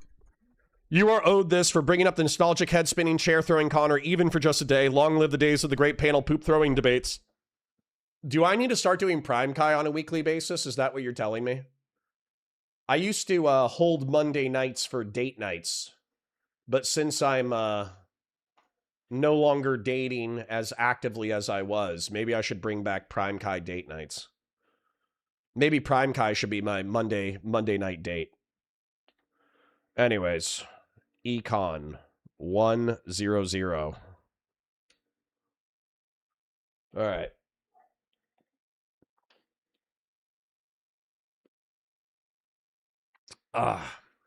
Naturalist fallacy, pedant comment activated. It was this way before. Before that was going forward is broken, not arguing for whatever you're arguing against. Okay. I think anybody who thinks that they can overthrow this system and abolish the upper class through the state is a fucking dipshit. Grassroots Hegemon, are you saying yes, bring back Monday night panels? Or sorry, that was Well QC John, excuse me. You're saying I need to bring back Monday night panels? All right, anyways. She's about to be promoted by the new Prime Minister, Andy Burnham. So they banned you. What did they say was the reason for banning you? That my presence would not be conducive to the public good. Yeah. Yeah. I saw you getting mad at me that I went to England shortly after you got Yeah, there was a little bit of a flex. I mean, I'm British. Yeah. I'm a dual national. Like, you're Turkish American, I'm British American. Yeah, but I can't go to Turkey. Yeah. I'm also de facto banned from Turkey as well. Okay. So, yeah, it's a problem. There's a lot of countries in our line of work, a lot of countries you get banned from for speaking out. Do you hope to go back to the UK under Andy Burnham? Do you have a message? Let's to that camera. Do you have a message from Prime Minister Andy Burnham, new Prime Minister of the UK? He watches you think? He's a fan? I think so. Andy Burnham, very disappointed in your potential promotion of Shabana Mahmood. I think she's horrible, and I think that spells that you're not looking forward to a different Labour government, but you're actually looking inward and basically uplifting some of the worst elements of the existing Labour government. And it's not just about my own personal ban, but also her decisions on what to do with migrants and immigration. Someone, somewhere, whatever else your name is. Good thing no one is asking you to. You just don't need to be freaked out when you have a socialist-type party. The NDP can't even overthrow the Canadian government, and we love socialism. What makes them think that you could overthrow you? I view Marxian socialists as fucking Nazis. Okay, someone somewhere? Maybe that'll explain my emotional reaction to you. I think the decommodification of basic human needs and the workers owning the means of production has been used to install some of the most violent, repressive, and Orwellian shitbag societies on the face of the planet, and they have a death count similar to that of Nazi Germany. As a matter of fact, it's arguable that they have a death count more extreme than Nazi Germany. So I'm not interested in tolerating or being civil with those kinds of people. So if you identify as one of those kinds of people, where you're a socialist who just likes to check out the stream every now and then, good for you. But just know that I think that Marxian socialism is dumb as fuck. And it's instituted some of the shittiest societies on the fucking planet. And I view Marxian socialists, particularly tankies, particularly Marxist-Leninists, as no better than fucking Nazis. Okay? Migration and refugees and whatnot. I hope that you can actually stop the austerity and reverse the now 2 decades of austerity that both the Tories and the Labour government has implemented. But if you don't do that, then you guys are going to be ruled by reform or maybe even restore. So That's a good flex. Look at your coverage of British politics is great there. Yeah, of course. I Look at mean, that. Shabbat Mahmood, austerity, reform. but they banned me for the country. Reform, yeah, it's bad. British politics. We'll see. Andy Burnham, he said some good stuff. It's not enough. We'll see what happens. By the time this airs, he'll already be prime minister. We'll see what his first big decisions are. At least he tried to start with an apology on Gaza. We shall see how that progresses in terms of policy. I think that's just like a little bit of ass covering. I think that's what everyone's doing now. That's all the rage. Well, you remember the Kamala Harris. You remember the Omar al-Akkad book? We had him on the show a couple of years back. Yeah. One day everyone will be against us. Will always have been against us. Yeah, we'll always have been against us. All right, we got to talk about a big topic in our world, and that is a man named Tucker Carlson. Yeah. I'm sure you get it wherever you go, but wherever I go, and I've talked with Bassem on this show about it. I've talked with Crystal Ball about it on this show. Wherever I go, people say to me, I speak to a lot of live events. I do a lot of big audience events. People in the Q&A. It's a running joke. Since January 2025, I've not done a Q&A, live Q&A in anywhere in the world, in London, in LA, in wherever it is, New York, DC, where somebody in the audience doesn't say, when are you going to sit down with Tucker Carlson? What's your view of Tucker Carlson? Isn't Tucker Carlson great? What is your position on the Tucker Carlson rebirth? Doobie says, I need to go back and research, but I feel like moderate Dems and Republicans are speaking of Hassan and the Sock Dems might be the same way that they spoke of progressives in the Obama years. They lost that fight, though. Yeah, that's bad. What happened to your centrist authoritarianism, Doobie? Well, I thought we were brothers in our Singaporean centrist authoritarianism, and now you're fucking backstabbing me, probably for your own fucking entertainment, but triggering me that you're constantly supportive of these left-wing dickhead fucking authoritarians. Is it an Overton window thing? Are you specifically trying to piss me off? I thought we were centrist authoritarians. What the fuck?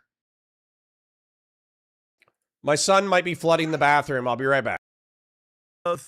Whatever you want to call it, reimagination of Tucker Carlson, the new anti-Israel, supposedly anti-Republican, anti-Trump Tucker Carlson. Where do you stand on Tucker? I think he's an agent for Peter Thiel, and I've maintained that position. Peter Thiel being the billionaire Palantir, quote unquote libertarian right winger. Yeah, now Argentinian national, newly minted. And I think that a lot of his opinion, whether it's sincere or not on Gaza, I can't dispute that, right? I don't know his heart. But what I can say is... what he said on Gaza has been good. Yes, and he's been great on that issue for sure. I have no problems openly admitting that. He's a phenomenal communicator, and that's what makes him so dangerous from my perspective, because he is channeled and continues to channel a lot of white nationalist, white nativist, anti-immigrant stances. And that's something that I obviously oppose and find to be quite odious. But he's been great on Palestine. Now, and he's been pretty decent on Israel overall. Its influence on American foreign policy, on domestic policy. However, I've always maintained an arm's length distance from Tucker. Distrust. And because I have this healthy distrust of Tucker, because I think that he will inevitably use the established credibility that he has as this anti-war Republican to launder the reputation of J.D. Vance, potentially. I agree with you, and that's why I wanted to play this clip to you. I'm sure you've seen it, but let's get your reaction. This is Michal Hussein of Bloomberg interviewing Tucker Carlson. Well, I think if J.D. Vance were president, of course he would not be at a war with Iran. It's impossible for me to imagine J.D. Vance standing up and saying we need to have two wars to defeat a phantom nuclear program. It's like too insane. You know, I think he has too much self-respect to say something like that. I don't think he believes it. I think J.D. Vance would have led the Republican Party into closer alignment with its own voters. But he was not the president. He's the vice president, and he doesn't have the authority. Yeah, but he could be the next presidential candidate. Yeah, I mean, we'll see. I mean, I wish he had been elected president. That is the only acceptable fucking... That is the only acceptable vector through which I will accept Hassan Piker support. Doobie says, yeah, I see Hassan as a part of a movement shifting the Overton window back towards the people and away from corporations and big money lobbies. He won't get socialism, but I hope he's a shock to the system. I guess I'm like overwhelmed by shocks to the system. That as a conservative, I think that's my problem. Is I felt like Donald Trump was a shock to the system, not in a good way, and I don't want any more shocks to the system. But the one way that I will accept it is the fact that, like, so for instance, let's say we elected George Bush tomorrow, right? What would George Bush do? He would probably listen to the economists, and so as a result, we wouldn't have the tariff regime, so we would stabilize in reference to tariff-caused inflation. He would probably do some stabilization in reference to, like, you know, international politics, and he wouldn't be as wild with Iran as Donald Trump is. And he probably, you know, hopefully if he learned from the Iraq War, he would chill the fuck out with military adventurism, right? And so, like, a neocon wouldn't be terrible. But is that going to address the systemic issues? Jeb. Let's go with Jeb. But is that going to address the systemic issues that are ailing our society of the dissolution of the social fabric, economic disparity, what's the other one? Rapid demographic change and existential technological shifts? Absolutely fucking not. And so as a result, maybe a leftward shift is necessary to try to address those problems, but that's not representing my politics. That's representing as like, don't they call it like, I don't know if it's is it dialectical materialism? What's the thesis, antithesis, synthesis? Thesis, antithesis, synthesis.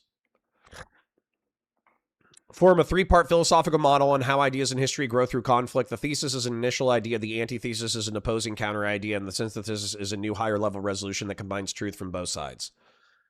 It was historical source. While widely used to explain the dialectical method of philosophical Hegel himself rarely used these exact terms. Actual origin is Johann Fichte. Okay. Okay, so Johann Fichte is the original person who proposed this, but it's Hegel who's often credited with this idea.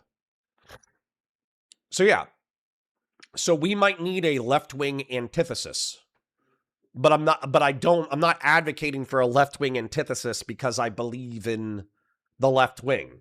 It's because it might what be needed in order to achieve a better synthesis. Doobie for 10 says the establishment GOP lost to Trump because they ignored the needs of their voters. The Dems are going through a similar transformation, but more focused on forcing the Dems to shift priorities. Okay, weirdly enough, I feel like we almost said the same thing. In 2024, but that didn't happen. That clip is fascinating on multiple levels. I wish he'd been elected president in 2024, but the man who was elected president in 2024 came with Tucker Carlson's endorsement. Tucker campaigned for him, spoke at the RNC, told us about his anti-war credibility. Laundered his reputation, some might say, to use a phrase used a moment ago. So first of all, it's interesting to say, oh, we got this bad guy, wish we'd had this good guy, but he said the exact reverse in 2024. And then this argument that J.D. Vance is anti-war. First of all, I don't believe J.D. Vance believes anything sincerely. He really is a Peter Thiel creation. Just follow the money. Boy. But separately, we know from the reporting from the New York Times and others, it's all been kind of vindicated, that in the Situation Room 10 days before the attack on Iran, February 18th, J.D. Vance is telling Donald Trump, go big. Go big. He was an anti-war voice in that situation. Yeah, but then he also was trying to tell the New York Times that he was, you know, the lone critic in the room as well. So it's clear that he's trying to position himself for the future. There's two different wings in the MAGA movement right now. There's going to be far more people that want to carry that torch once, you know, Donald Trump is no longer eligible to run again, which we don't even know if that's gonna he's gonna stick to it. Yeah, we'll see where we're at by the time we get there. But you got the Marco Rubio camp and you got the J.D. Vance camp, and I will admit I think that Donald Trump is leaning in the Marco Rubio camp a little bit. He's given him the far easier goal of implementing the Donroe Doctrine, so he's overseeing the installation of fascist puppets in Latin American countries, and also military interventions like the one we saw in Venezuela. Apparently he's like basically sexting with Delcy Rodriguez on a daily basis. They're just like, you know, sending each other pics and stuff on WhatsApp. Strange experience overall. So he's got the cushy prime job as the Secretary of State, whereas J.D. Vance is on, janitorial duty right now, in a manner not dissimilar to what Biden did with Kamala Harris, like putting him on the Iran deal. Clean up on aisle 7. Yeah, it's the worst deal to potentially be a part of because Donald Trump is unbelievably compromised by Israel or unbelievably loyal to Israel's interests.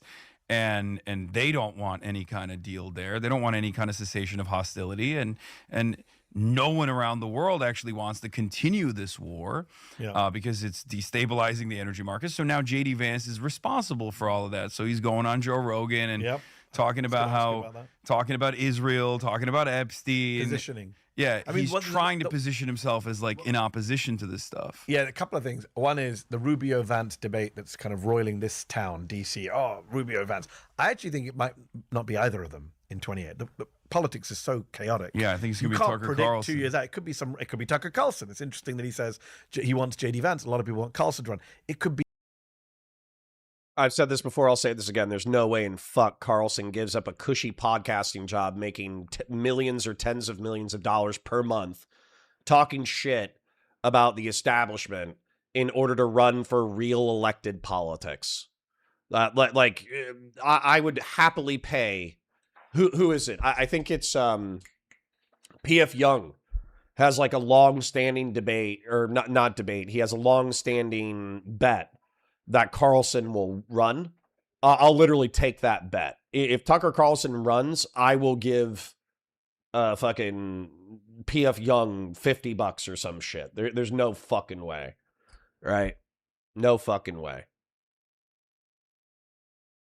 We don't know, right? Politics is so insane right now. 2 years is a long time. The Republican Party the base is all over the place. Anyone could emerge. Rubio, it could be, they don't want anyone associated with Trump. Trump is such a damaged brand. Yeah, Who knows? 2 years ago, you had 34 Democrats vote against funding Israel. Yeah, and today, this past week is 103, 104. So things change fast in our political climate. But even on the Vance, Vance is a super online guy, right? If you saw the reporting of how Susie Wiles wanted him to get off Twitter, he was spending too much time online attacking people like me.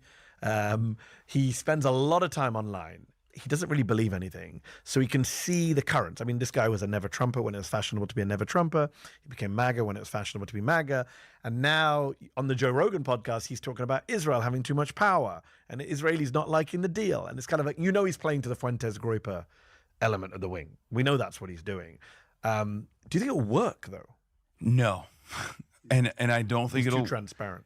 Well, I think he's too lived up. Like, I think aesthetics do matter, and I feel like he's the liberal Groyper.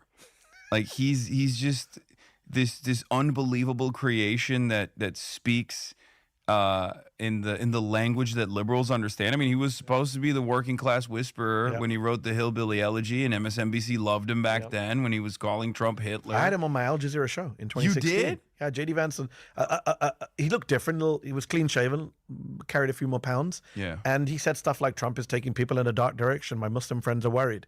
That was a J.D. Vance I spoke to in 2016. And his trans friends too. Yes. And now he's liberal Groyper, but it's funny because his wife is Indian, his kids are Indian, and he has to maintain this weird posture where he has to. He threw his wife under the bus at a TP USA event. Yeah, when he said she's going to hell. He basically said he literally implied his wife is going to hell. And then she got him back, though. I love their weird dynamic. She got him back. Do you see the joint interview where they're asked about being Hindu? And she goes, I'm very comfortable in my faith. I grew up in a very stable family, so I'm very comfortable in my faith. Oh, it was like a dig to her husband. It was nice. I think I've told you guys before that there's a conspiracy theory in Washington, D.C. that Usha Vance is actually the person who craves political power and infamy more than everybody else. I don't know if it's true. It could be a total conspiracy theory, whack job theory. But, back in 2016, J.D. Vance was like a chubby, slovenly, never Trump Republican, and then when the political wind shifted, he changed immediately and went balls to the wall as a Trump dick sucker for power. And so there's this popular, funny theory that Usha Vance, because Indians, especially Indian immigrants, have a reputation for always wanting, especially the first generation, always want to be like very highly achieved. They want to be like either a business owner, a doctor, a lawyer, or an engineer. Doctor, lawyer, engineer, business owner. Those are your 4 options as a first-generation Indian immigrant. So, Usha pushing her husband, regardless of whatever like racist or religious conflicts there might be, to the highest seat of power in the land, weirdly enough, kind of goes along with that stereotype. Now, Doobie says, all the Dems need to do is go where the base is and they'll be fine. The issue is the moderates in the party are resisting this, which only causes more resentment. Ride the wave or get crushed, in my opinion. Right. But what is the, how do I phrase this? What are the consequentialist impacts of playing to the Democratic base, which seems to be swinging towards Hassan Piker populist economic bullshit? What is the future of America? Because it could be a horrific political schism where there is no longer a center left or a center right. There is actually just a far left and a far right and then a center. And then the center has to pick the lesser of 2 evils each election, which weirdly enough, I feel like we've been stuck there for a while. Yeah, I mean, would that result in the emergence of a third party? Maybe that's what we fucking need. Oh, God damn it. Version of that. Usha, my queen. No, let's not do the my queen thing. She's awful. She was just interviewing Trump and fawning all over Trump. She sat at the RNC with the mass deportations. As former friends of hers say, this is a very cynical move by her. Oh, for sure. She used to be a liberal Democrat. They're Yale graduates. They want power. These guys, Sometimes we do this with, like, do you remember there was a thing about Melania blink twice in first term? Like, Melania is a racist who endorsed birtherism. Joking when I say Usha, my queen. There are some people watching who might think Usha is leading at internal resistance. I'm not being sincere about that. On the sincerity point, just before we move on, Tucker on Michelle Hussein's show talking about Vance there, and then JD Vance on Rogan. Like, these people are all positioning. I think it's a good thing, because I was actually worried for a while that, like, and me and Shadi Hamid of the Washington Post got in trouble simply for pointing out that we have a lot of Muslim friends who love Tucker and who would vote for Tucker if he ran. And people were shooting the messages like, how could he be pro-Tucker? I'm not pro-Tucker. I'm just telling you what people are saying, right? Because he's anti-American interventionism. I think the more he kind of goes on about JD Vance, normies may open their eyes and say, actually, Tucker Carlson is not some great anti-war hero. He's clearly doing what you said, which is laundering JD Vance's reputation for 2028. Yeah, no, that's exactly what's going on. These guys are, fairly cynical. They're cold. They're amoral or immoral. They're operators. And people need to understand that. These aren't like regular people that are responding to stimuli in the same way that like a normie who's uninitiated would, right? When they see like the horrible images coming out of Gaza and they go, this is unbelievable. We need to put a stop to it. I mean, it can still be impactful. Genocide is the crime of all crimes for good reason. And that's why I always say, like, I don't doubt the sincerity of people's opinions when they speak on this issue. But I do place a lot of emphasis on like what they do with their newfound change of attitude. Ask Democrats 2020. I'm skipping up to Democrats for 2028 just because I do have literally, basically. I'm trying to think of more more filler words. I have a 3-year-old dressed as Sully from Monsters, Inc., pouring water into a medicine cup like a shot glass and then drinking water while eating cookies and raspberries while opening up every single box inside my house. So basically, like, immediately outside this doorway is a war zone that I'm going to have to clean up when my children leave.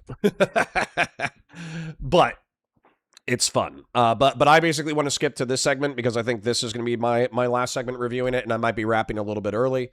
Let me thank everybody who donated, though, before we watch this last little bit and then wrap for the day. See, look, Doobie. You guys want me to ban Doobie? Get Patriarch or Christian Valeris back. And I'm still not going to ban Doobie.